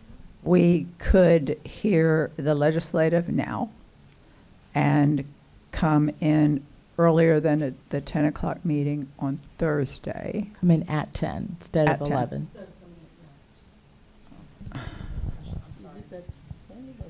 It's currently, on my calendar, it says it's at 10. Yeah. Sorry, yes, you're right. Mhm. Oh, I have 10 on mine too. Well, Salamanca's going to I be late. still think that we could do 10 Yeah, to 11 Okay. with, let's say, leasing, and then move into the closed session 11 to 1. okay. And then we would have the legislative after that? No, I think there's conflicts with board Okay. member calendars unless you're able to rearrange some things. So we're going to do legislative right now. It's up to the board. How long is the presentation? Not the board, the presentation. Probably 30 minutes. It would be 20 to 30 minutes, depending, and then, of course, questions and comments. All right. Let's go. All right. Thank you. Thank you. And you'll schedule later our discipline sequence? Yeah, we'll get you discipline. You guys got the short stick by staying here this whole time. No, they're actually happy that we're moving it. They're happy we're moving it.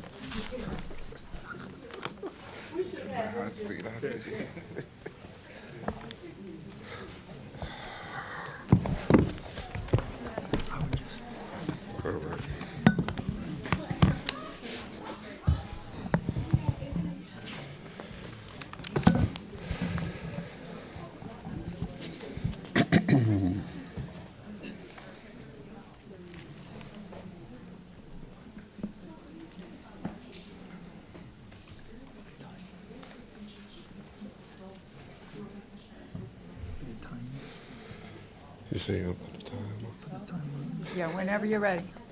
on? Whenever I'm Yeah, ready? whenever you're ready. All right. Good afternoon, Madam Chair, members of the board, Dr. Vasquez. I'm Marquise McMiller, Senior Director of Government Relations.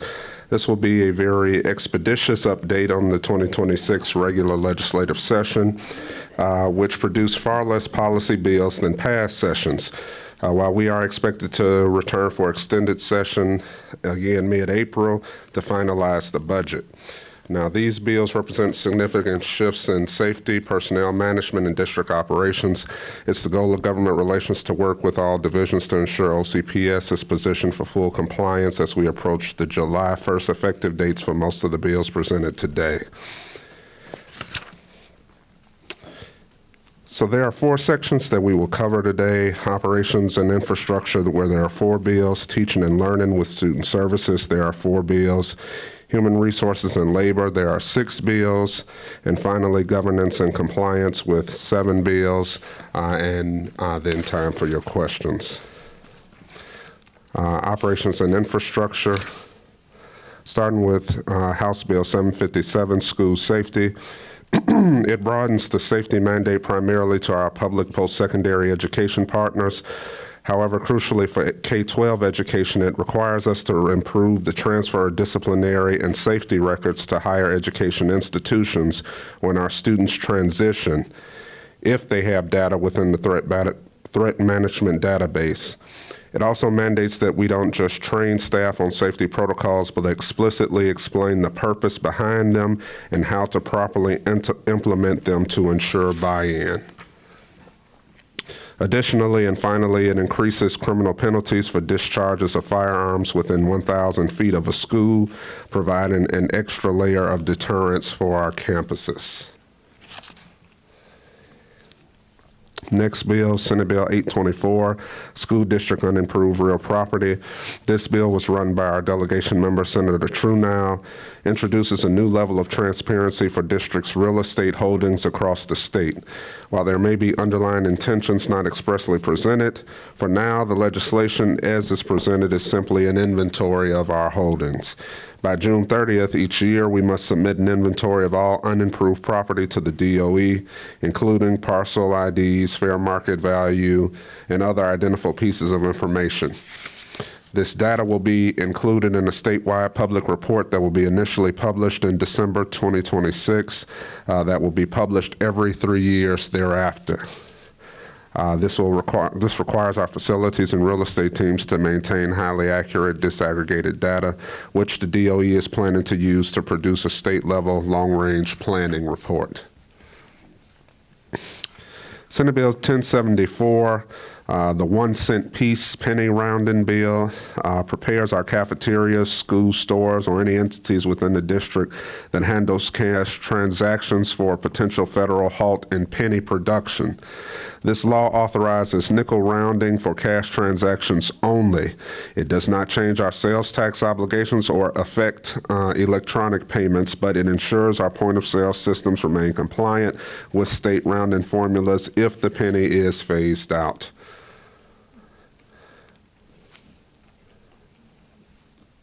All right. HB 1217, prohibited government policies regulating greenhouse gas emissions. So effectively, this bill establishes a statewide preemption on net zero policies. As a district, we are now prohibited from joining or enforcing any regional geographic caps on greenhouse gas emissions. So while we continue to focus on energy efficiency for cost savings, we cannot participate in emissions trading programs or carbon assessments that aren't specifically authorized by existing general law. This will now require a review of existing contracts and membership associations to ensure that we are not contracted with vendors who support or expend funds to advance or promote these causes. Next, our teaching and learning with student services. Senate Bill 178, athletics in public K-12 schools. This bill is commonly known as the Teddy Bridgewater Act, which arises out of the incident in Miami-Dade County Public Schools. It allows for the support of student athletes for allowing head coaches to use up to $15,000 of their personal funds annually for food, transportation, or recovery services for their teams. It requires strict oversight in that coaches must get parental consent and report all spending to the FHSAA to ensure these funds are used in good faith and not for prohibited recruiting purposes. Next is HB 453, requirements for a standard high school diploma. This is simply a technical change to a law from last session that allows our students with disabilities that they can now fulfill their physical education requirements through a full year of participation in the Special Olympics as outlined in their IEP.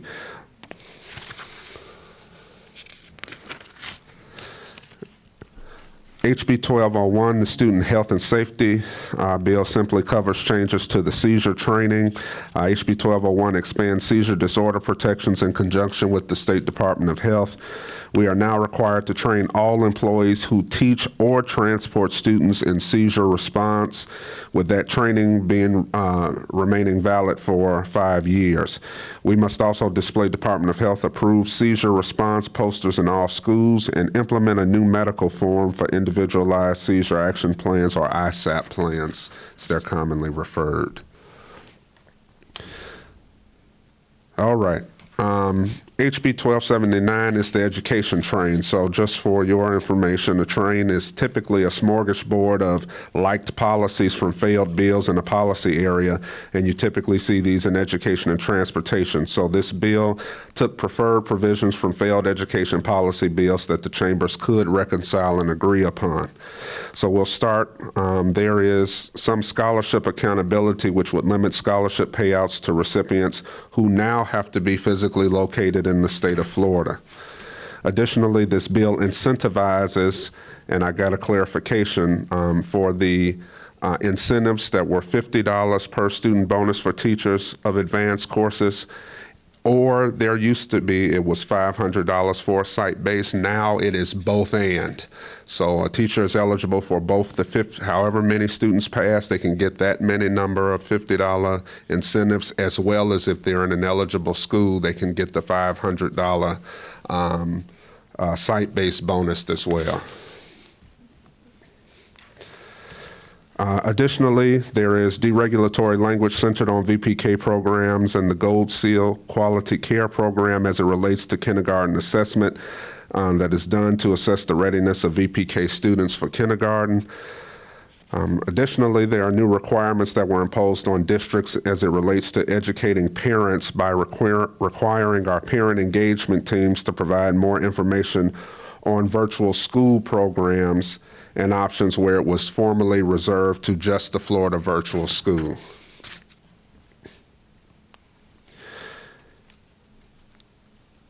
All right, in the CTE space, there are provisions that expand CAPE programs back to middle school students with a cap of 2 certificates per year. Additionally, the bill makes additional changes to graduation requirements impacting students as follows. Those participating in marching band is expanded for the substitution credit offerings that they can use that credit for both physical education as well as performing arts. Lastly, credits in dance can be substituted either for physical education or performing arts, but not both. The train continues to the academic office, impacts where the State Board of Education is now required to uniform the GPA scale for honors and accelerated courses throughout the state. Additionally, now Title I schools will also be given more flexibility to use Title I funds for cutting-edge technologies like AI, drones, and robotics, provided that federal requirements are met first. Once they've expended in compliance with federal requirements, only then may the funds be spent in conforming to this statutory provision. The last car on this train is for the Exceptional Student Education Division, which will have adjustments to make as a portion of what was the IEP bill passed this year. It requires more notification to parents for failure to deliver services under IEPs but it also grants broader records access to student physician files within statutory time frames. There are other areas covered in this bill. This is not exhaustive. For student progress monitoring revisions, epinephrine usage, dual enrollment, just to name a few for your information. Next section, Human Resources and Labor. HB 538. Expand extracurricular activities. So it expanded student access and portability. So the bill establishes a broad definition of eligible student, ensuring that home education, charter, private, and virtual school students have a protected pathway to participate in extracurricular activities. There is a no barrier mandate, so now it's basically open enrollment for extracurricular activities as well as athletics. With the exception of the home education standard, which is already existing in prior performance mandates between a parent and a school that already exists under law. The one school rule mandate, however, is to enact it to maintain competitive integrity for students. Competitive integrity, students are generally limited to one school per year with a fast-track 14-day exception for a waiver request for military families, foster youth, and families that are experiencing changes in dissolutions of marriage and things of that nature. Additionally, under this bill, there is financial reform and oversight. What will need the immediate attention of this board is that the bill, it does introduce strict caps and transparency requirements on participation fees. Those fees must be approved by the board and published on the district's website by July the 1st in order for the district to assess fees for participation in extracurricular activities. However, those fees, schools cannot charge non-enrolled students more than traditional students, and there's a hard cap of $400 based on actual costs. Additionally, Booster Club autonomy, Booster Clubs gain the right to supplement the income of coaches and directors if adopted by the board. School districts are prohibited from restricting these funds except for a ban on using them for severance pay.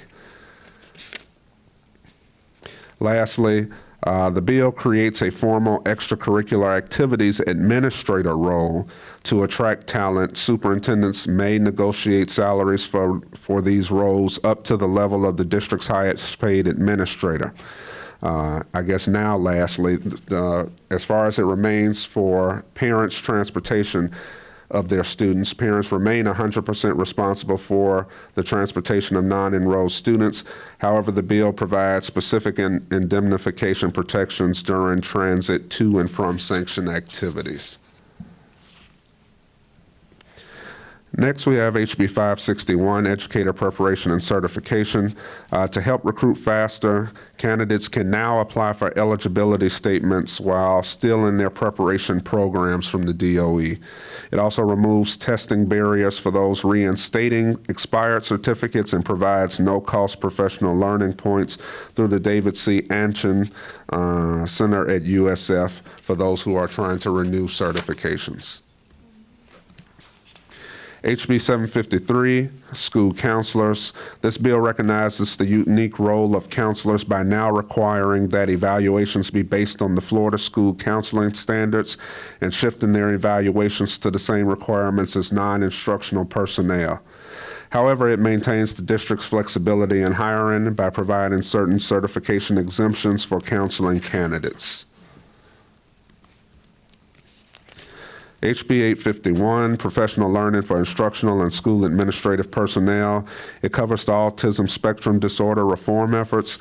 So starting this year, districts are required to provide at least one autism-specific professional learning opportunity annually for all school-based administrators and instructional staff, coordinated with our Regional Center for Autism and Related Disorders, or CARD office. HB 1069, background screenings.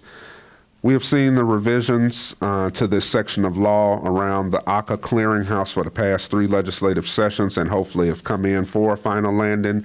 But in this bill, we are tightening our athletic safety net It expands the definition of athletic coaches to now include volunteers, managers, and all applicants have an affirmative duty now to disclose sealed or expunged records during the screening process.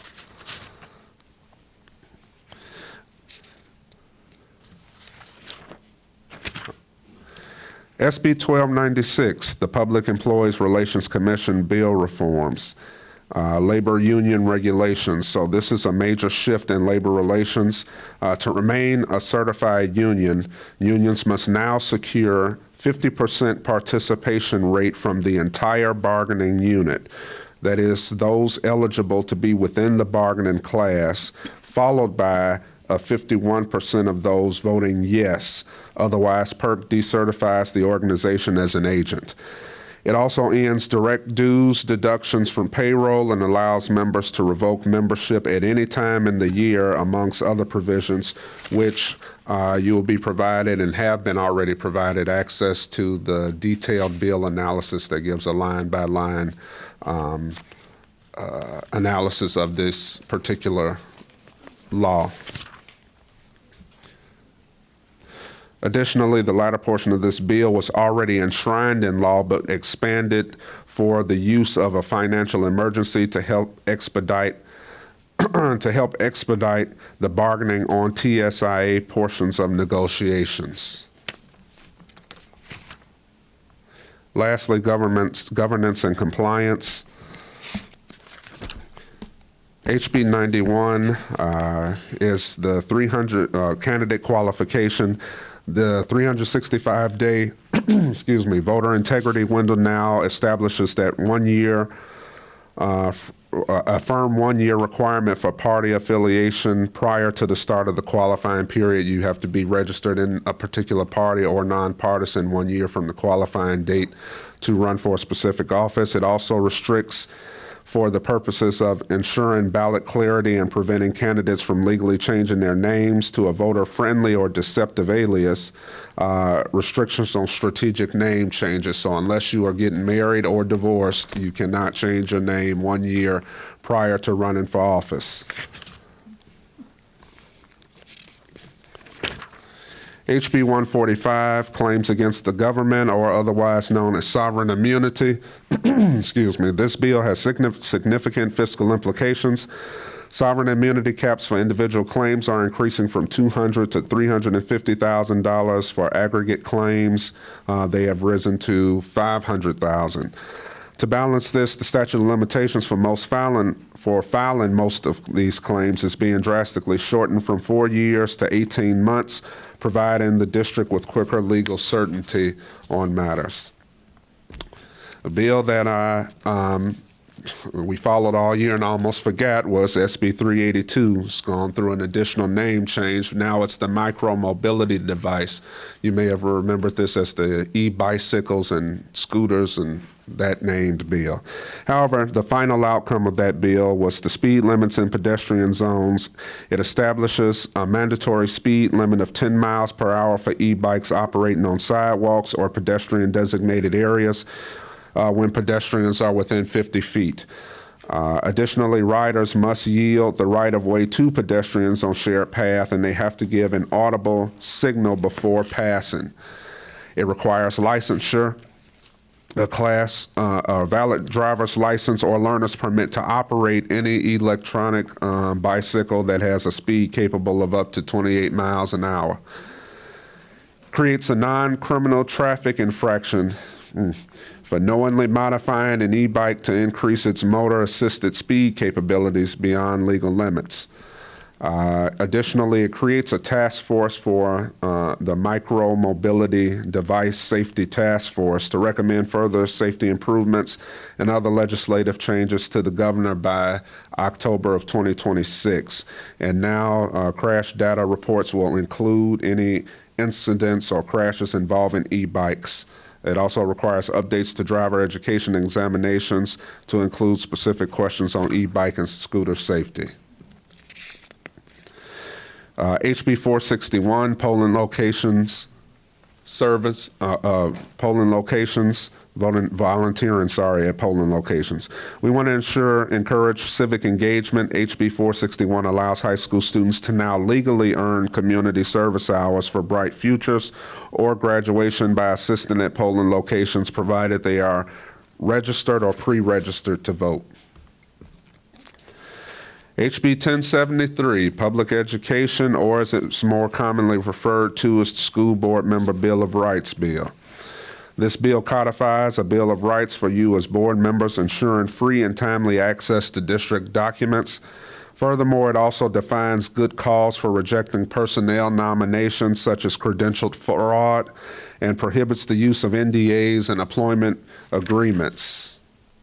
Also, this bill has a analysis in that link that you've been provided to access some more detailed description of this law as well.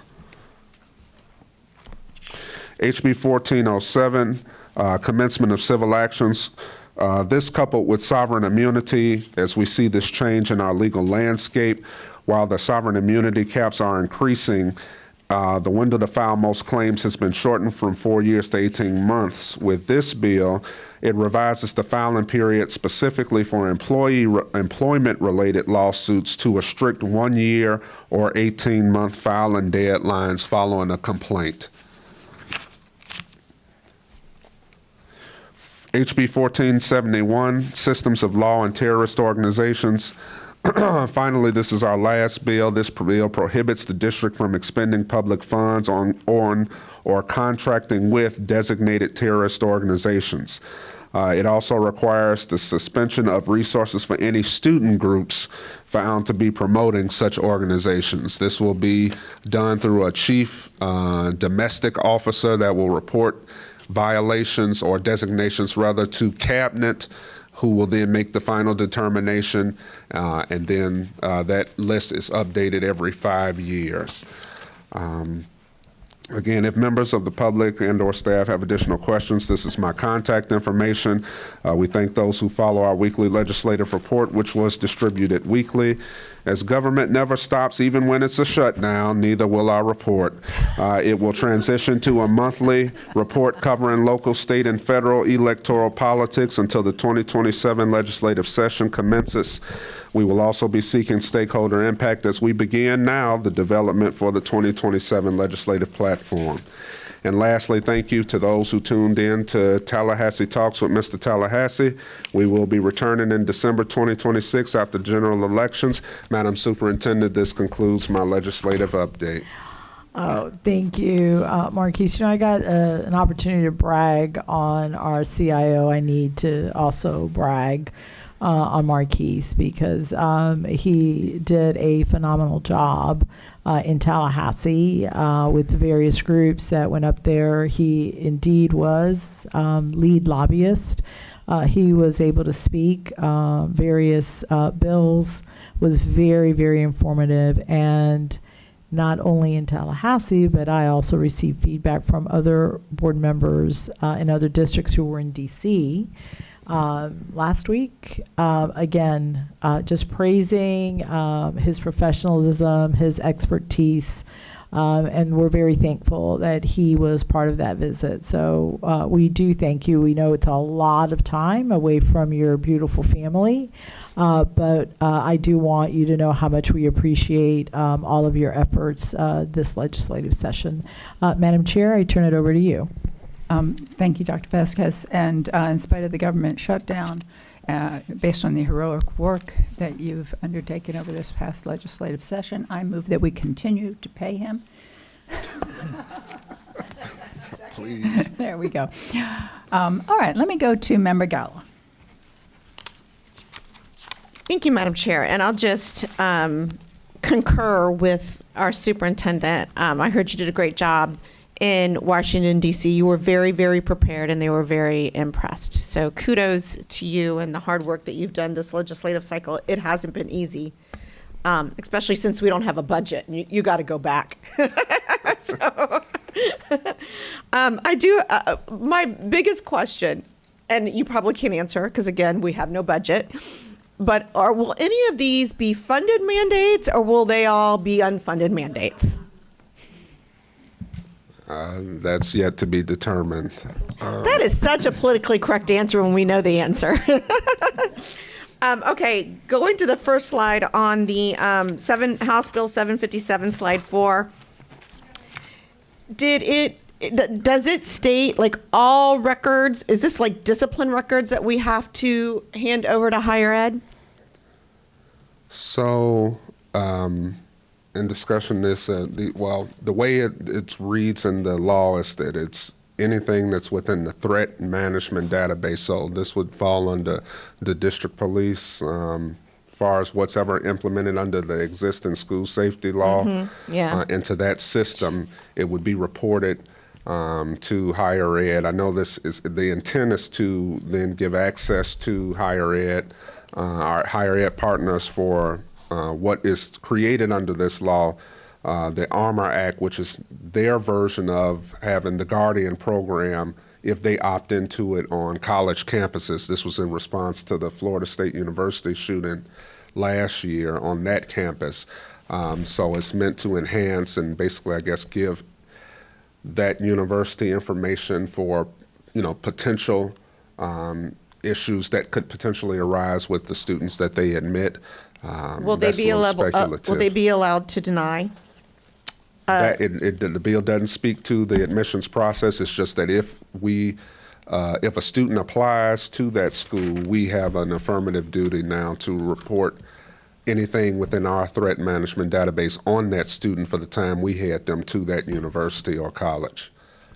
And it does include behavioral, any paperwork or documents related to behavior. Well, we're gonna have to review that. Yeah, I know.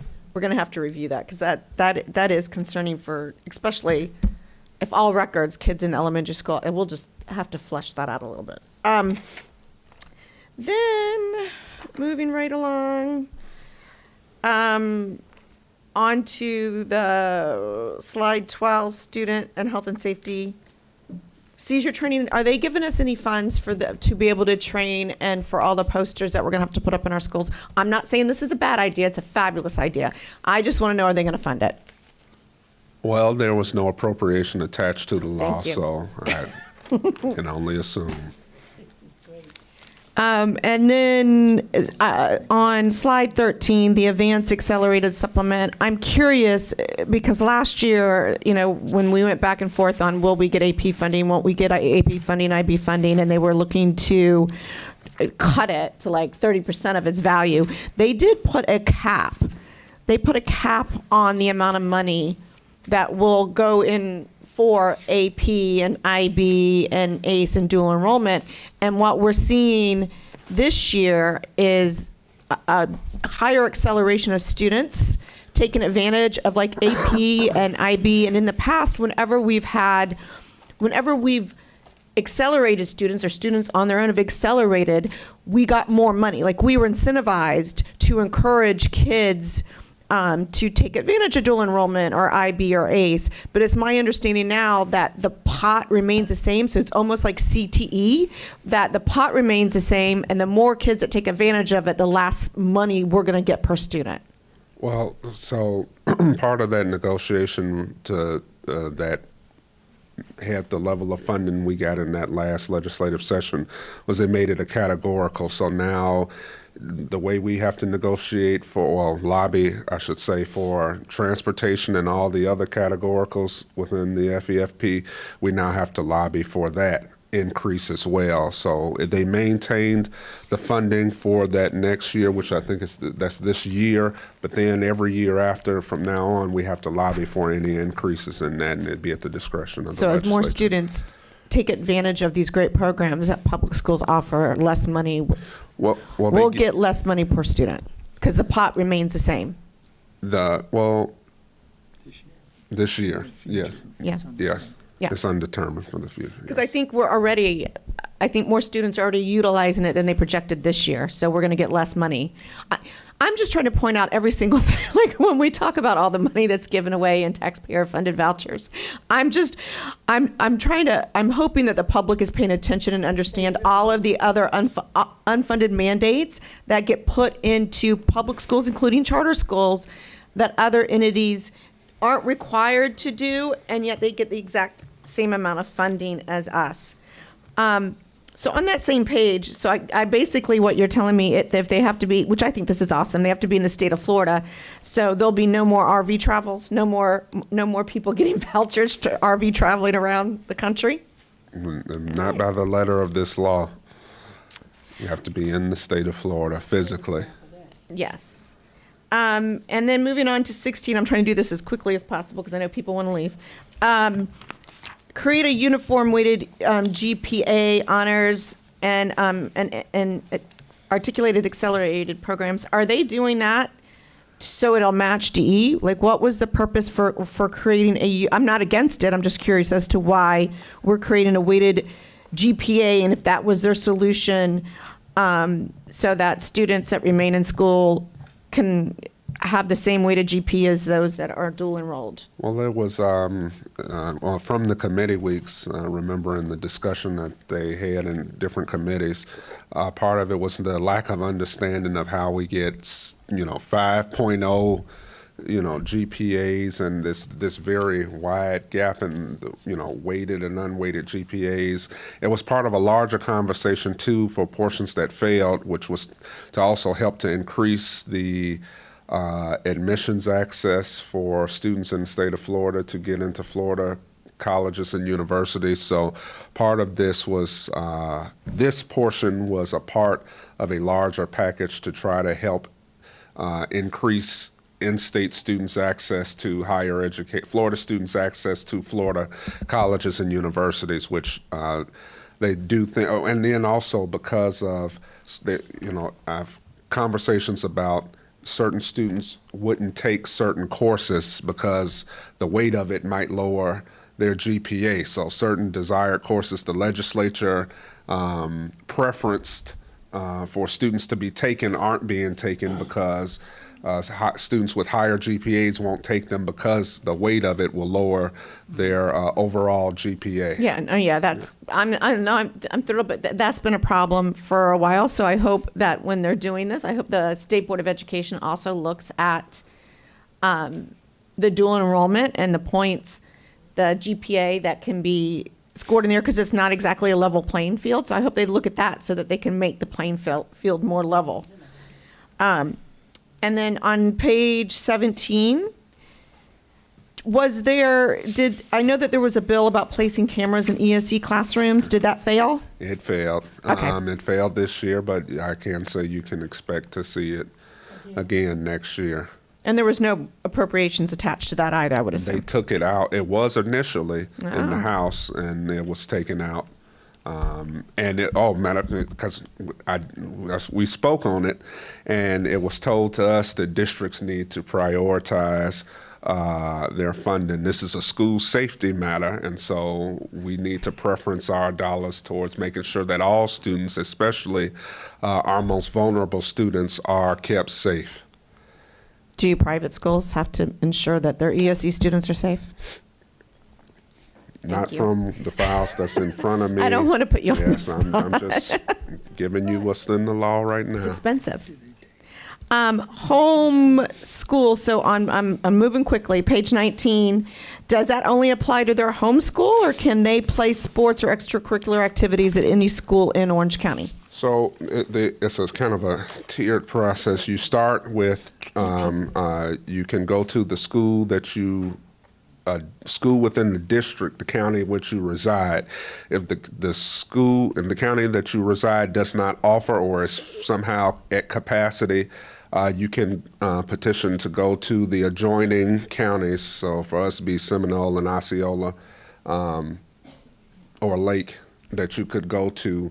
And then if you can't get in there, you can petition the organization for whatever athletic or extracurricular organization you're in, ask them where's there a vacancy to try to get in there. If they don't say anything, then you can petition, you can appeal to the FHSAA or the governing organization to basically let you back into the one you originally applied for if they'll give you a waiver to do so. So it's not just for their homeschool anymore.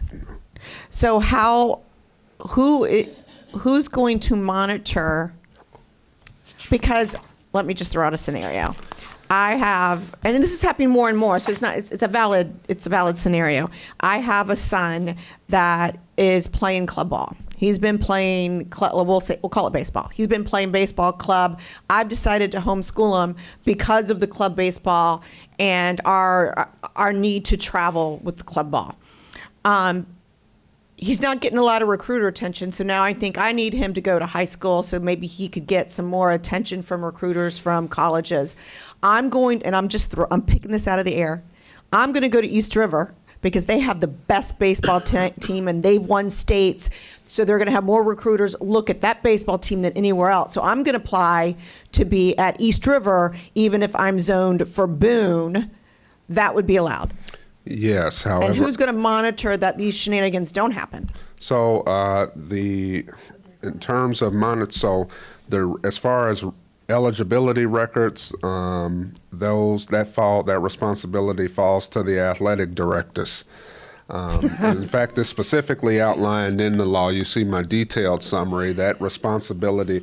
Let me read this part here. The athletic directors are now the central point of responsibility for eligibility records, and schools must share these records freely when a student seeks to participate elsewhere. Now, there is also with that a one school rule mandate. So if you go to East River, shout out to Principal Watson there. Yes. If you go to East River, for one sport, that's where you stand for the year, unless you get one of those 4 exceptions, which the district has 14 days to respond to, then you're at East River for that academic year for extracurricular activities. And that's not just athletics here and I'm going somewhere else for speech and debate. No, you're at East River for everything. And will it be the AD's responsibility to ensure that their coaches aren't recruiting? Who's going to ensure that there's not recruiting? Because I know FH, you're not allowed to recruit, but how are we going to prevent recruiting? Well, that I cannot specifically answer to. That wasn't in the letter of the law, so I can't speak to it. Thank you. And then on the educator, John, you're going to be very busy. The educator preparation certificate. Can you just explain to me? So the renewal of the certification process. So if they've expired and they've got to renew, they basically are eliminating the passing of the subject, the content area test, but did they remove the general knowledge exam, or would they still be required to take the general knowledge exam?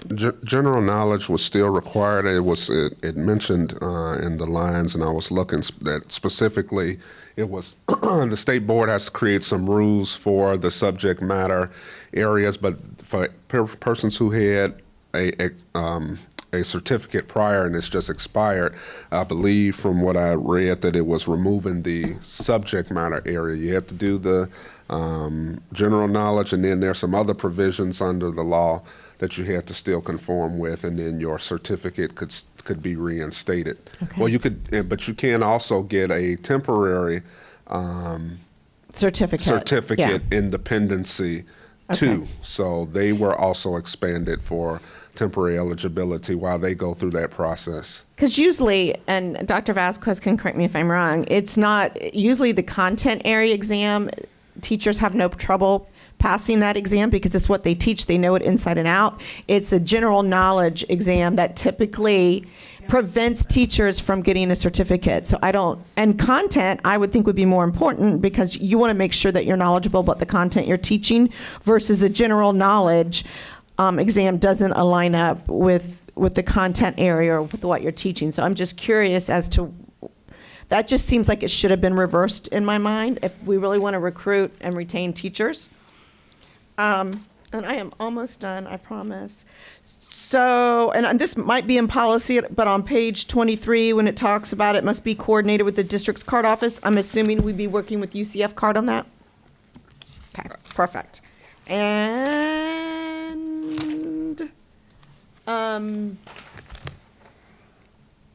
on page 28, this still doesn't apply to nonpartisan elections, correct? It's just partisan elections that you have to be a part of a party a year prior to qualifying? No, this is all elections. Whether you register NPA, Democrat or Republican, you have to, whatever you're switching to has to be done 1 year in advance prior to qualification.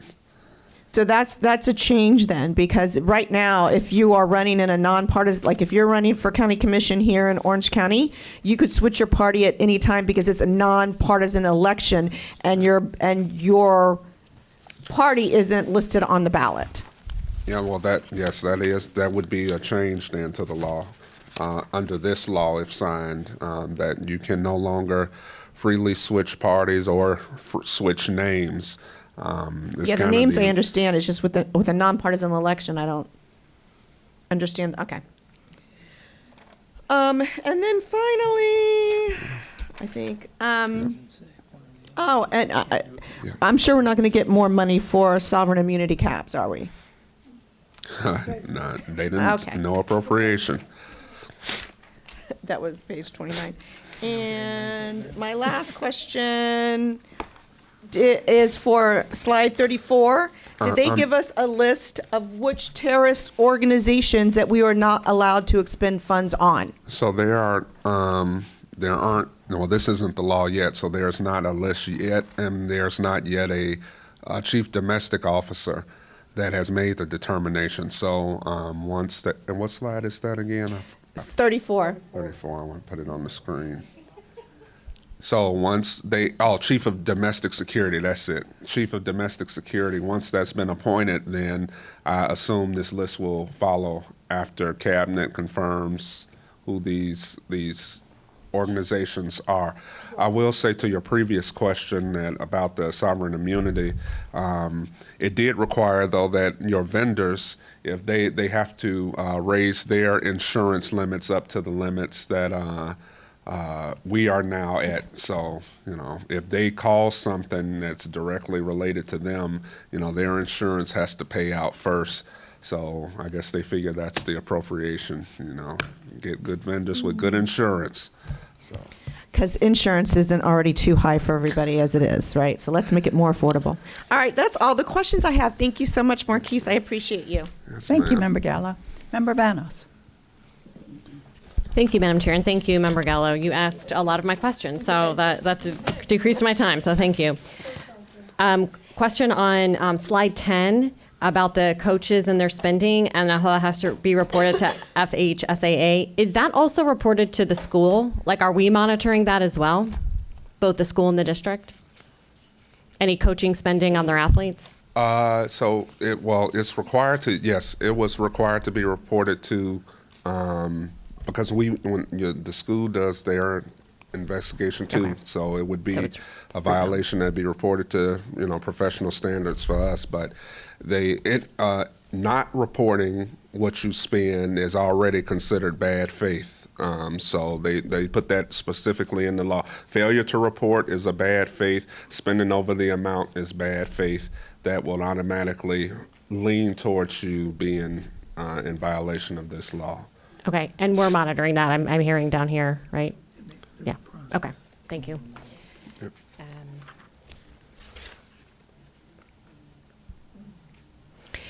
And then on slide 13, and this was already referenced, but I just want to clarify. So despite the Auditor General report and all the committee hearings on all of the problems with this voucher accountability, the only accountability measure that has been adopted is you have to operate in the state of Florida? The only bipartisan change is that change, but there was a bill in the Senate bill, either 318 or 320, that passed by Senator Gates for trying to bring accountability based on those audit findings that didn't get one hearing in one committee in the House. And so based on the Speaker's current position, any bill that did not get a hearing, even in this extended session, will not be heard or considered. So it has no chance to become law unless he changes his mind in this after this holiday season. So people should remember that when they are voting for their lawmakers. Okay, on page 19, we were talking, this is establishing the extracurricular activities. Is the reverse also true? So if someone wanted to participate in an extracurricular or sporting team at like a charter or a voucher school, could they also have that option? It said in specific details of the analysis I did that if you wanted to go to a private school, it had to be negotiated with that private school leadership. But it would have to not be provided within your district. What you're going to partake of couldn't be provided in where you already exist. So it's not reciprocal. You'd have to negotiate it with the voucher school. For the most part, yes. I mean, but that's kind of it's if it's not offered. I mean, if it's offered here but it's full, then you get the option to go to neighboring districts and then have those other levels. But if you go the reverse way, if they have the capacity, you get the right to ask there. But if they don't have the capacity, you have to negotiate it there too, or you can still seek the relief for the appeals that's provided under. You would just, I guess, jump all the way to the the organization, national organization, where there's accessibility, and then you would still have the relief to appeal to FHSAA as one example to see if they can give you a waiver to get in there or grant you that, but that would be the process. Okay, so there actually is an appeal process the other way too. Oh. Pardon me, wait. So there actually is a process to go the other way. Yes, it's supposed to be, Okay. again, it's meant to be open portability, that you can go open enrollment either way.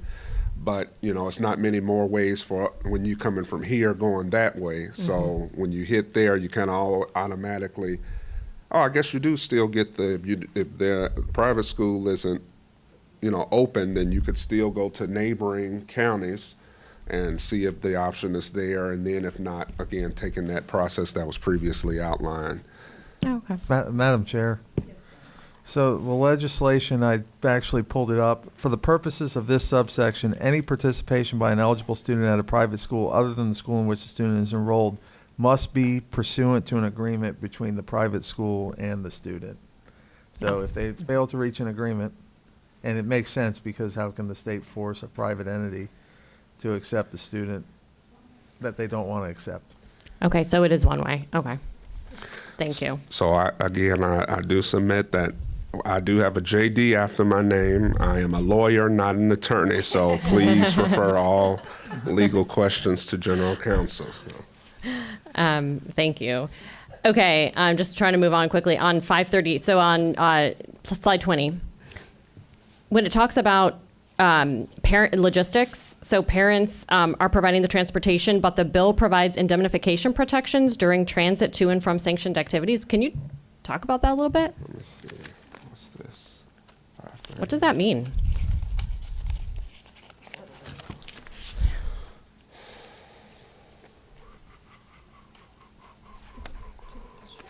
Is it, yeah, that's what I'm wondering. So if a parent gets in an accident? This is slide 20. So so the law specifically, and this is lines, General Counsel, this is lines 496 to 527. Yeah, I got you. It says transportation is the obligation 100% of the parent to a student not enrolled.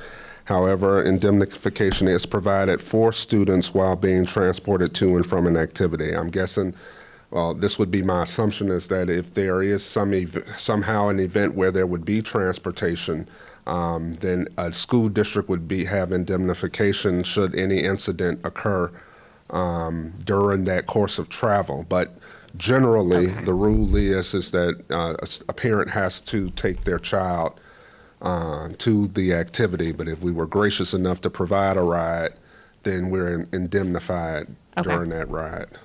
Okay, that makes sense. Thank you. Was that right? All right. Okay, thank you. The attorney, he's the attorney, is that right? Okay, I'm he's a the lawyer. lawyer. The lawyer agrees. Okay, slide 24, and this is the one about the volunteer coaches. Does this apply retroactively to volunteer coaches? If they're currently working, do they have to disclose anything? Well, so the way the law reads is no, but I know under the clearinghouse, I think it's every 5 years, or you do a renewal. So once you go through the clearinghouse again, if there was something previously that didn't catch you before the clearinghouse was in existence, it will catch you when you're renewed again, and you will be bumped. What this does, though, it does allow for, it's meant to become an efficiency to not hold up athletic coaches. So if while you're under pendency, you go through a level 1 screening, but if you have a coach that has already gone through the clearinghouse, this new coach that's trying to come on can operate under that coach's clearance until their pendency is, fleshed all the way out. But they do still go through the level 1 clearance to ensure, there's nothing, that would be flagged under those clearance standards. Okay, thank you so much. That's it. Member Salamanca? Thank you. Most of my questions have been asked, but I did have one on page 20, yeah. So this administrator's salary, the extracurricular activities administrator role, so this is a new role that was created every school has this role? High schools has this role? It's at the discretion of the district that they can choose to create this role. Okay. Yes. So it's a choice. They can't, is it a superintendent call? Is it a principal call? Well, ultimately, the superintendent has to give the okay. I'm sure they can recommend, but it's ultimately at the discretion of the superintendent. And then said activities administrator can earn as much as the district's highest paid administrator. In this case, that would probably be the superintendent. Yes. So, yes, just to give intent, the legislature's intent behind it. Yeah, I would love to understand the intent. So Now I'm trying to get to that. During the committee weeks, there was a presentation by FHSAA and some other organization that presented how Florida falls behind in compensation for coaches. And we lose a lot of coaches to these other states because they can pay their coaches more. In fact, and then they talked about how with the amount of hours that coaches pay with the supplements they get in Florida, it's less than the minimum wage for what they expend personally as well as in time commitments. And so but it was also talked about the reason why coaches are potentially not getting paid is because they're grouped into the collective bargaining. And so it was the legislature's intent to create an option to allow athletic coaches to be separated out at the district's discretion to be able to allow them to yield higher compensation was the legislature's intent when this was included. Now, what I do suspect that this is right now it's optional and is to see how it works, and I would aim to see that there would probably be something that is brought back and revisited after maybe 1 to 2 sessions to see how well it was implemented, to see if the organizations that came previously come back to say, this is not being instituted across the state, and then a may, as we know in legal terms, goes to a shall, and then it's forced upon you. Yeah. So okay, but the Marie, Yeah, so this is at the complete discretion of the superintendent under the statute. It says it's the activity director or sponsor specified by the district's school superintendent at the request of the individual. So the individual can make a request to the superintendent to be designated one of these positions. It's at the superintendent's discretion. And then it says, to Marquise's point, the district school superintendent may negotiate individual compensation in excess of compensation otherwise awardable pursuant to the statute that talks about how we collectively bargain. So superintendent would have to designate the position, and then the superintendent would have to voluntarily agree to negotiate higher compensation, but they are under no requirement, the superintendent's under no requirement to do either. Got it. But this role is a district level role, a school level role? It's classified administrator, so it doesn't have to be district. It's just for, again, with the, if you combine the legislature's intent, whatever will get them out of collective bargaining to be able to negotiate higher compensation. This comes into a definition of administrative personnel under the statute. They define instructional personnel, educational support personnel, administrative personnel. This new activities and athletic director position is Most of our administrative. coaches are teachers. Coaches. And they coach in Yeah, and they're addition teachers. to it, That's which correct. is why they are then part of instructional, not administrative. So That's this correct. would be someone who is not teaching and spending full time in this extracurricular activities administrator. Yes, it is, I would be astounded, and it's been a while since I've looked at this.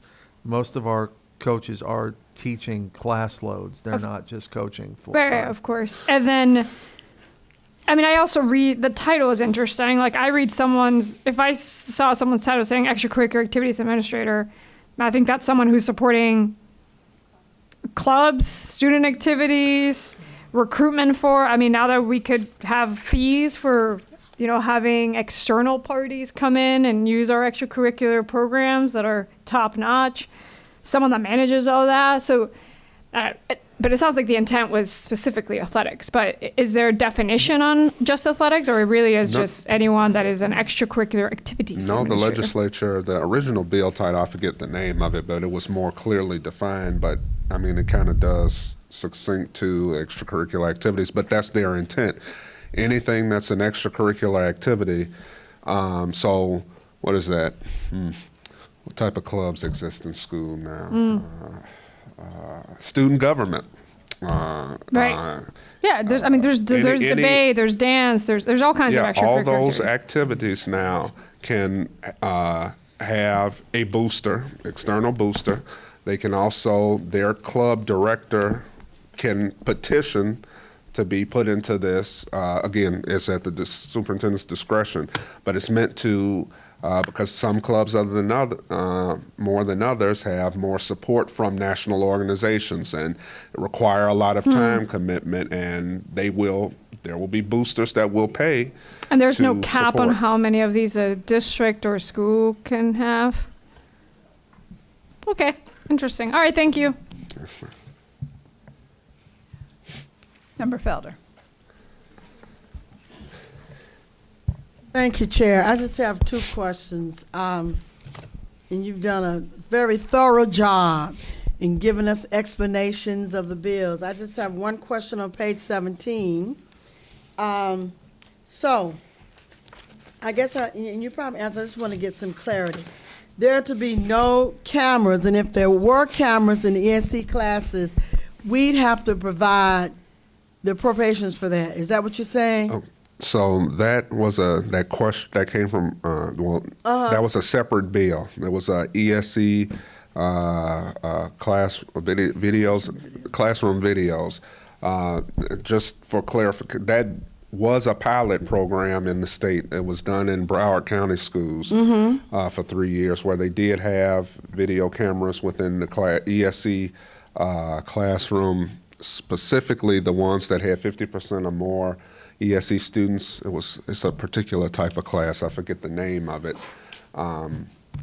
But there wasn't a bill for that had originally had an appropriation to provide some what would have been competitive grant funding effectively, because it wasn't going to cover any one district entirely, that you could apply to get some funds to help for the installation.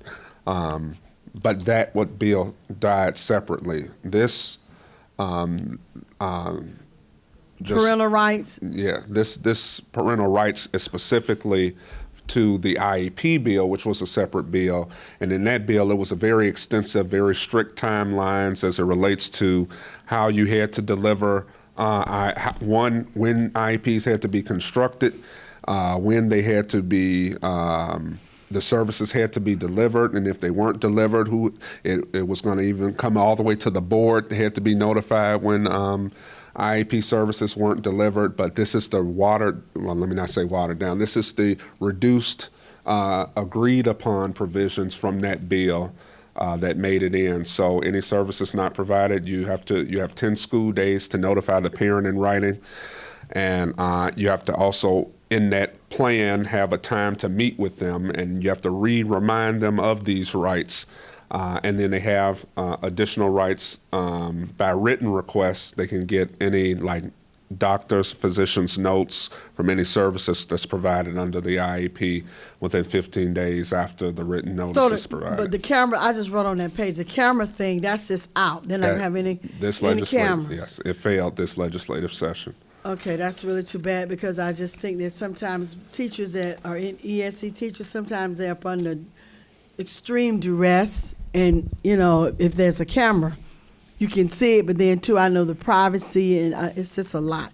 The other thing I want to talk about on page 19 about the extracurricular activities, and I don't know if I talked to you about it, but I did talk to Lonnie, our district athletic director, and I don't know whether or not anything like this has ever been discussed or anything, but a lot of our schools that play, specifically looking at the sport of basketball and football, they make it all the way to the state, and then they're required with the state competition to play some of these private schools that have the ability, or they are able to recruit sometimes in the world, like get people from Norway and different places like that to play. But you cannot recruit in the state of Florida recruitment is not allowed, that kind of wild recruitment. And my concern is that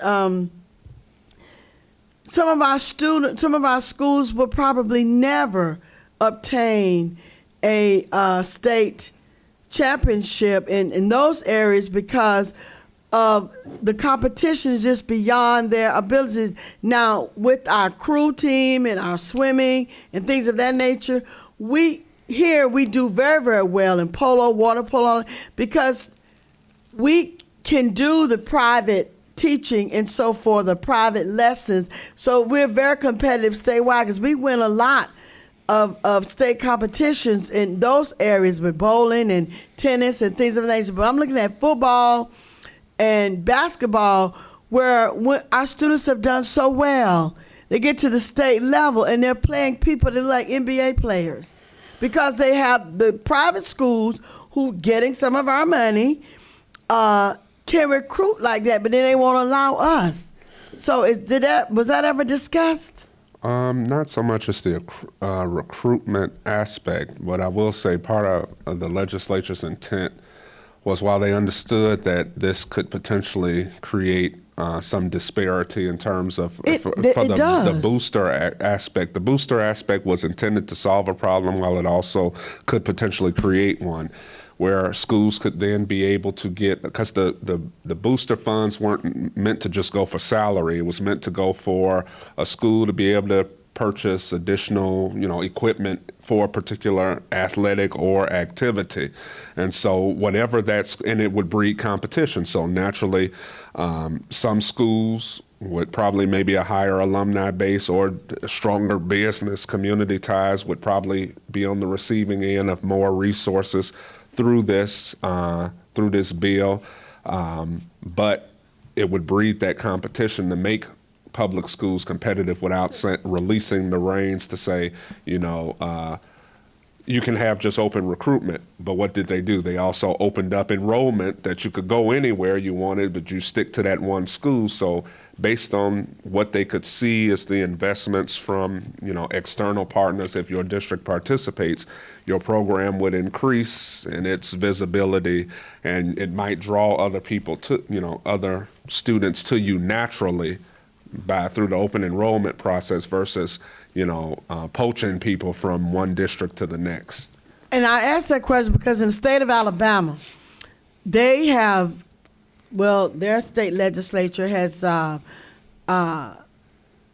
stopped the state competition with the public schools, with private schools. When you get to the state level, you compete with those in the public school arena, those that are in the private and so forth. They compete on the state level with those in the private. Where in Florida, especially, Florida, we have to, our boys and our girls who have worked very hard and done well to get to that top level, it's very difficult for them to go further because of the inability of our coaches and so forth to recruit outside. Everybody likes Florida, and they specifically like Orlando because we're the city of all the worlds. Disney World, SeaWorld, Epcot World. We got all the worlds here. Everybody like it here. However, it's against the law. We cannot do that. But then in some areas in the state of Florida, they do recruit all over the world. And I was just wondering, is there some way that could be petitioned from the state level? That I think it's just not fair for the kids to have to work that hard and get to that point. We have schools in this district that have gone to state 3 years in a row, and they have not won it. Now, this is my private little. Member Felder, I think Mr. Palmerini has something. Oh, I'm sorry. Add into that. Yes, ma'am. So if you are a member, private schools and public schools can be members of FHSAA and compete in the state series. The same recruiting rules apply to private school members of FHSAA as they do public school members. Now, recruiting violations are determined by FHSAA. They have all sorts of bylaws. Allegations are made, and then FHSAA makes a determination as to whether or not recruiting has occurred or not. So folks can make the allegation that there's been recruiting by a private school entity to the FHSAA, and then the FHSAA will make a determination of, yes, we think there was recruiting, or no, that we don't think there is recruiting. I will tell you, given my vast experience with FHSAA over the years, they very rarely find recruiting. Okay, I'm glad you said that because, okay, so it's just like the person just investigating their own selves. Okay, okay. So in a way, the way that could be fought, again, the board can't fight it. Parents of these children have to be the ones to bring that to the forefront, because even though they'll say there's no proof, but I know for a fact some of these people came from places like Denmark. Now, Denmark is not located in Florida. It's a country. So, okay, I'm glad you asked that for me. This is foolishness. Thank you so much. Thank you. Member Douglas. All right, I just want to say that I'm really glad that they finally have a rule or laws about the scooters and the e-bikes. I'm happy about that because something needed to be done, for sure. We've all experienced it on the road. Those kids are out of control. So I just wanted to ask a question that I wanted to ask about the speed limits in pedestrian zones. What will be the consequences if because they're talking about mandatory speed limit at 10 miles per hour for e-bikes operating on sidewalks and all that. But what are the consequences? What exactly, is it $10 you have to pay? Is it something, concrete where kids know they cannot, it's page 30, I'm sorry. So I don't have what the assessments are as far as the violations of these traffic violations, which would be traffic violations. Okay. I can get that information to you. Yeah, that in would a be great, detailed analysis, because that yes. will really put the balance, stable. Because if it's only $10, the kids won't care. Okay, if it's more than that, it's something significant that they know they cannot do. I think that will definitely make a difference in our roads. And I know the safety council that's created under this is meant to examine and provide more teeth to this policy area, because it's a very unique policy area, very difficult to regulate, because there's the balanced approach to, there were concerns about, not criminalizing students, Yeah, the kids, yeah. you know, prior to, you know, they get actually onto the road as adults, you know, with their driving record. But then also, you know, that passes to the parents and things of that nature. So that's why they're going to have this council to look into that. But I will get that information to you. I will be looking forward Yes, to ma'am. seeing that. And also, there's one more thing I wanted to say about, I'm glad that they require a valid license or you know, learner's permit for those 28 miles per hour. So, you know, overall, I'm very happy that they did something about it. Thank you so much. Yes, ma'am. That was it. Member Douglas was the last one on queue. If anyone else doesn't have anything else, I'll pass it on to the superintendent to wrap it up. Thank you again, Marquise. Thank you. You did a phenomenal job. And we know that your work is not done because we still need a budget. Thank you. It's been a long day, but I think it's been great conversations. And I think one of the things that I value the most is the diversity in opinions and thoughts. And because of that, we really are able to have policies in place that are the best possible for our students. So we are going to continue this meeting Thursday, 10 o'clock sharp. Any takers for 9 o'clock? Oh, yes. Yeah. Just remember, we have also the closed session after that, and Advent Health is going to be presenting to you during closed session. Okay. All right, we'll look for you at 10 o'clock sharp. All right, thank you.